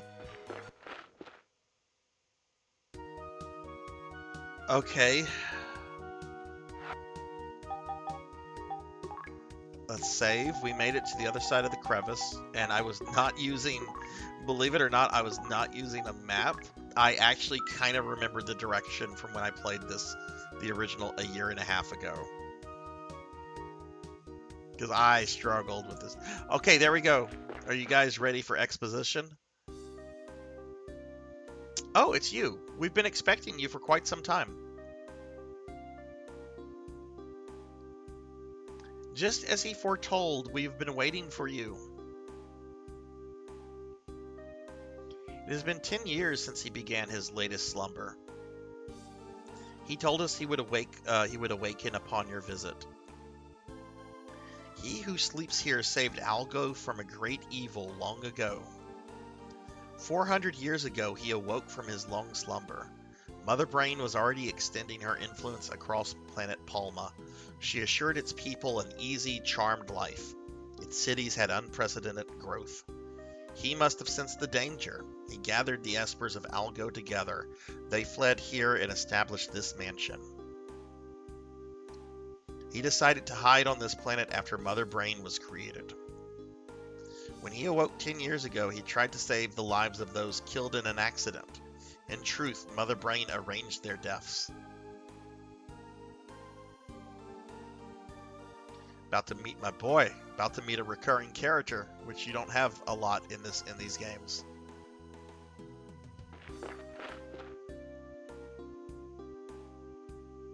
Welcome. We truly honor your presence. We are his disciples. We have been expecting you. I strive to make his sleep as tranquil as I can.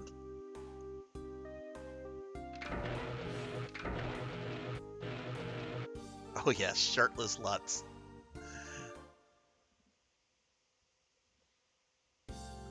I'm glad you have made it this far. I am a Miserous Lutz is a Lana. If you prefer, you may simply call me Lutz. I may very well be the last Esper in Algol. You're Eustace, I presume. Are you wondering how I know your name?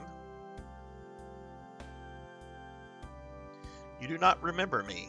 This is the second time we have met. The second time? Yes. You were 10 years old. You accompanied your parents on a spaceship tasked with planetary exploration outside of Algol. There was an accident. That is when we first met. Huh? I woke up at that moment.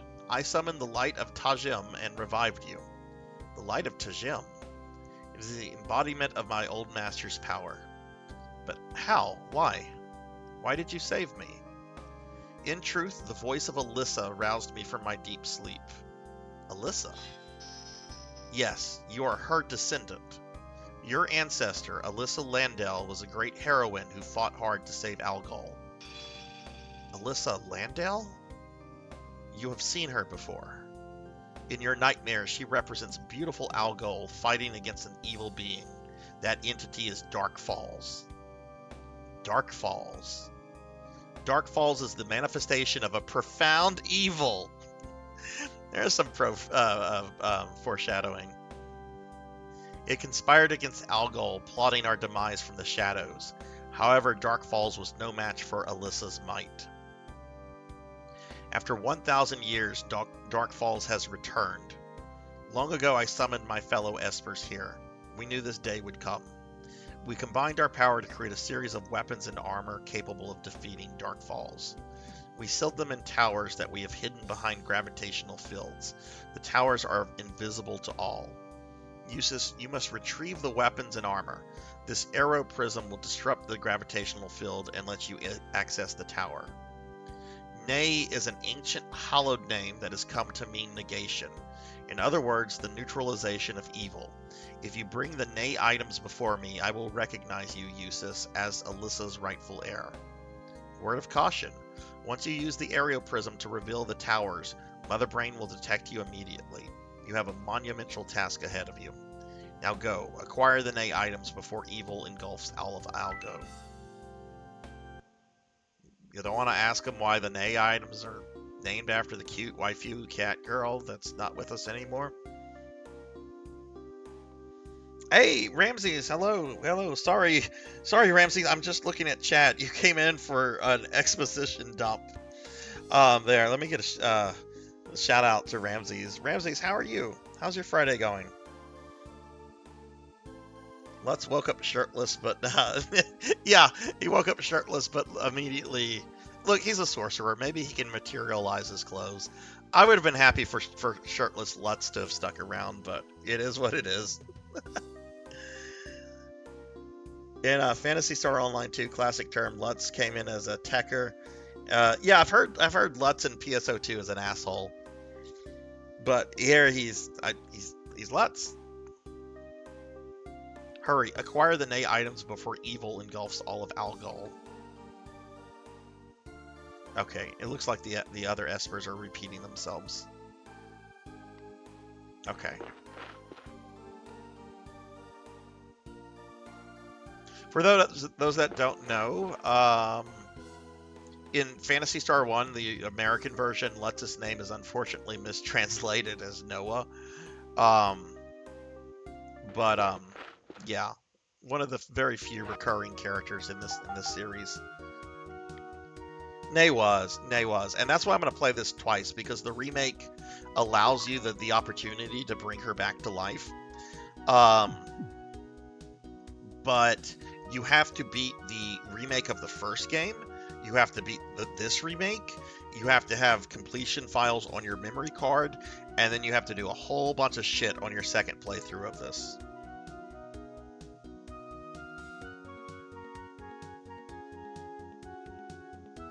Yes, he was. And God, I actually feel bad. Ramses came in during like major plot exposition, and I know you're planning to play Phantasy Star 2 down the road, Ramses. You know what? I won't say what I was going to say. It's for some of the other games, but I'm not going to say that. Plot spoilers and stuff.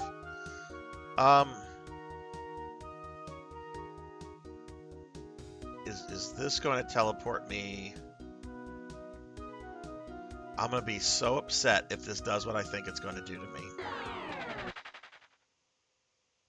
Okay, thank God.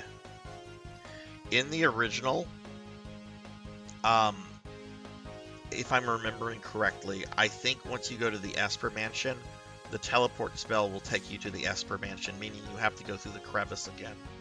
I could be wrong on that. Kron, correct me if I'm wrong, but I want to say that happened, and it was and I had a bad time.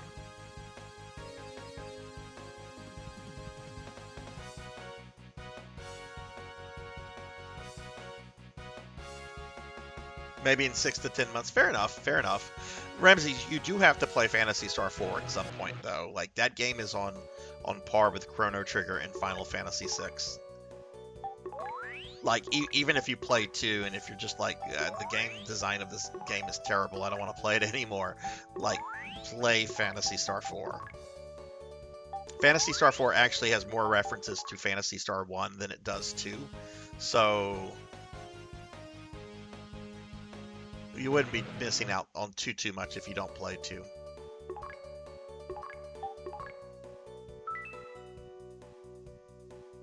Okay, so I'm wrong on that. Okay.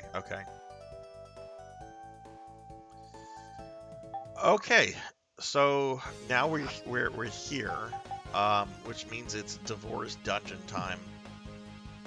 Oh man, this shit's about to get rough. I'm gonna come back and talk to this guy, Kron, mate. Oh, let's actually consult. Finding all of these Nay items is a difficult task. Someone got lazy with the consult dialogue.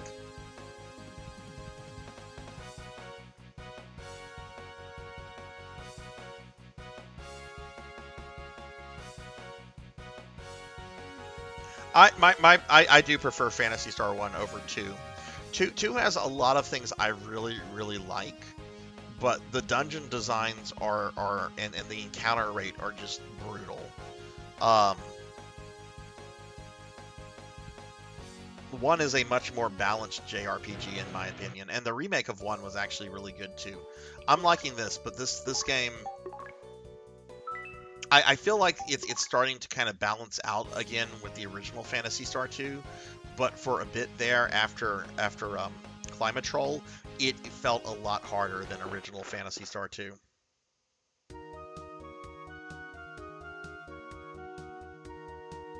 Oh, Ramses, I hope you do. I really hope you do. And I love having a roadmap as well. I have a roadmap for like all of my themed nights, but that's my OCD coming into play. Like I'm very seriously OCD. Not like Howard Hughes level of OCD. I don't urinate in bottles and save them. I'm not like Howard Hughes level. And I hope I never get there. Megiddo! Oh yeah. Wait, why is it targeting my other party members? Ah, fuck it. Is it going to damage the other party members?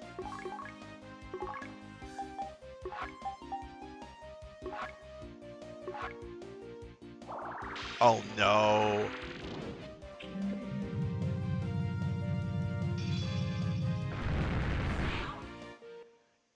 It did. Why would you use that? That's terrible. Look what it did to their health.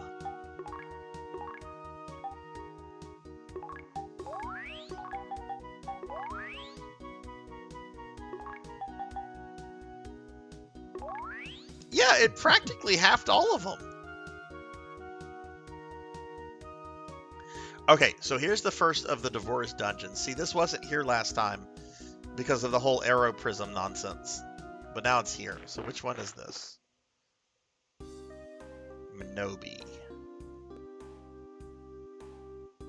This is the one Monkey was complaining about a few weeks ago. I think... Oh, wow, look at that dude. That dude wants the grapple. Like, that is definitely a grappler.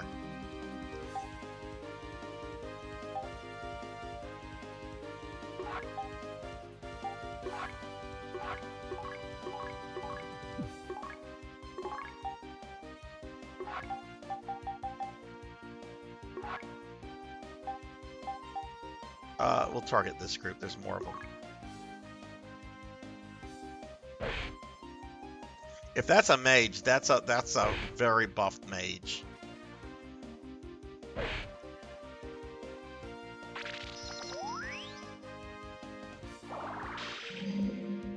Which we were talking about Skeletor earlier. Skeletor is incredibly buffed for skeleton. Skeleton man. Because he's technically not undead. Technically, well, there's the whole Keldor stuff. But as a little kid, before I knew about the whole Keldor origin, I always thought Skeletor was just a skeleton, and I was just like, why is he so muscular?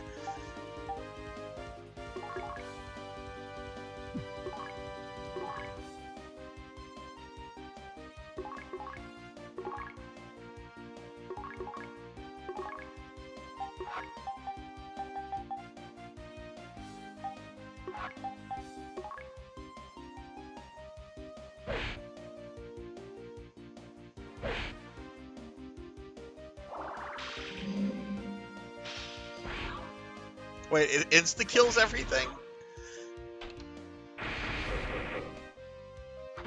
Because I don't think I got Megatron in original Phantasy Star 2. I don't think I had leveled Rolf up high enough for that.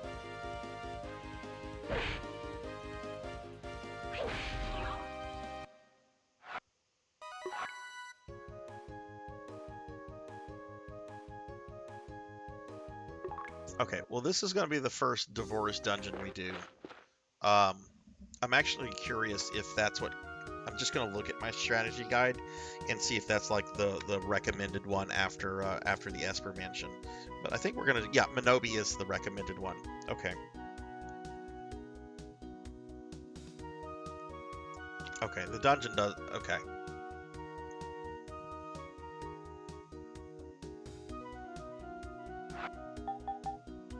Alright, so this is what we're going to do, I think. I need a bunch. These divorce dungeons are really tough.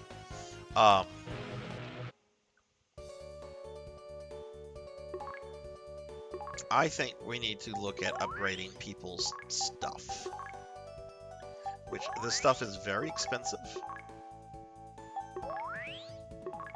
But I also need to buy a bunch of Trimate as well.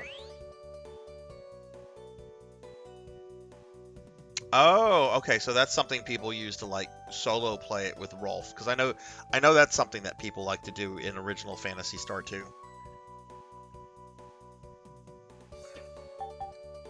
Which is kind of funny, because not too long ago, we were talking about how Rain is solo playing through Final Fantasy 12. Okay, I'm a little bit more concerned about armor right now.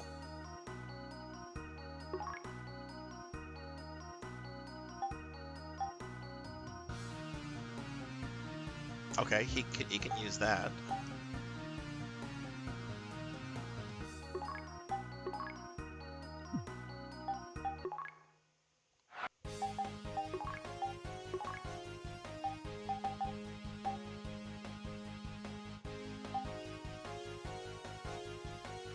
He already had a Laconian... Oh my god, he was blinking. No, we're reloading that.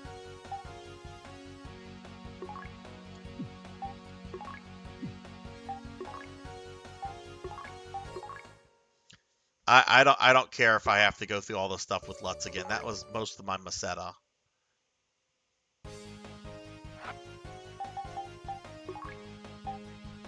Okay, we don't. We have the Arrow Prism. Okay. Right, if they're blinking, that means they have it.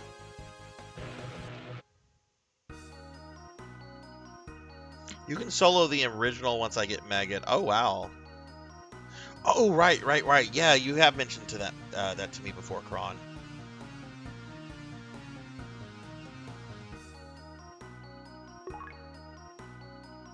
Okay, so he has the Laconian helmet, but Eustace does not. He's got the shield, but the other two do not. Oh, well, I could have... Okay, but the other two don't use shield, so I don't need that. So the only thing from this store that I need is the helmet for Eustace. Alright, I think I got all the weapon stuff in this store, in this town.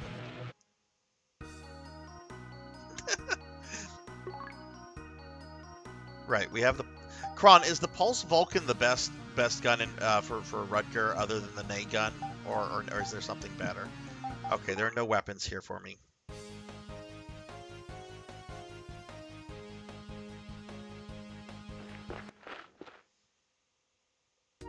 Okay, let's see what grinding... I need about 20,000. Do I have a bunch of gear I could possibly sell?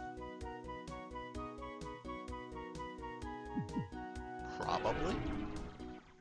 I haven't really been selling too much stuff.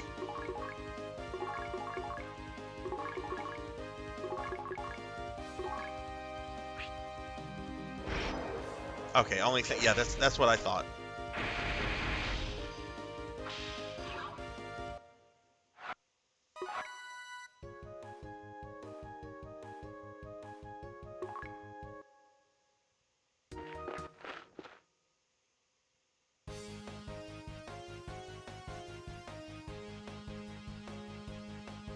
If I can knock out at least one of the Devorian dungeons tonight, I could potentially beat this game next stream.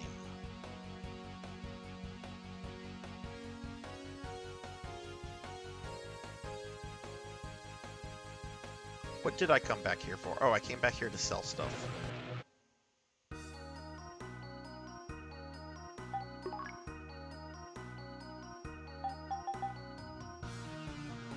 Okay, so if it's yellow, that means it's equipped.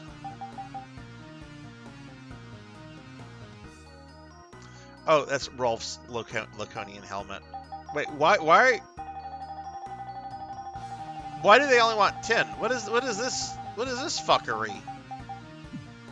Is this Devorian racism? Are they not going to give me money back because we're Palmanians?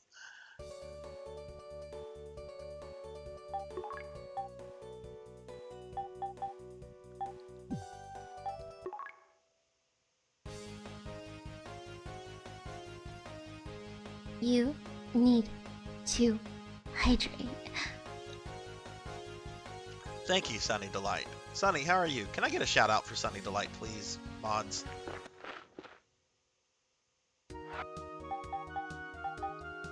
I'm wearing the one that lets me talk to Devorians. Does it need to be the Magic Hat? Isn't that the one that lets me talk to the cats? Like, I won't be able to talk to the Devorians with the Magic Hat.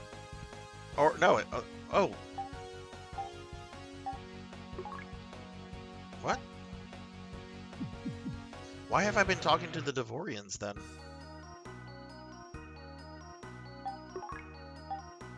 Okay, okay. Whoops. Okay, so that's for, what's his name? Sunny, how are you doing?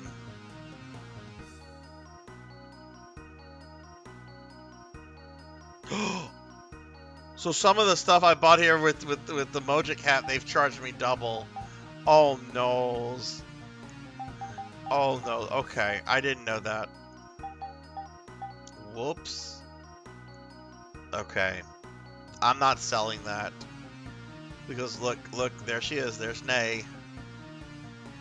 There's Nay.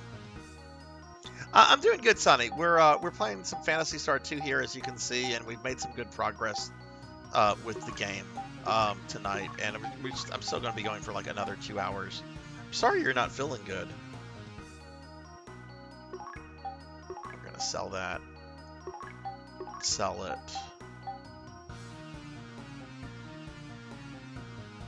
Wait, did I sell the thing? I'm going to reload. I might have sold one of the items that I use in battle a lot. I need to note which one those are, so I don't do that.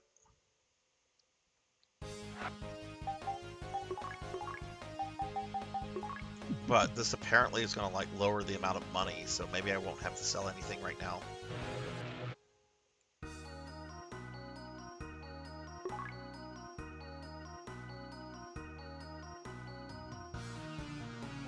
Yeah, it's greatly reduced. Okay, so I already have a Laconian helmet for Rolf. He just doesn't have it equipped. Okay, so there's nothing in this town that I need. So let's go to one of the other towns.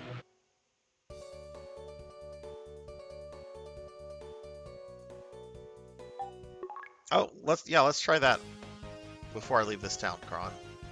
That's a good point.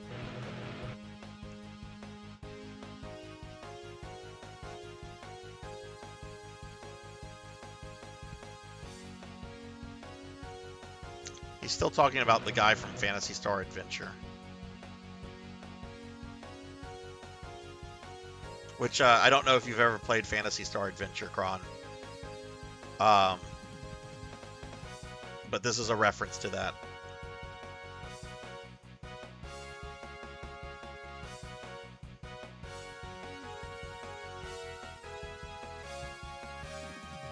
So wait, do I need to go back to Lot then? Does Lot know about that? You know, I streamed Phantasy Star Adventure, but I streamed it when I had like 100 followers. That's a game you can like play an entire stream. I should maybe do that again at some point, because I actually really liked that game.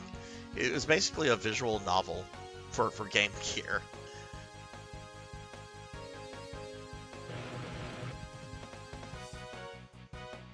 Yeah, he's talking about Palma blowing up. Hey, Critison Cole, thank you for the lurk.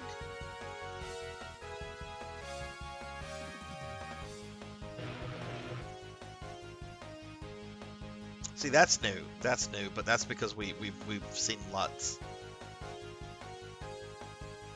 Maybe I should go back to Pieta and talk to Lot.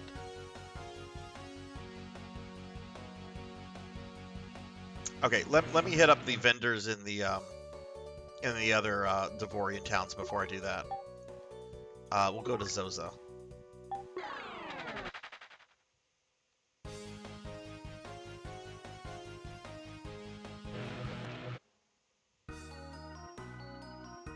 Want to get some freaking rare Laconian armor? Come on, the deal's a sweet one. I means it.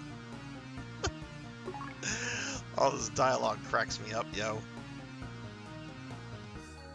Okay, that's something for both. Okay, that's for the girls who we're sadly not using any of them. I'd love to be using Amy and Anna, but they've been very nerfed in this game. Okay, I can buy like one thing here.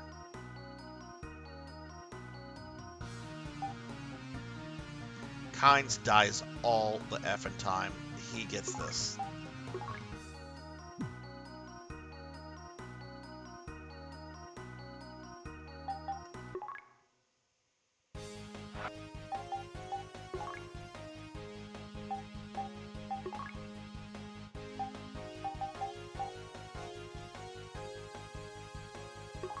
Okay, that's a decent upgrade. Okay, I'm gonna go through and try to sell stuff, but why don't we go back to Motavia real quickly to try this? Try this and see if this works. Oh, should I not have bought that, Kron? I just saw your comment. I can reload. It's not like I've done anything else.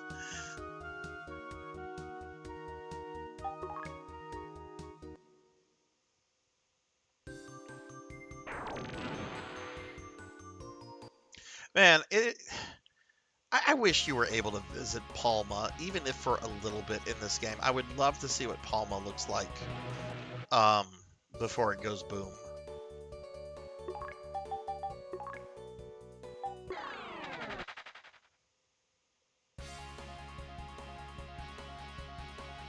Okay, let's go find Lot. That's funny that this is tied to lore about one of the Game Gear games. And you know what? The remake like wins like major points for referencing the Game Gear games and the text adventures. I mean, the original couldn't because those games didn't exist.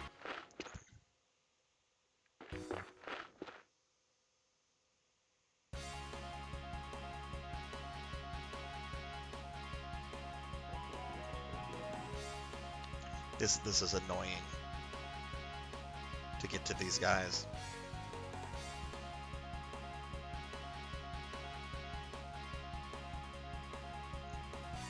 Alright, there he is. That's the same dialogue he's been saying, Kron. Alas, it seems I cannot get this item.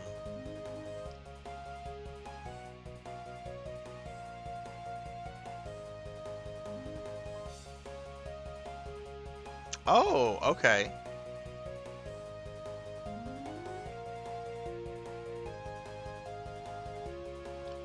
Okay, well, let's go back to Devoris.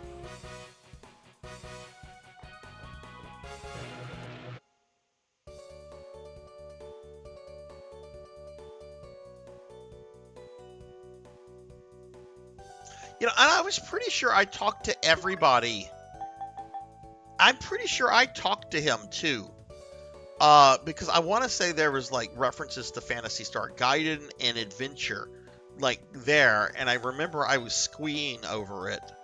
I'm going to have to go back to, like, a previous stream when I got to Pieta for the first time.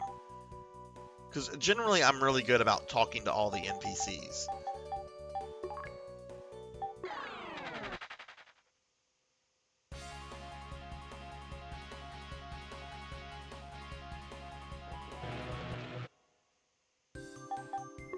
And yes, planetary travel, super easy.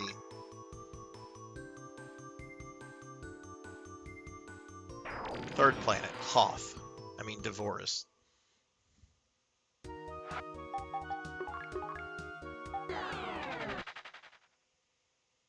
Alright, might as well talk to the Devorians again, just to see. Nope.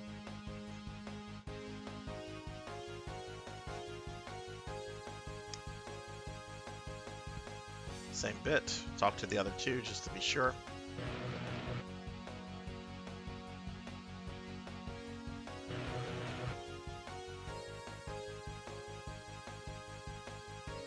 Hell, I'll even talk to the ones in the other green buildings in the other towns. Yeah. Yeah, these guys don't have any new dialogue.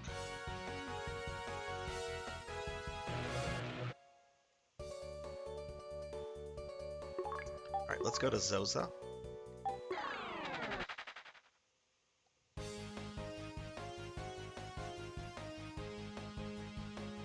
Okay, first of all, is there anything else I need here?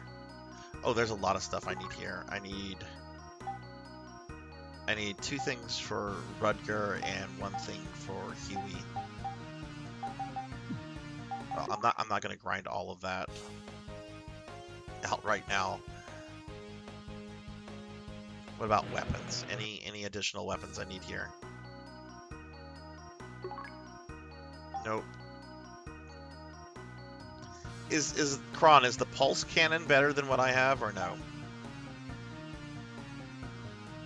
Oh right, they're daggers. Maybe I could grind one of those out. I don't know. Just have to see how much money we get from killing stuff, I guess. 'Cause I don't mind doing a little grinding. I don't want to do a lot of grinding. Grinding's boring. Which the Phantasy Star 2, the grind, might as well be the subtitle. Okay, there's no greenhouses here. Let's go to Ruan. And I know there's 2 here. And there was one guy that didn't want to like talk to me. Like this bro over here is like, "Fuck you, get out of my house." Oh, his dialogue's different. So you the one's being pursued by Mudda Brain. I don't care for her, but I ain't getting involved in Palmanian problems either. Sorry, but I can't help you. You dig? That might be because I have a different hat on.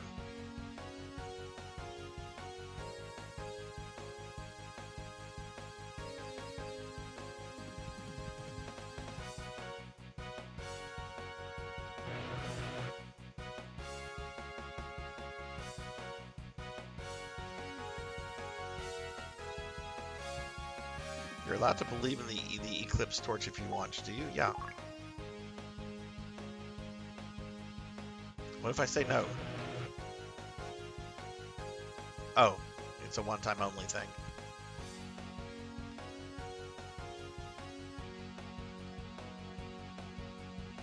Okay. Yeah, that's all the Greenhouse Devorians.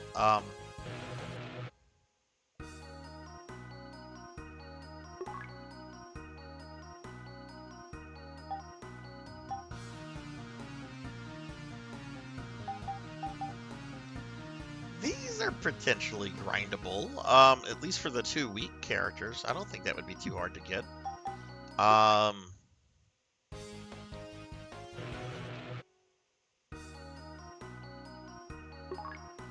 And we already bought the Laconian sword for Usus.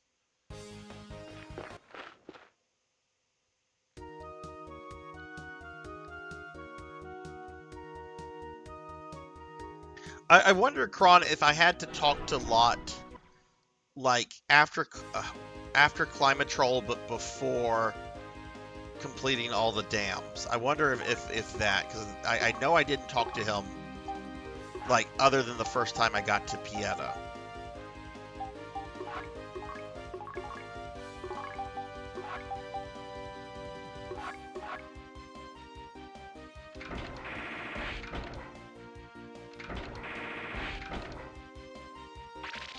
Yeah, I definitely need to do some grinding. If the overworld monsters are doing that much damage, the Minobi monsters are going to be more difficult.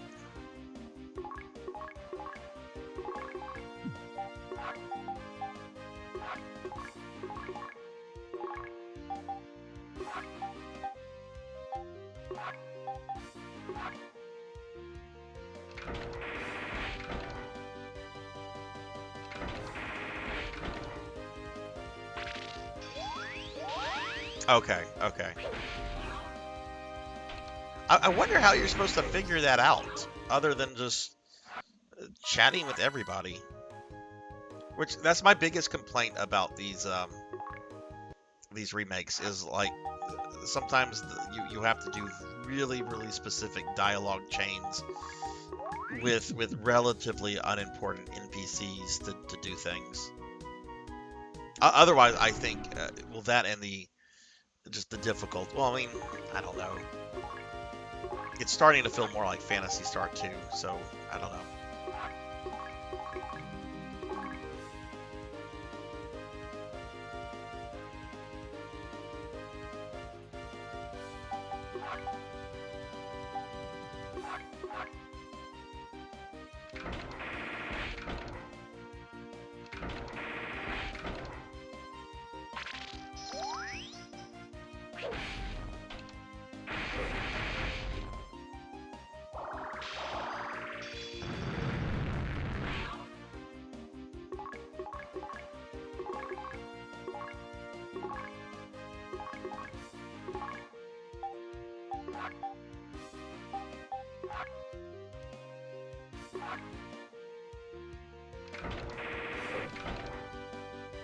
I didn't even look to see how much Masetta I got from that last battle.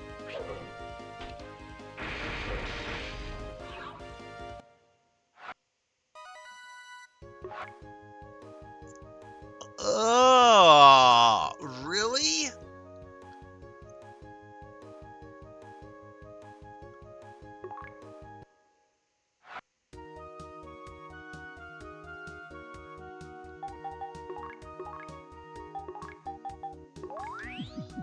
Okay, I'm selling some shit. Let me see what items I don't need to sell.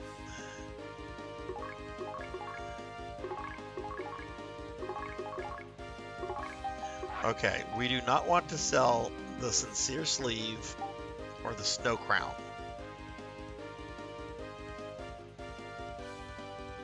I'm not going to sell either of those.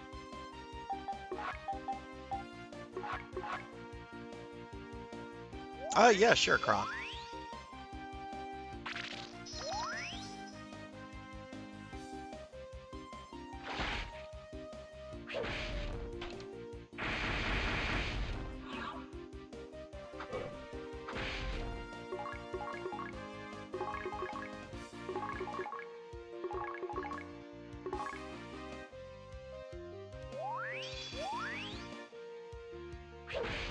Yeah, I'm about to go sell a bunch of this shit armor. I got more Masetta from them, but that's still a very minuscule amount for what I need.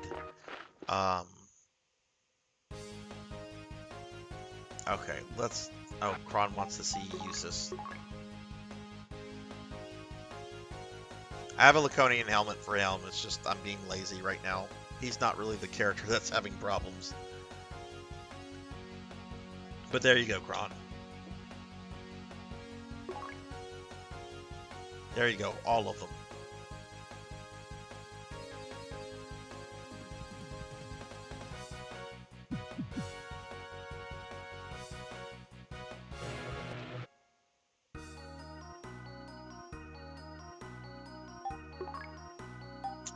That's very interesting. Don't sell that. Don't sell that. Don't sell that. Okay, other stuff here I can sell. Buy Storm Gear. Buy Rainbow Bandana.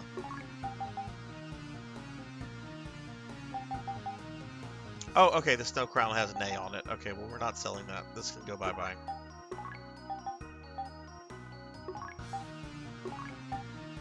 White boots. Should I sell that, Kron, or is there something on... was that something important? The Blaze Cane.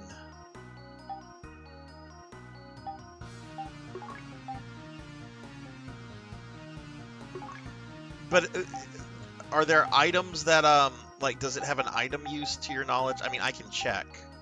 Okay, this could go. Ceramic armor, titanium helmet.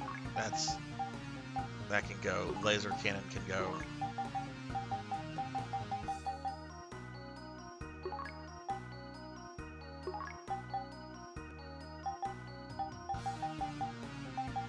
Laser sword can go. Okay, I'll go into battle and check and see what the usage on that is. Mirror shield can go.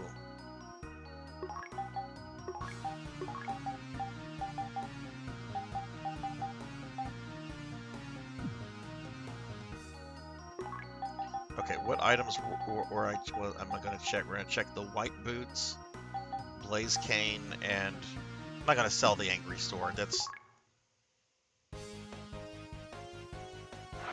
fire slicer and the staff or fire. Where are they again? Why didn't? Oh, right, because what's her name has those equipped. This is like everything.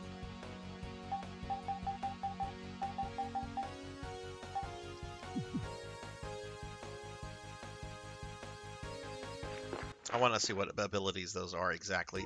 We did get a lot of Meseta just now, so that's good. I'll be able to get some more upgrades and reduce the grinding.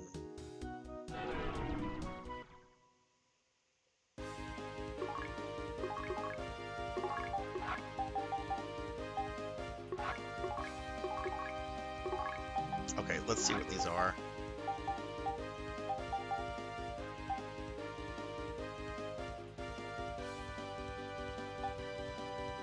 Blazing cane, fire,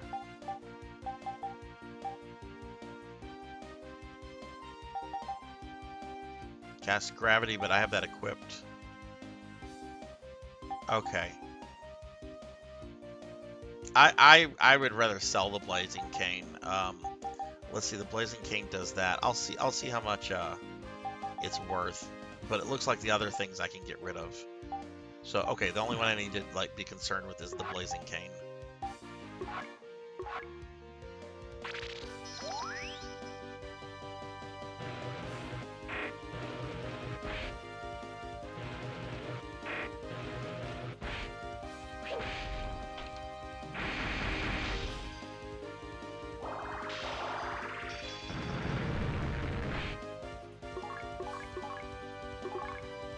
Yeah, it's a. I know Commodore said this a while back, but it's such a shame that these never came out in the West. But I'm playing it right now.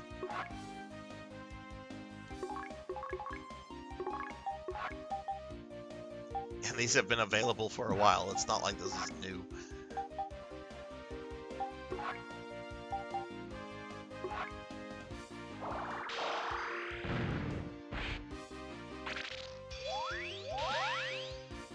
Hey Finley, hello, hello.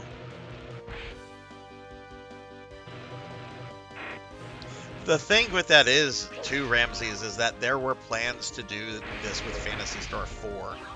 3, my understanding is 3 was not considered for the remake treatment, but they canceled the remake of 4, which is ultimately what led to the cancellation of the collection in North America, because Sony had this idiotic policy at the time,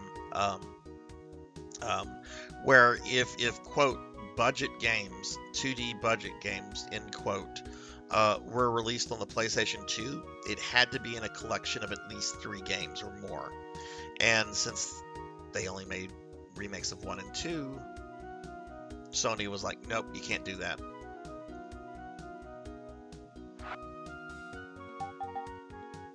I know there was also a similar thing with working designs and Grand Lancers. The Grand Lancer collection they released on PS2, which I think led to the demise of working designs. Which, Ramses, I'm curious, what is your take on working designs? I know they're pretty controversial these days for their translations and their tinkering with the games. But I'm curious what your thoughts on them are. And Rajan, I just hydrated. Thank you. I'm gonna go to the armor shop.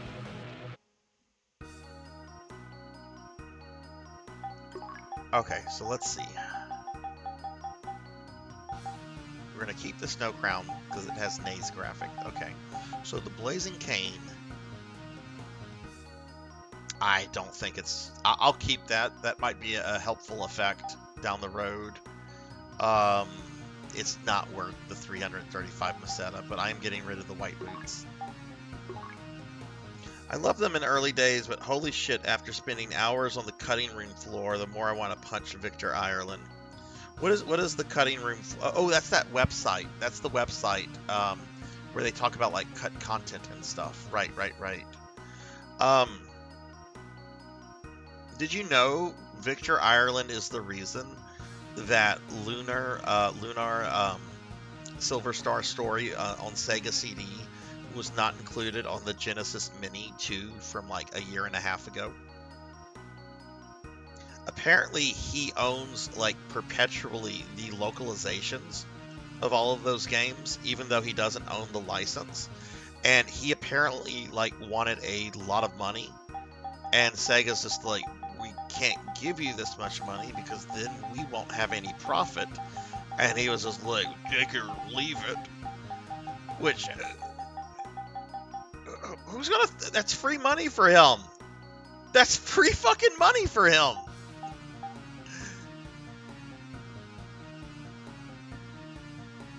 I need to revisit Victor Ireland as a character. I remember back in the day, like watching interviews with him and stuff like that on like working design games, like their extra stuff, right? Bonus material. I remember thinking this is a pretty cool dude. But the more and more I learn about Victor Ireland is that like it was kind of an asshole.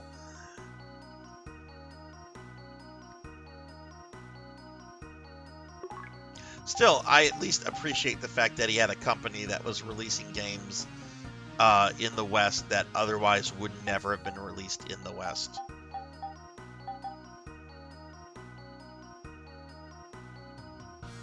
I'm gonna buy boots for everybody.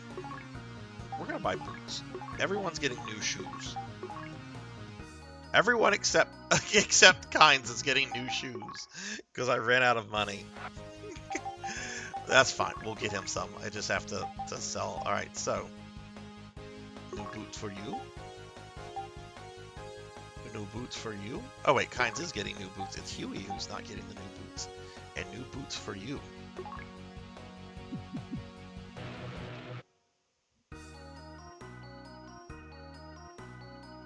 I don't understand that. He's sitting on these things that are not making him any money.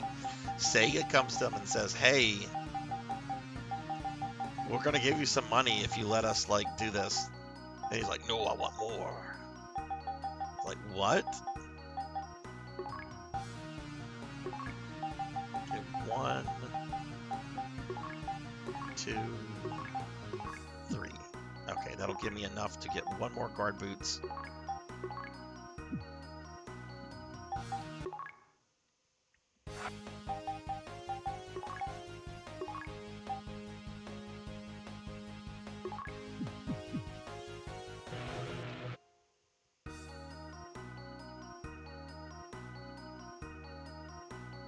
Oh man.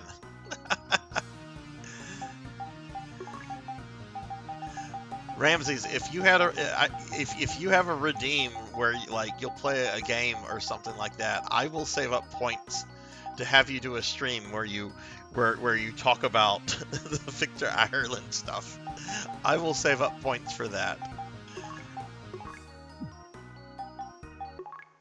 I definitely need to do a deep dive into working design stuff. I've been picking up in the last couple years more and more of their games because I do like their games. I mean, they didn't make the games; they tinkered with them, they translated them. But a lot of the games they brought out, like Silhouette Mirage and the Lunars and Vey and those are all really Popful Mel. Those are all really great games. And to be fair, they did really good packaging stuff with them too, you know. All right, item store. I need to start buying Trimate now. Oh yeah, Ramses recently did Phantasy Star 1, the Master System. Well, the Switch version, which is the Master System version with the auto map, which is so very helpful. Oh, thank goodness, Trimates are not that expensive.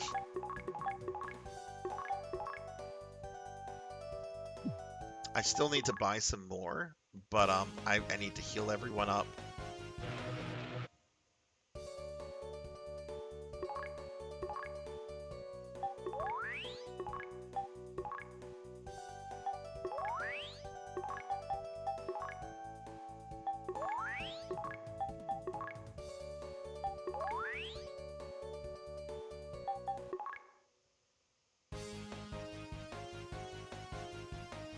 Oh, cool. I started Metal Max Returns for the first time a few months ago. One of my viewers redeemed it, and I only played it for about 6 hours. But I really dug it, and I kind of want to like revisit it at some point. It's really wacky. It is really wacky. I think you'll have fun with it, Ramses.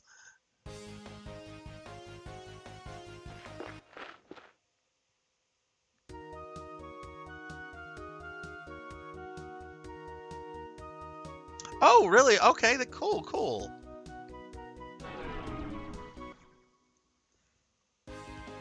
Yeah, I'm planning to go back to it, but I think I might just do it for my YouTube channel. Because, I mean, I focus more on Twitch than on YouTube. Like, my YouTube channel is really just kind of a way for me to, like, I guess funnel people to my Twitch channel. And, like, one of the things that I do is, like, I have long plays of, like, really obscure JRPGs. Like, things that no one really, for the most part, would be interested to like watch me stream. Like we're talking like the Slayers JRPG or Silva Saga on the Famicom, like really obscure and of like questionable quality JRPGs. So I'm thinking like maybe down the road I can finish Metal Max South that way. Oh yeah, the Saga. Oh my goodness, the Saga remake I'm playing through right now on the Wonder Swan is so good.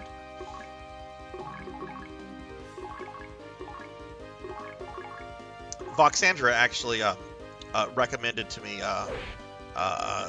that I play that almost a year ago. I want to say I raided into Vox, and I mentioned that I'd been playing some of the Saga Game Boy games, and of course she got excited because, you know, Saga's her thing. And I asked her about the Wonder Swan one, and she swooned over it. I'm like, okay, that is on my to play list.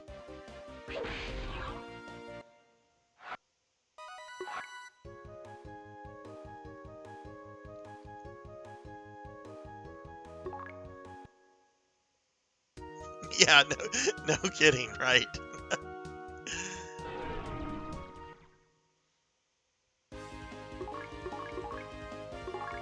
I do want to play more Saga games, like the romancing ones, and what's the one on PlayStation 1? Saga Frontier? I've heard really good things about that one.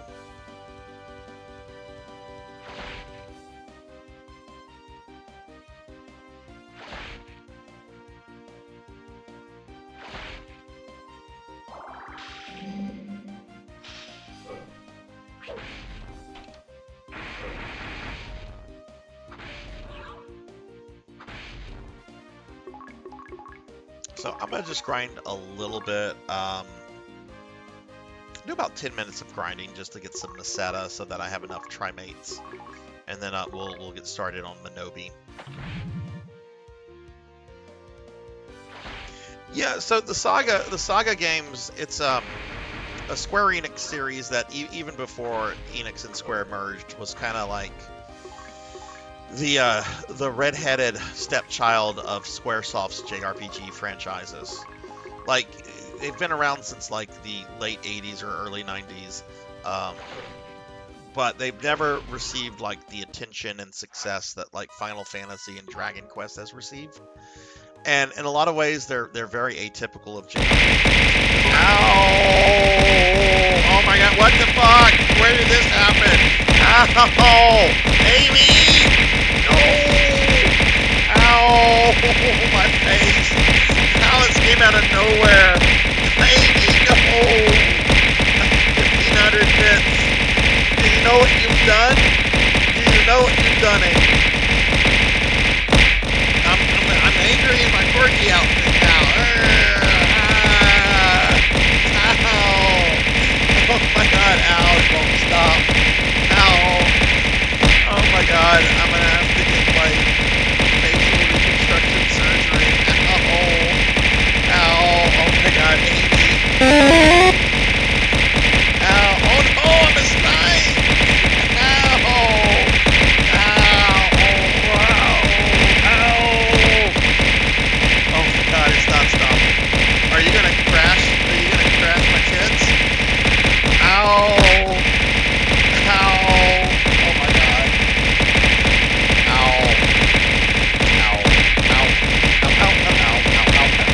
tap out, it's over. Ah! I'm basically dead, but I'm a necromancer, so I'm probably like undead. Amy, thank you for a shit ton of bits. Jesus. Let me give you a big shout out. That's very generous of you. Oh, give Amy a shout out. Thank you, Amy.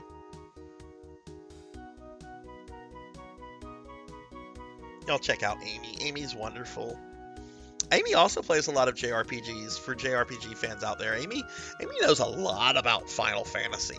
Like a lot.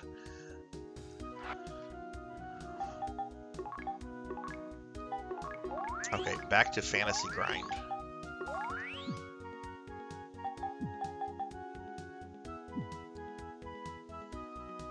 Yeah, let's grind about 10 minutes. Plus, Amy has adorable emotes.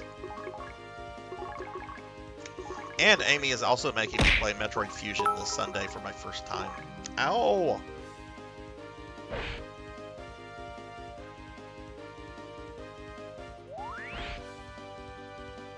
Hey, Amy, if you can do this for me. If you can't, that's cool. Refresh your browser. You should have a Magicite bit badge now. It's not. I'm not seeing it.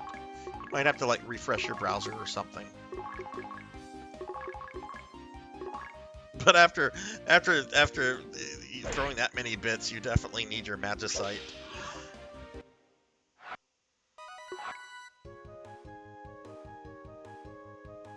Maybe Twitch has to like process that. I don't know. Let's not try to figure out Twitch.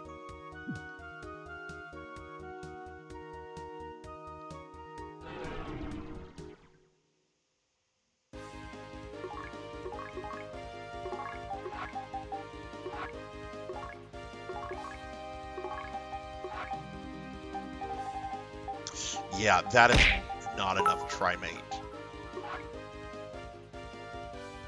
Ow! Nothing changed.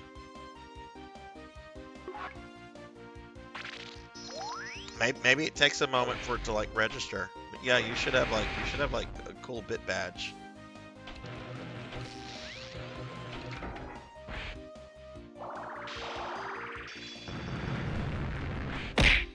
Ow.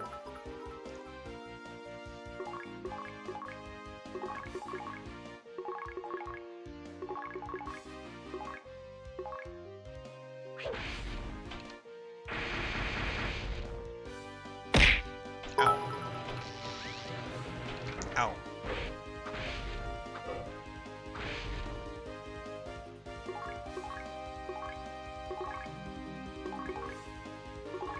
Hey, no more bully.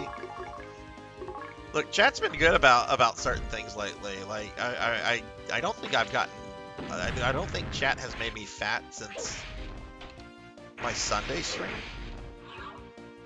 And I'm not getting fat tonight. Like there's just you can redeem a cookie and I'll eat it, but I think I've only eaten 2 cookies on stream tonight, so there's no way I'm getting fat tonight.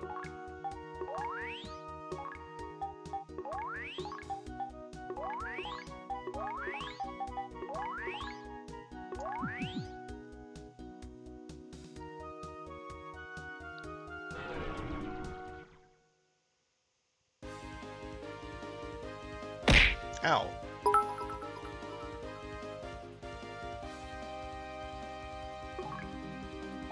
That's scary.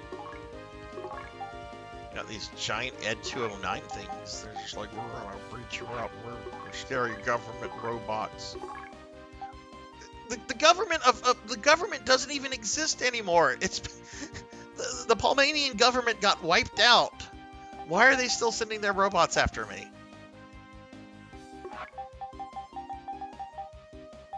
Oh, right, Mother Brain.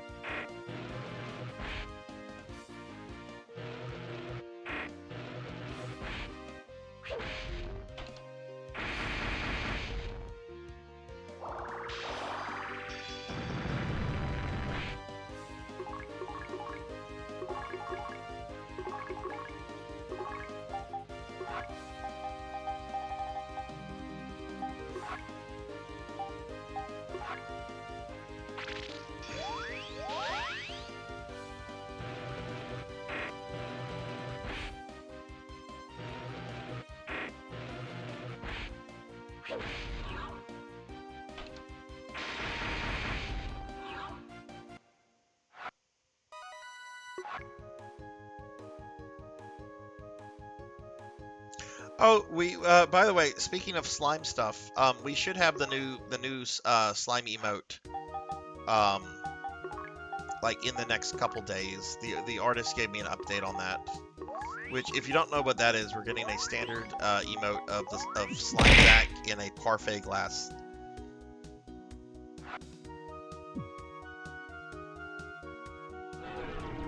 This was this was brainstormed by viewers in the Discord.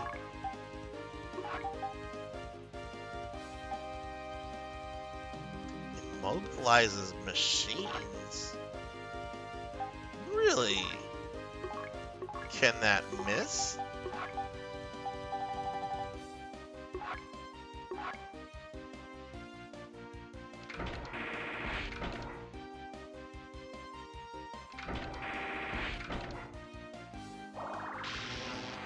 Ow. Oh. Maybe I should be doing that every turn. It's super cheap, too.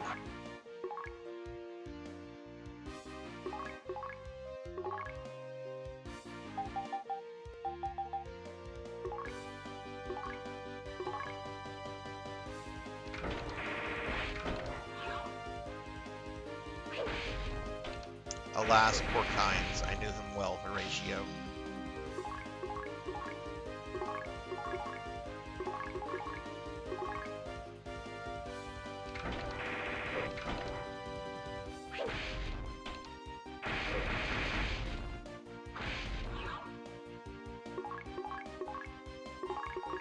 Well, this will take a hot minute to kill, so this is actually a really good opportunity to see how long this paralysis will go for, will last.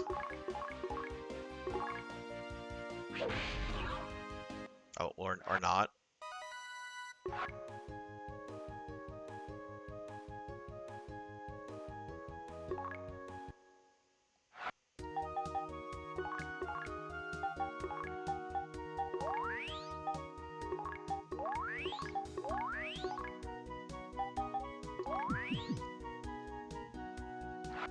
Okay,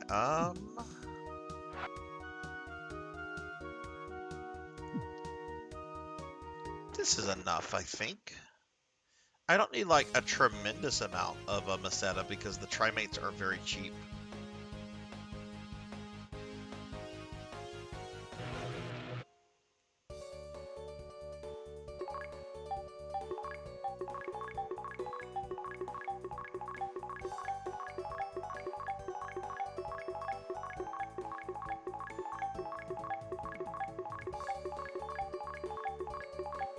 Okay, that's good enough.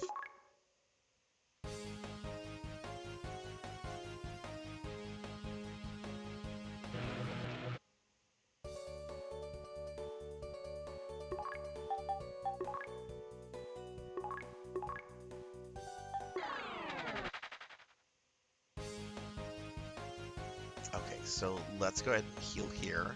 Then we need to save, and then we can get started on the first Devorian dungeon. Well, it's not the first Devorian dungeon.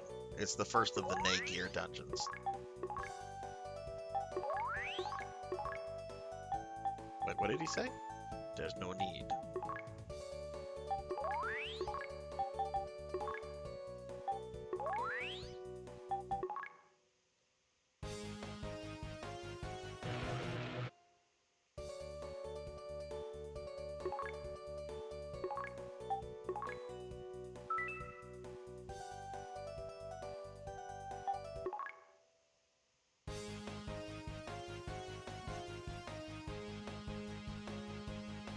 Moody Abigail, thank you for the lurk. Thank you, thank you. Let me give Moody a shout out. Oh, please check out our friend Moody. Very supportive of other streamers. In fact, if you're a streamer, you should probably follow Moody and get to know Moody a little bit. She will hang out and chill with you. She's cool. Alright, let's get started on Minobi. I don't know if I'll clear this dungeon tonight. I'm not going to use a map. tonight, but let's just see what we can do. I went through the crevice. I mean, I still remembered the crevice pathway, which was pretty awesome because that dungeon sucked. Well,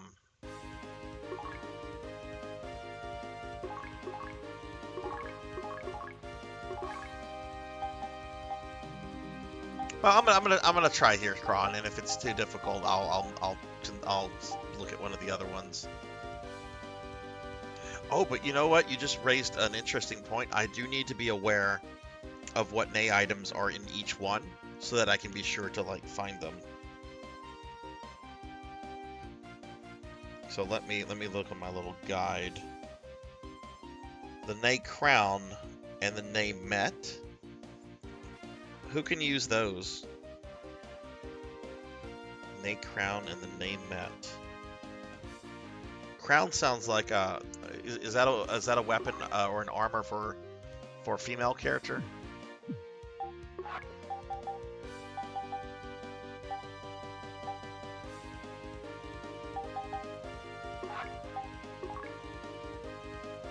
Crown is for females, okay. But I still have to get all the nay items, right? Like I can't ignore some of them, even if I'm not planning to use them.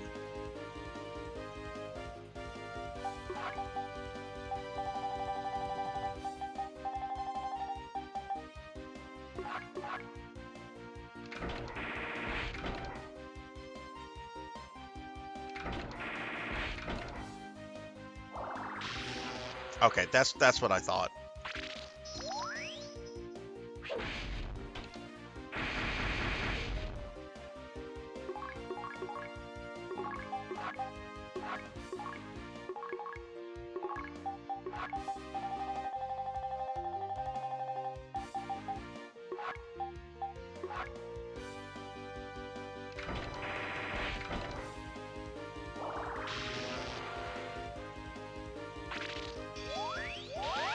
But yeah, if we don't beat this next stream, we will definitely finish the stream after.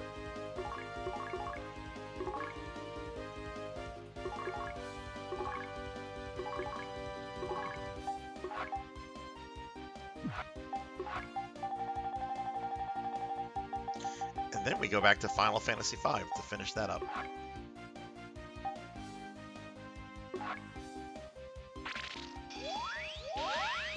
Hi, Kingdom Hearts boy. They did. They remade the first and second games during the PS2 era. And this was supposed to come out in North America, but it didn't. So what I'm actually playing is a fan translation of the remake. But yeah, welcome to the channel. How are you?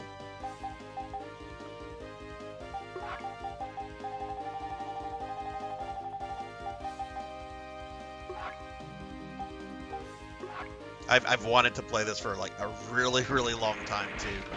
And granted, I mean, I could have played it much earlier. I put it off for a long time, but I love Phantasy Star.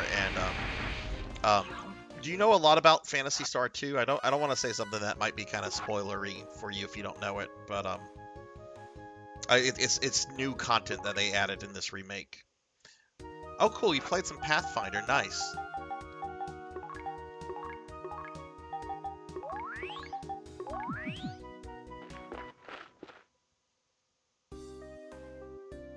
Okay, only a little bit, a bit of 4 as a kid. Okay, well, I won't say it then because it's kind of a spoiler for this game. So I won't tell you what it is, but just know that for 2, there's extra content in the remake that revolves around like a really big plot thing. Yeah, 4 is definitely the best of the series. Like, there's no question about that. Like, I say 4 is like on the same level as like Chrono Trigger and Final Fantasy VI when it comes to like 16-bit JRPGs. It's just an amazing game, and you don't need to play the first 3 to like understand what's going on in 4. Definitely recommend like playing that at some point for like everyone. Like, if you like JRPGs, play Phantasy Star 4.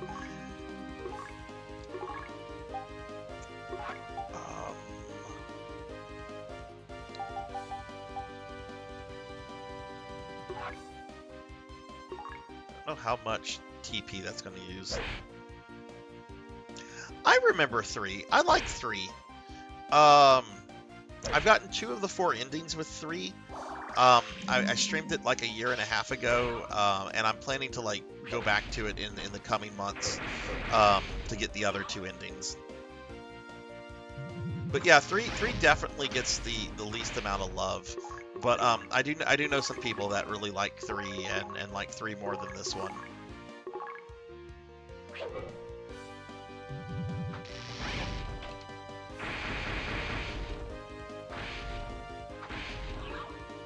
Oh, you're playing the remake of the first one, Bap? I streamed that one back in the summer. It's really good.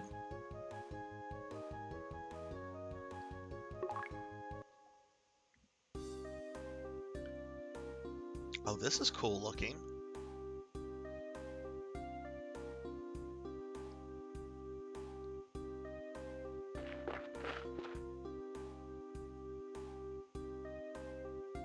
Oh man, the details in this dungeon are really, really good looking.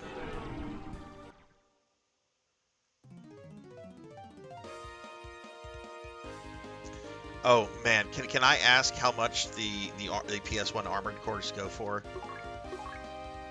I'm sure it's a sickening amount. Which I don't know if you still have a PlayStation 3, or if you ever had a PlayStation 3, but last time I looked at the PS3 store, they still had the PS1 ports of the Armored Core games on that. They might have been delisted by now, but this was like a year and a half ago. Okay, so these are not machines, and these are not bio monsters. So let's do this.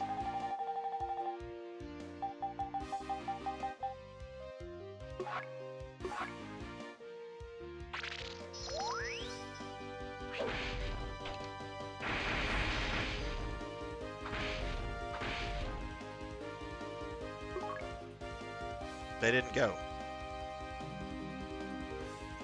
Yeah, that's expensive. I've seen like worse prices for PS1 games.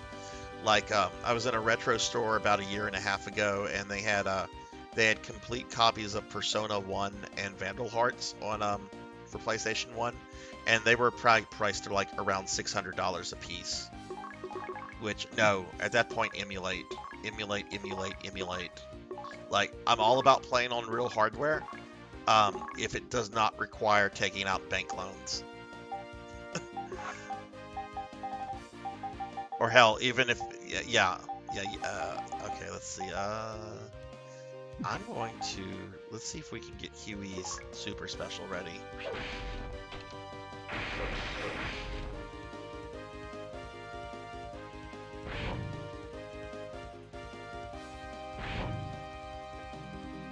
Okay, the physical attacks, that's cool.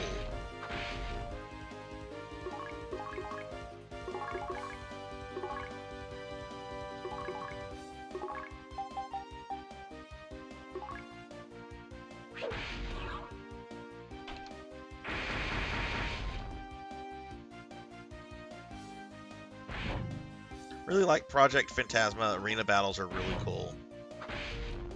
Yeah, don't feel guilty about it. When the retro game market has just been effed for so long, there's no reason for it to be what it is.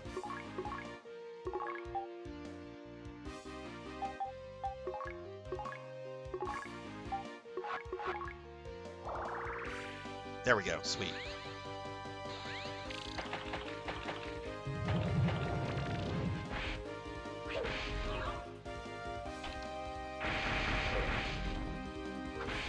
Oh, right. Yeah, that's true. Upscaling is definitely a plus about PS1 emulators.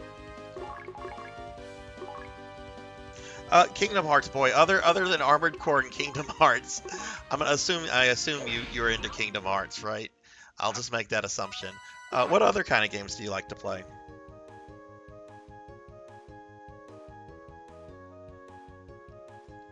There is only like I collect games, but I kind of pretty much have most games that I kind of want physical copies for, with the exception of 2. And the sad thing is they're ports on the Sega Saturn, Mega Man 8 and Resident Evil. I really would like physical copies of those, but I can't justify those prices. I cannot do that. Hey, Ink for Justice. Hi, Ink. How are you? I give Ink for Justice a shouty. Y'all should check out Ink if you're like into Persona or the Tell series or visual novels. Ink does a lot of that stuff. Ink is really cool, really chill, really awesome friend of the stream. I'm doing pretty good, Ink. We're kind of getting close to endgame in the Phantasy Star 2 remake. I think I could beat the game next week, or definitely the stream after that.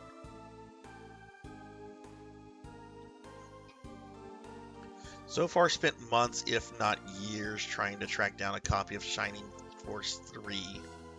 Which one is that on, Rain? I'm not super familiar with the Shining Force games.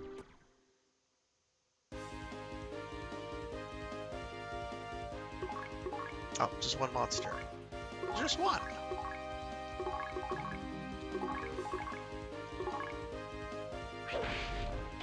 Okay, there's another Shining game on Saturn. Trying to think of the name of it. That's like stupidly priced. Hang on, this is gonna bother me. Maybe that is Shining. Maybe it is Shining 3, and I'm thinking of the subtitle. Okay, there's Shining Wisdom, Shining the Holy Ark. These are Saturn's games. Shining Wisdom, Shining the Holy Ark.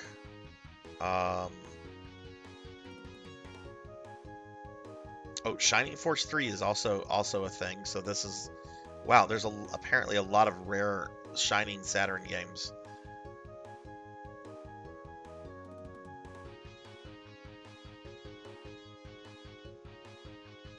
Oh, it was Panzer Dragoon Saga. Okay, so that's what I was thinking. I'm not a Shining game, but Panzer Dragoon Saga, a multi-disc game where each disc is valued at around $300. That's the one I'm thinking. Oh my God, I'm looking at the price of Magic Knights Ray Earth. I had that at one point. Okay, I'm closing this website. It's got all the expensive Saturn games, and it's actually kind of sickening because it shows how much these games go for, and it's actually really sickening to look at these prices. I'm liking the remake a lot, Ink. It's got some. It's not perfect. There's definitely some issues here, but it's really nice. Definitely more focused on like character and story, and they even like have included references to some of the side games like on Game Gear and Sega CD that were not out whenever the original Phantasy Star 2 came out. So I'm really liking this a lot. I mean, it's Phantasy Star 2, so it's by its nature a really difficult game. He had found copies that were stupid. Yeah. Oh yeah. I have a decent Sega Saturn collection, but I don't have any of those tier games. Yeah, 150. Look, this happened about 2 years ago. A really close friend of mine. This is a friend that is very dear to me. Calls me out of the blue and he goes, "Hey, are you still collecting Sega Saturn games?" I'm like, "I'm not actively collecting them, but yeah, I mean, if I can get some at good prices, I'll do that." Oh no. Ooh, okay, these guys on the left are in every Phantasy Star game. I'm like, "Why?" He goes, "My sister found a copy of Panzer Dragoon Saga. She was going through stuff and found a copy of it, and I know that game's kind of worth a little bit."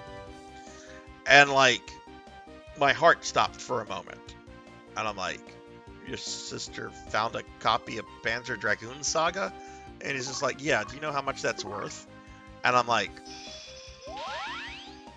Dude, I will tell you exactly how much that's worth.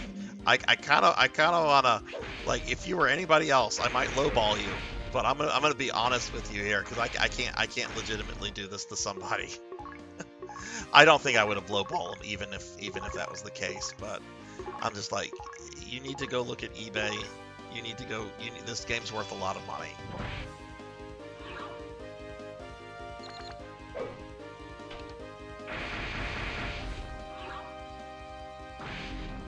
But I love the Saturn. I do actually have a couple of the working design games on the Saturn. Like, oh, Eustace is dead. Okay, we're gonna have to retreat. I don't have a way to bring him back. And Kynes is dead as well. Oh my goodness.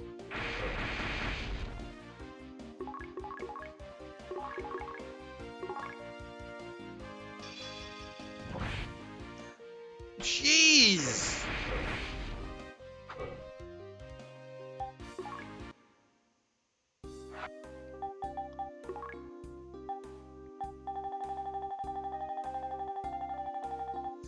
Methinks this dungeon is maybe we should go to another dungeon.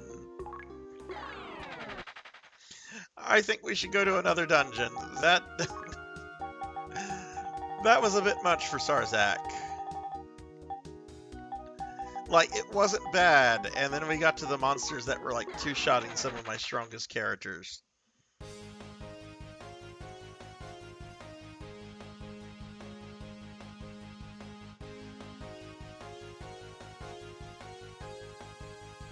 Yeah, that's the scary thing too about Saturn games, Rain, is that like they're kind of at the point where like disc rot is something you have to like legit be worried about.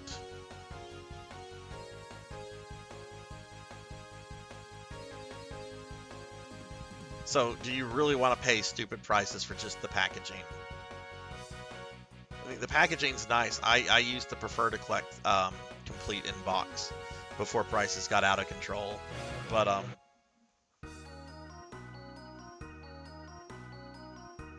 whenever my family would find games in their old collection that they know I would be interested, they would just get, oh, that's cool. Happened with Metal Gear Solid 1 in New Vegas. That's cool. But yeah, I told my friend, I'm just like, this is what you need to do. These are the sites you need to look at, and that needs to go on an online auction or something, because she can get a decent chunk of money for that.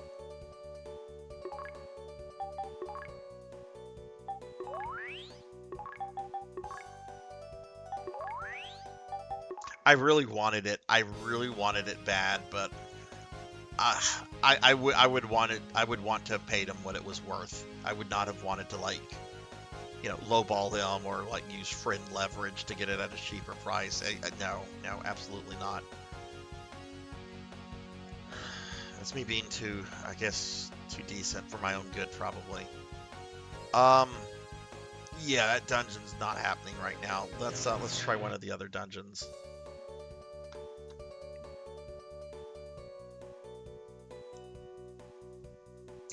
I have, for my Saturn, I have this adapter. It's the little cartridge you plug in the back. It's got like the memory expansion, but it also lets me play burnt games and import games. And I was playing a burnt copy of Symphony of the Night on that last year, and it worked really, really well.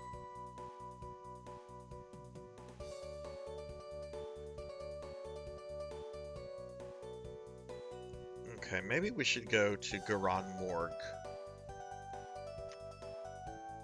I'm consulting the 25-year-old strategy guide.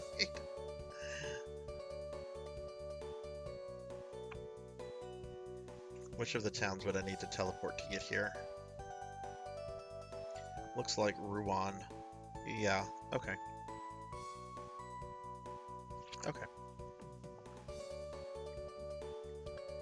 It's really good, Finley. I mean, it's not like perfect. It definitely has like some issues because, you know, the Saturn not really good with 3D graphics, so a lot of 3D effects look really questionable. Okay, we're gonna save. Where's the save space? Or save guy?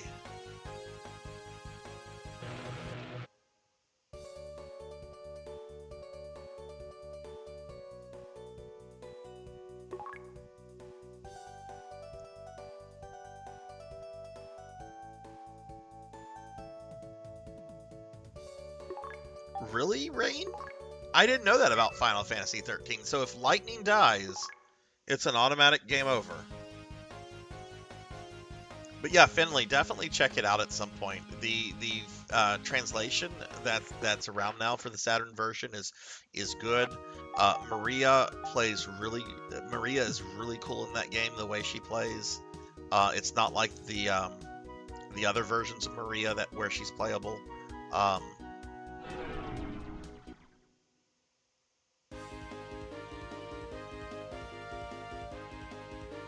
Yeah, I don't see it. Yeah, if people emulate, yeah, there's no problem. Just if people want to play it, people can play it. The load times suck. The load times suck on it, and the 3D effects are very bleh. Music sounds good. I thought it looked good. The extra content is pretty neat. Best part of it is being able to play as Maria.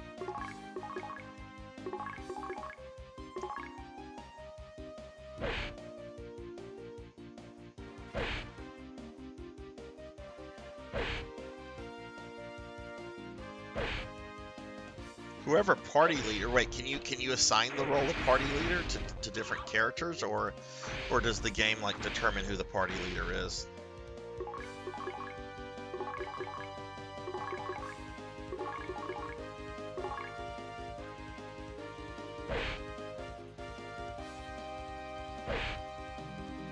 Yo, what?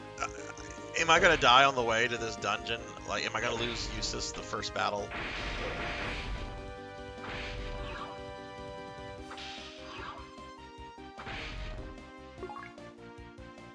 He's not gonna get killed in one hit.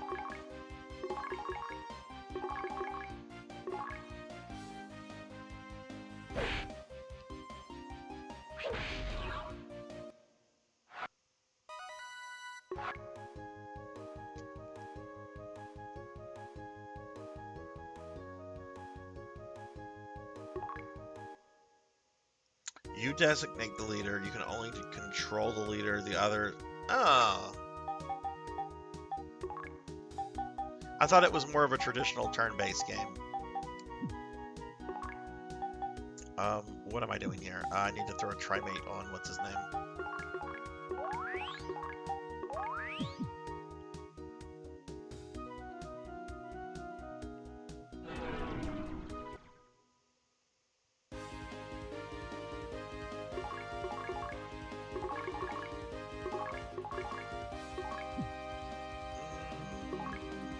Attack.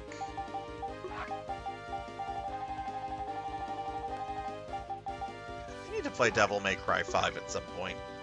I was like really big into Devil May Cry for like the longest, and then I just kind of fell off that bandwagon, or that series I should say, not bandwagon.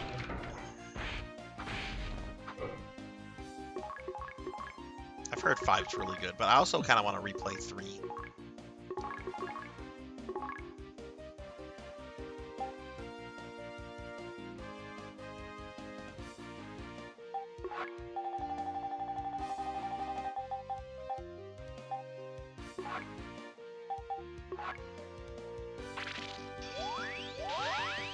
So, Finley, you replayed them recently.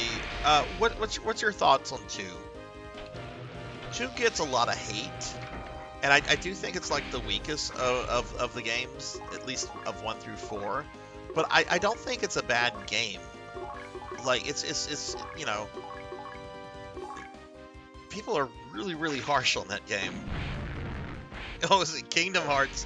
Kingdom Hearts is like, we don't talk about 2. Fair enough, but I don't know. I've always felt people to be a little too harsh on it. We're being attacked! Hey, Infinite Metal. Hello. How are you doing?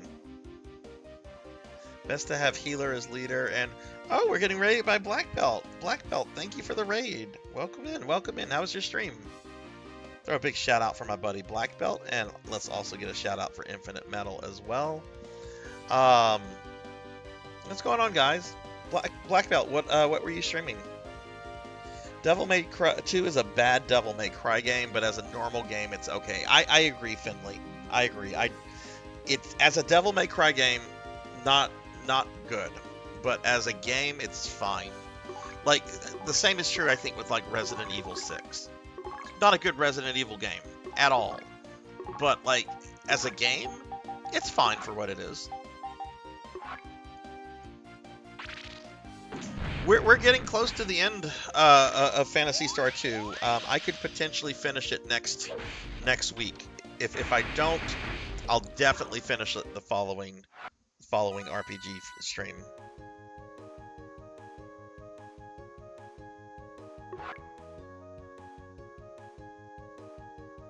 Oh, nice. How did Dark Souls go? I've heard 6 is really good co-op. I've only played it single player. And I love Resident Evil. I played through the entire series somewhat recently, like side games included. 6 is definitely a game I don't have to replay, but I wouldn't mind like just dorking around with like, okay, here I think this is Garan Morg. Or I think it's just called Garan in this one.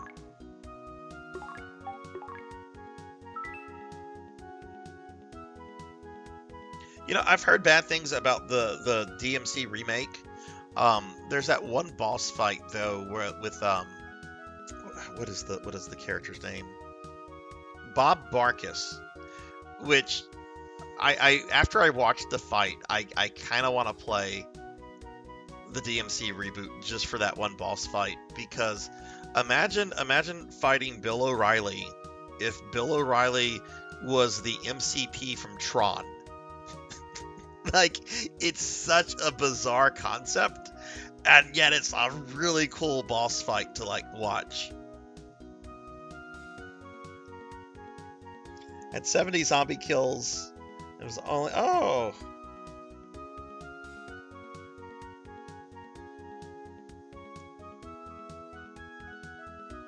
See, I didn't like Doom 3 when I tried it, Rain. I played it on, like, original Xbox. So maybe that was my fault there to begin with, that I was playing it on console. Well, the character of Bob Barkus is supposed to be like, I mean, it's a very obvious like parody of Bill O'Reilly.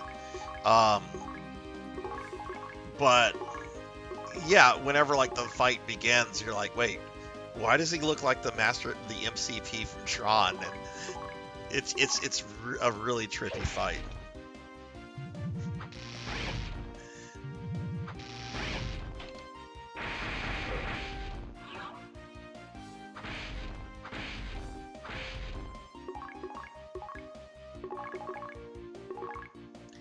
What was the PDA mechanic in Doom 3? Like, I remember there was a PDA that was like a central concept of the game. And I remember just being very turned off by that.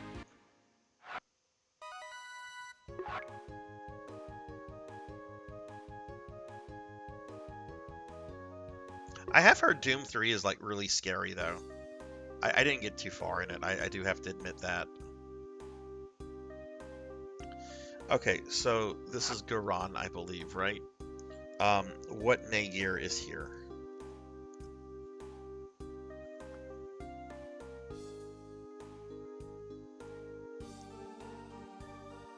The Nay Cape and the Nay Armor.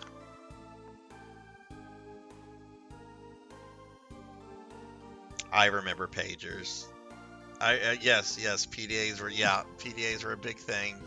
I remember pagers. I'm gonna date myself with this, but most of y'all know that I'm not exactly young. When I was in high school, like that was the thing to have if you were a teenager. It was cool to have a pager. And I remember there were like designer pagers. This is like a small window in time for just a couple years because cell phones were like right around the corner for like, you know, everybody.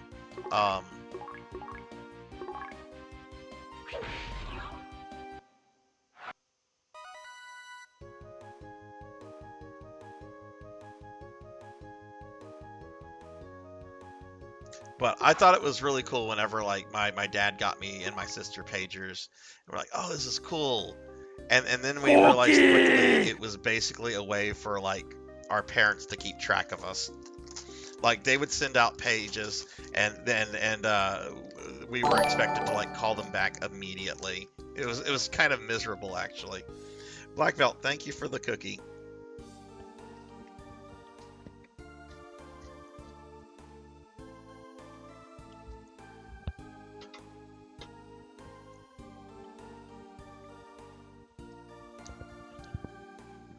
Sorry about that.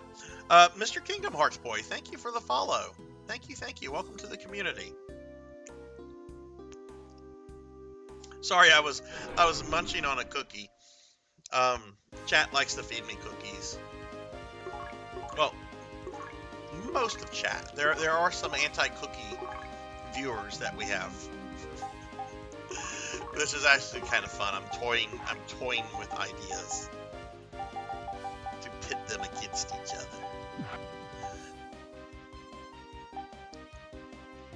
Okay, hang on. These are sorcerers, so they're gonna attack me with magic.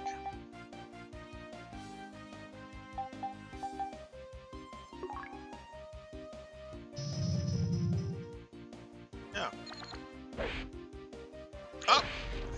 One hit me with a debuff, and the other just smacked me with his oh, wow, these guys die really easily. They're definitely magic users. They squishy.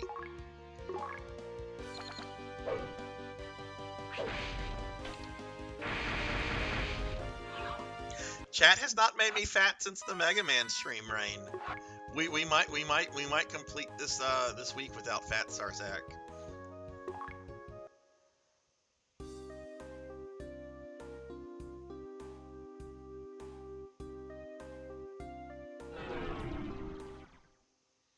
All right, Black Belt, have a good night.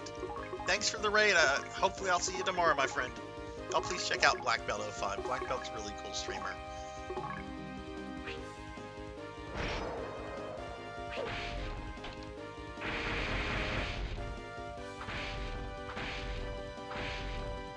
Yeah, but I'm streaming episode 3 of PSO. I expect most viewers that tune in to like fall asleep during the stream, because it's PSO episode 3.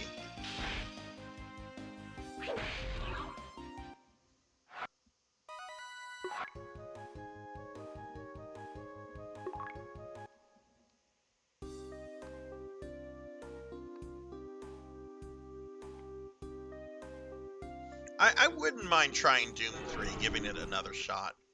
Like, that's something that I've become, like, cooler with as I've gotten older. Like, games I didn't like from a long time ago, I'm willing to give them, like second shots now. You know, I'm willing to give them another try. Like, I'm on record as really disliking Final Fantasy VIII. But I haven't played through Final Fantasy VIII since it came out.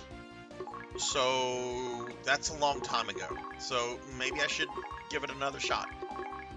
A lot of people like it. A lot of people are really passionate about it.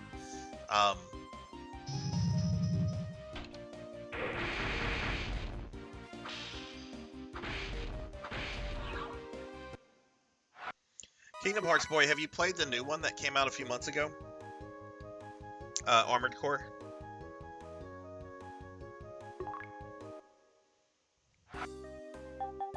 I'll ask you this, Rain. If you had to pick between these two games, which would you pick? Would you pick Doom 3 or Hexen 2?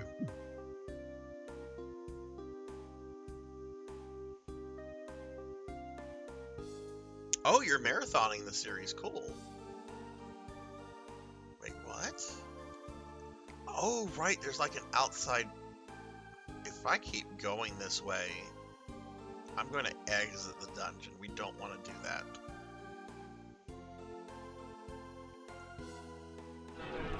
I don't think we want to do that.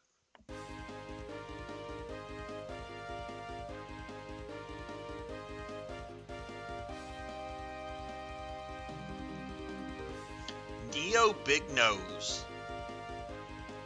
Now that is a monster name. Neo Big Nose. The next time I see an elephant, which it probably will be years from now, I'm gonna call the elephant Neo Big Nose.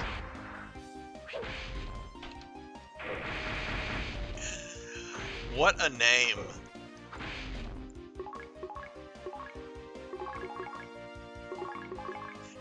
You have to wonder if like the developers just didn't give a shit about character names after a certain point.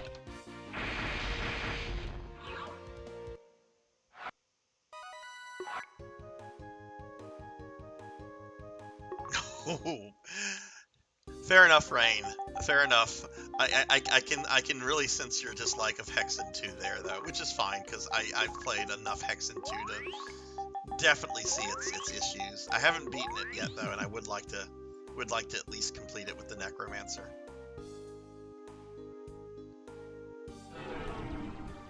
Maybe this is part of the dungeon?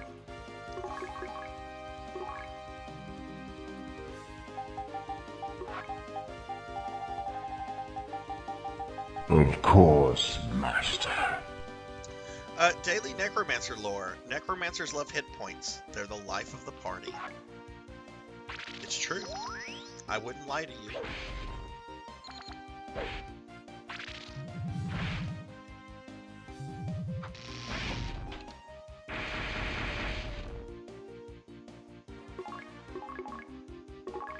Actually, let's target that sorcerer.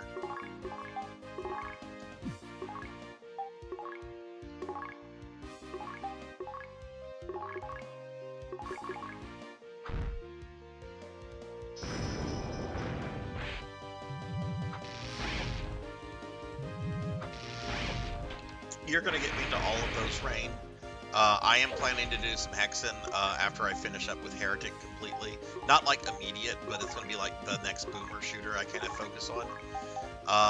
And ESO kind of figures into like a community project that's I want to do this summer, which I'd be happy to discuss with you in DM if you want to.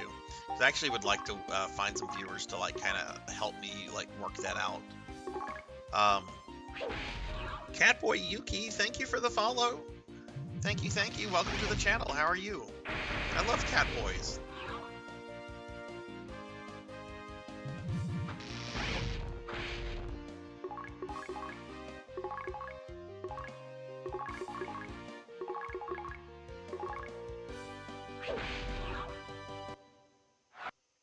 Aw.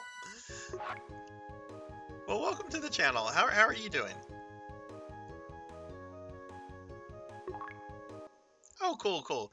Yeah, I don't just do retro games. I mainly like focus on retro games, but I do occasionally like play like newer games. Like I played the Resident Evil 4 remake a few months ago, but generally retro stuff is what I play.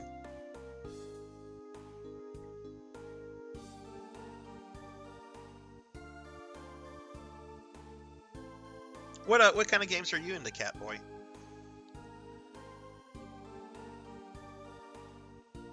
Ah, okay, so that part is part of the dungeon. Oh god, look at this. Okay, this is Phantasy Star 2, so it's gonna want me to probably go with this one. The one that's furthest. This is evil. So you're telling me this entire section is just wrong?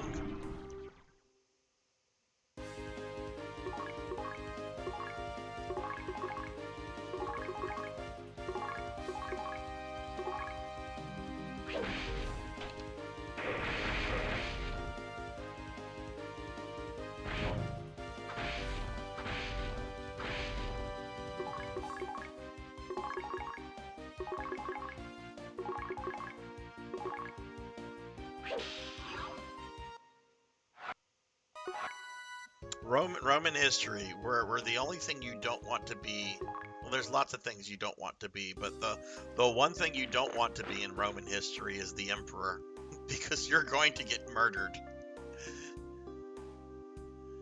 If you're emperor and your name is not Augustus, you're probably going to get murdered. Oh, do you stream, Catboy? If you stream, I'm gonna drop you a follow too, because I like to follow other streamers. Here, just dropped you a follow. Kingdom Hearts boy, do you stream as well?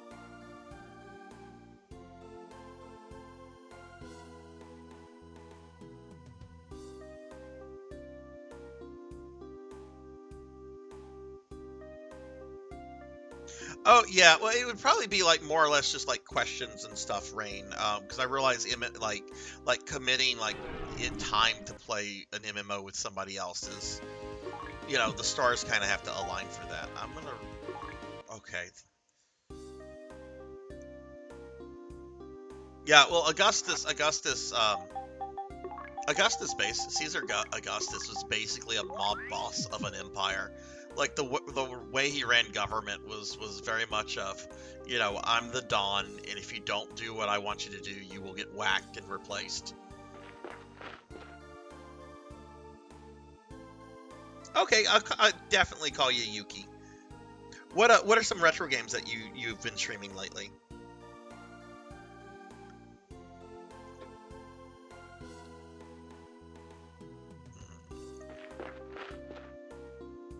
Do I keep going up?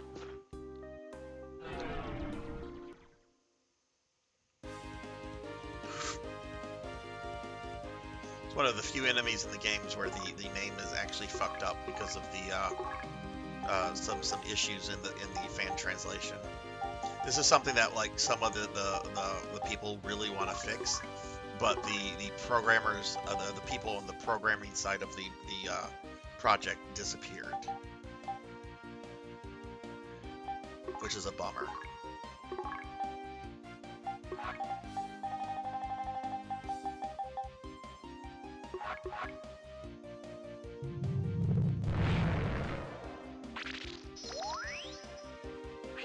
Oh, that's cool, Kingdom Hearts.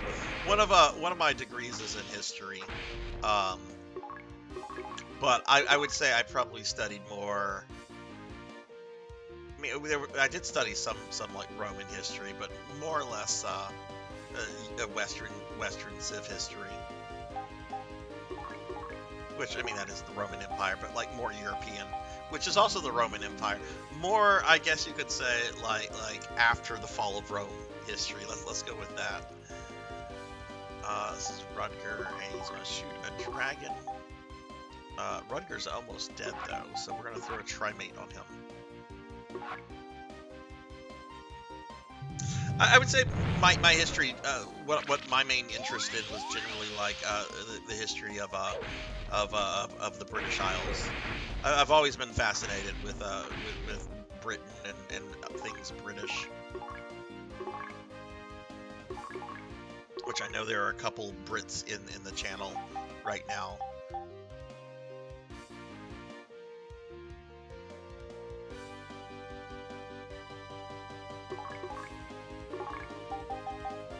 I can actually recite every English / British, because I can't do it with the Scottish before the Act of Union, but I can do it with the English and then the later British ones. I can recite all the monarchs in order, going back to William the Conqueror. Can I do that with American presidents? No, I can't. We had some very boring presidents, like in the late 19th century, like after like Andrew Johnson. There's just like a series of like really boring presidents.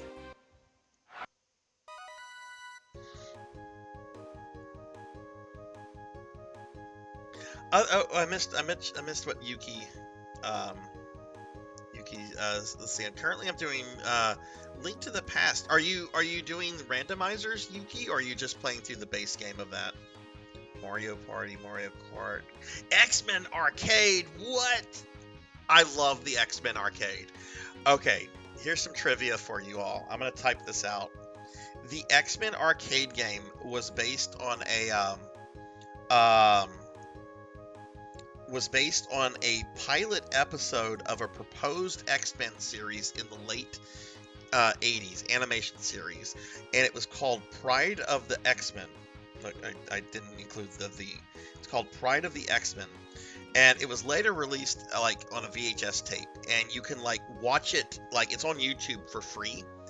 And it's definitely not as good as like the later, like early 90s series, but it's still pretty good, and it gave us the Konami beat 'em up game.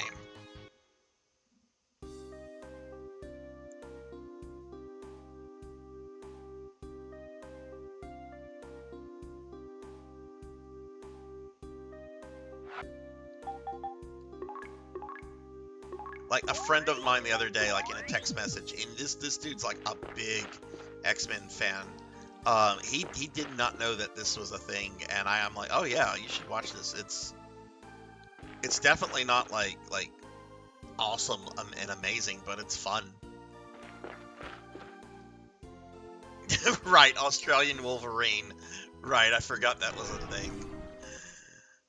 Which Wolverine's Canadian. Like, how could that be like overlooked like that?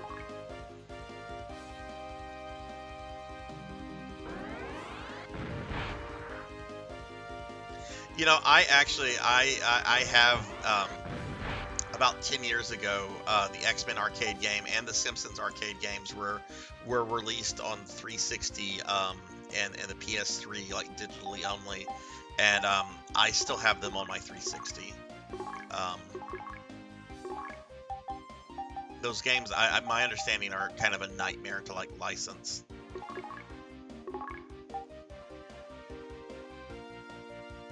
Fire enemies. What would I want to do here? Let's just do a heal.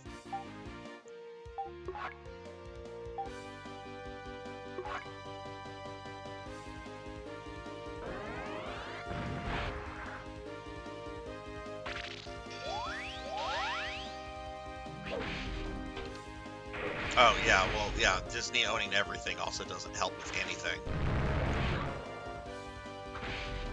Oof.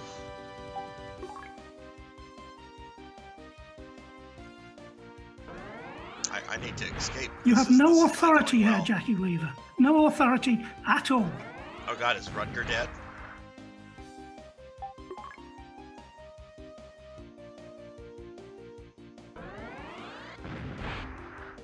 Yeah, Pride of the X-Men's cool, and if you've played the X-Men arcade game, you'll love it because you can tell, like the character designs, you can tell. I'm either gonna run from this battle or I'm going to die. One of the two is going to happen, but I'm not winning this battle.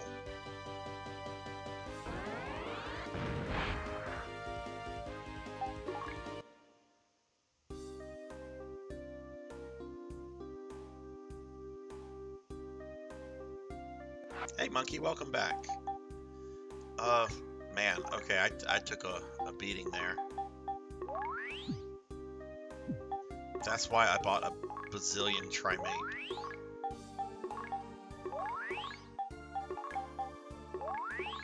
So yeah, Monkey, I started off going to Minobi, and then I was making decent like progress in it, and then I got facepalmed by a sword. So I'm like, you know what? Let's go to another dungeon.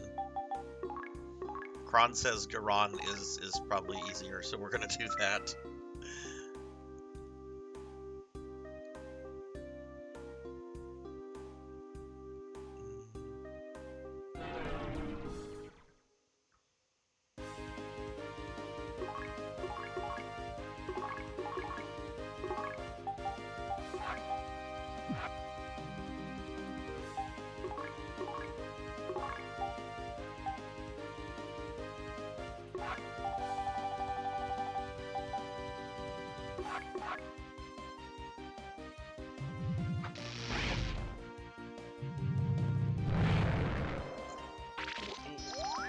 I looked at chat, and then I looked back up to see Eustace getting hit for 139 damage.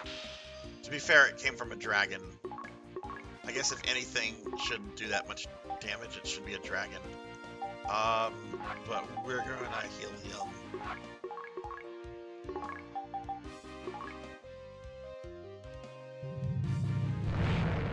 That's the same dragon sprite they used in the Phantasy Star 1 remake.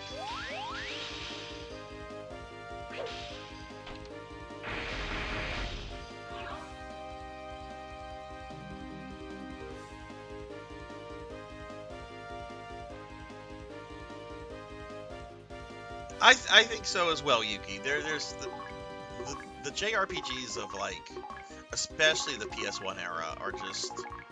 It was a really magical era for that genre on that platform.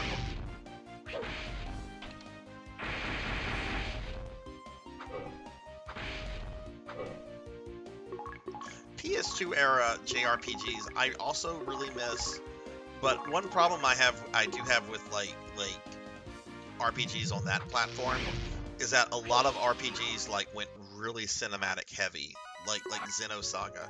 I love Xenosaga. It's a great series, great character, great gameplay. Hour-and-a-half long cutscenes that are just like, you know, just there, like not the ending or anything, just a normal cutscene that goes on for like an hour and a half. It's like, what?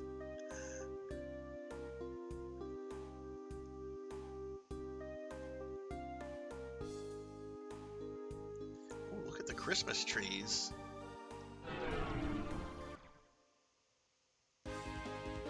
Ziggy was one of my favorite. I thought I could run away. I don't know why I tried to, because this actually wasn't too bad of a battle.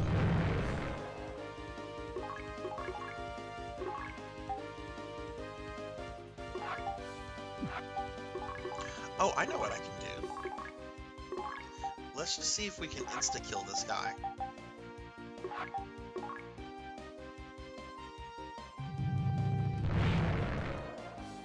Are you going to have to make a new account, or can you transfer that, monkey?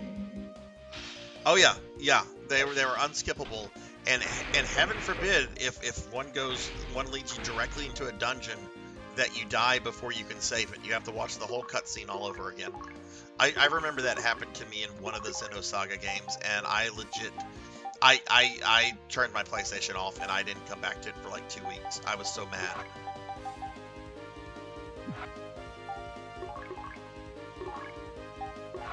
We didn't kill that guy. We'll try again.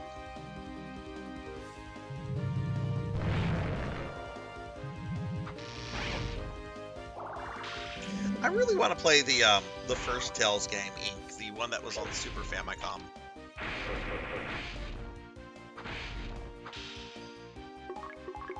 I know I would have to find a fan translation of that since that didn't have an official localization, but that's fine. I mean, look what I'm playing right now, fan translation, and it's great. Oh, what's not great is Kyne's dying again.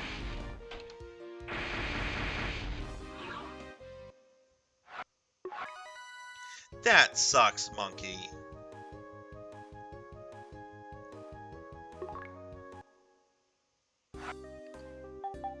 I'm sorry you're gonna have to do that. Okay, I can't resurrect anymore after this.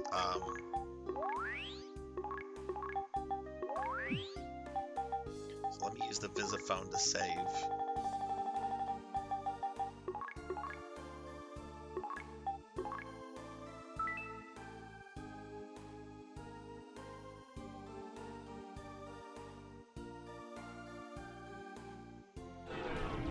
Oh, is that a treasure chest?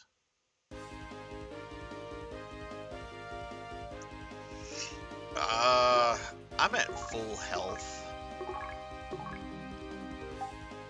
Oh man, I don't know if I want to run. No, let's try to fight this guy. It's just one. Look, I'll start charging him up for his super special.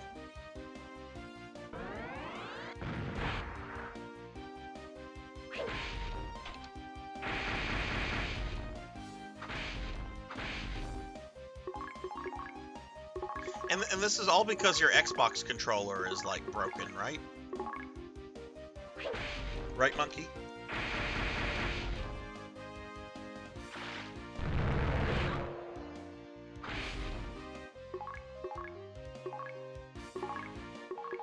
Oh, shit.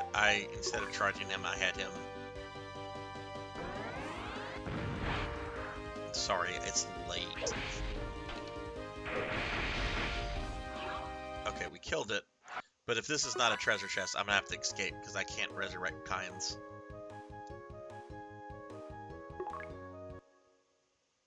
It is a treasure box. It's just Masetta. Okay, well, we have to retreat.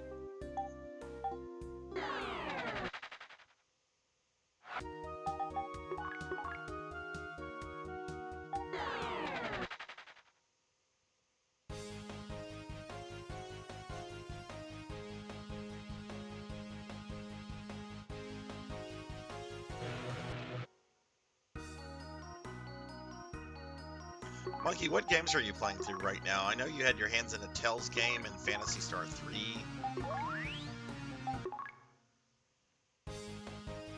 Alright, we're going to go ahead and heal up. The nice thing is I did get a lot of Masetta from that, so I should be able to buy like some more upgrades.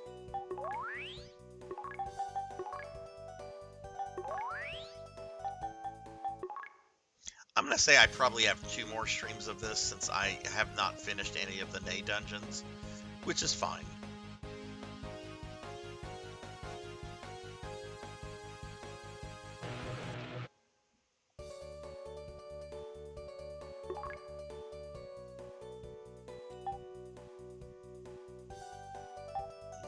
Let's go to Ruan.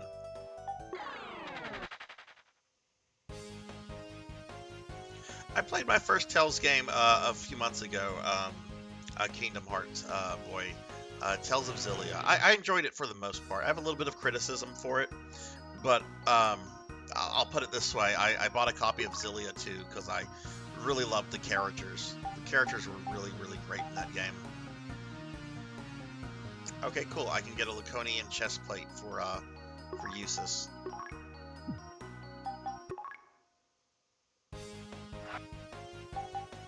Ink here, everybody, if you don't know Ink for Justice, I met Ink when Ink was doing an entire series marathon of the Tales game. Ink played through all of them, side games included. Like, if you're interested in Tales games, Ink is the person to follow and check out. Ink is awesome. Okay, nice upgrade here. And look at that. Rolf has pretty much well, no, he has 2 pieces of Laconium. He does. I do have a helmet for him that I need to remember to put on him.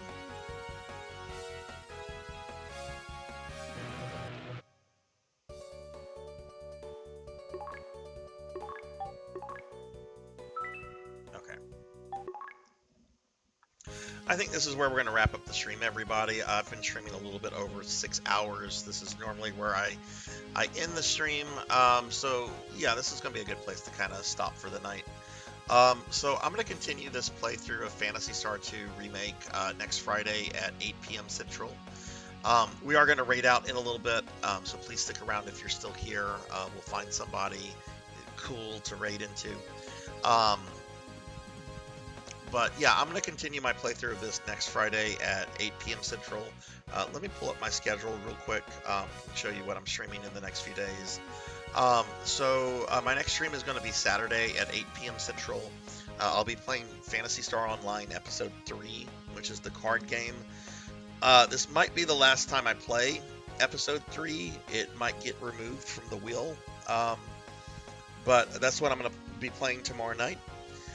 Sunday at 2 p.m. Central, I have a special viewer redeem stream of Metroid Fusion, which I'll be playing for the first time.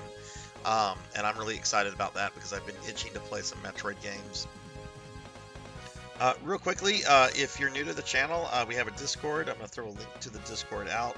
And I also have various social medias like Twitter, Blue Sky, Co-host, Facebook, Tumblr. If you want to follow me on any of that, there's a link to my link tree. Feel free to follow me on whatever, or don't. It's up to you. But yeah, I want to thank everybody that was here. This was a really fun, really awesome stream. I had a really good time. And yeah, I think we'll be done with the Phantasy Star 2 remake in the next two RPG streams. Ow! So yeah, I want to thank a couple people specifically real quick before we find a raid target. So let's see. I want to thank ENVTuber for the raid, Lantis Gradefield for the follow, Hearts LOVS for the follow, Kron 151 for the biddies, Stovetop for the biddies, Hearts for the biddies, Live Forever for the raid, Hikari for the raid, Amy Yuzuki for a shit ton of biddies, Neon Axolotl 7 and Black Belt 05 for the raids, Mr. Kingdom Hearts Boy for the follow, and Catboy Yuki for the follow as well. We had several new people tune into the stream tonight, which is awesome. So welcome to everybody. Real quick before I find a raid target, I'm going to thank all of my subscribers by name real quickly, and then we'll raid out. So subscribers, thank you guys for everything. Y'all are awesome.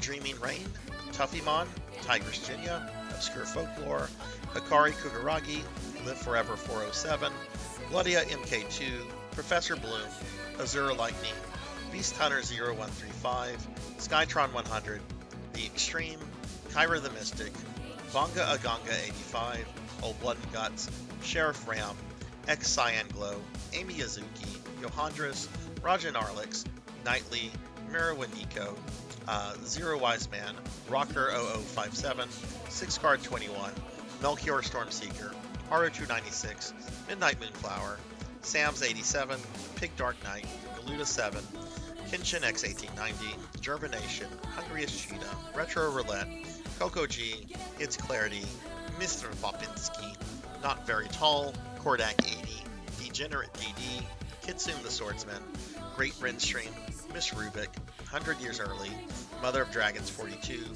Sunny Delight, Black Belt 05, Diclonus Raxon, Ink for Justice, Sword St. Michael, Pizza Maid, Black Hand of Nod, Show Fox, Omnom 57, Hybrid PK, Pro and Pro Gaming, Dinero Mark, Elvin Sorrow, Drumjod, Stovetop 1321, Labrat 101, Neon Axolotl 7, Dusk White Elzen, Neurocad, Nagimasa 22, Phoenix 720, Professor Hammerrad, Velociraptor J, Thunder Drummer, Chamber of Secrets, Kron 151, Jay Cosney, Jackdoll 9, Purring Tiger Gaming, Monkey Dishon 26, Zeomantic, Chromatio, Don't Play Like I Do, Plutz, Silhouette, Coach Carter VT, Jay Awadi, Infinite Metal, Cult Mother, Akitone, Meep, It's Just Mel, and Fabled One. Thank you guys for the love and support. Really, really means a lot to me.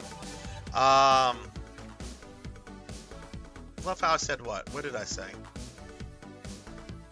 Don't judge me right now. I'm tired. I'm a tired necromancer.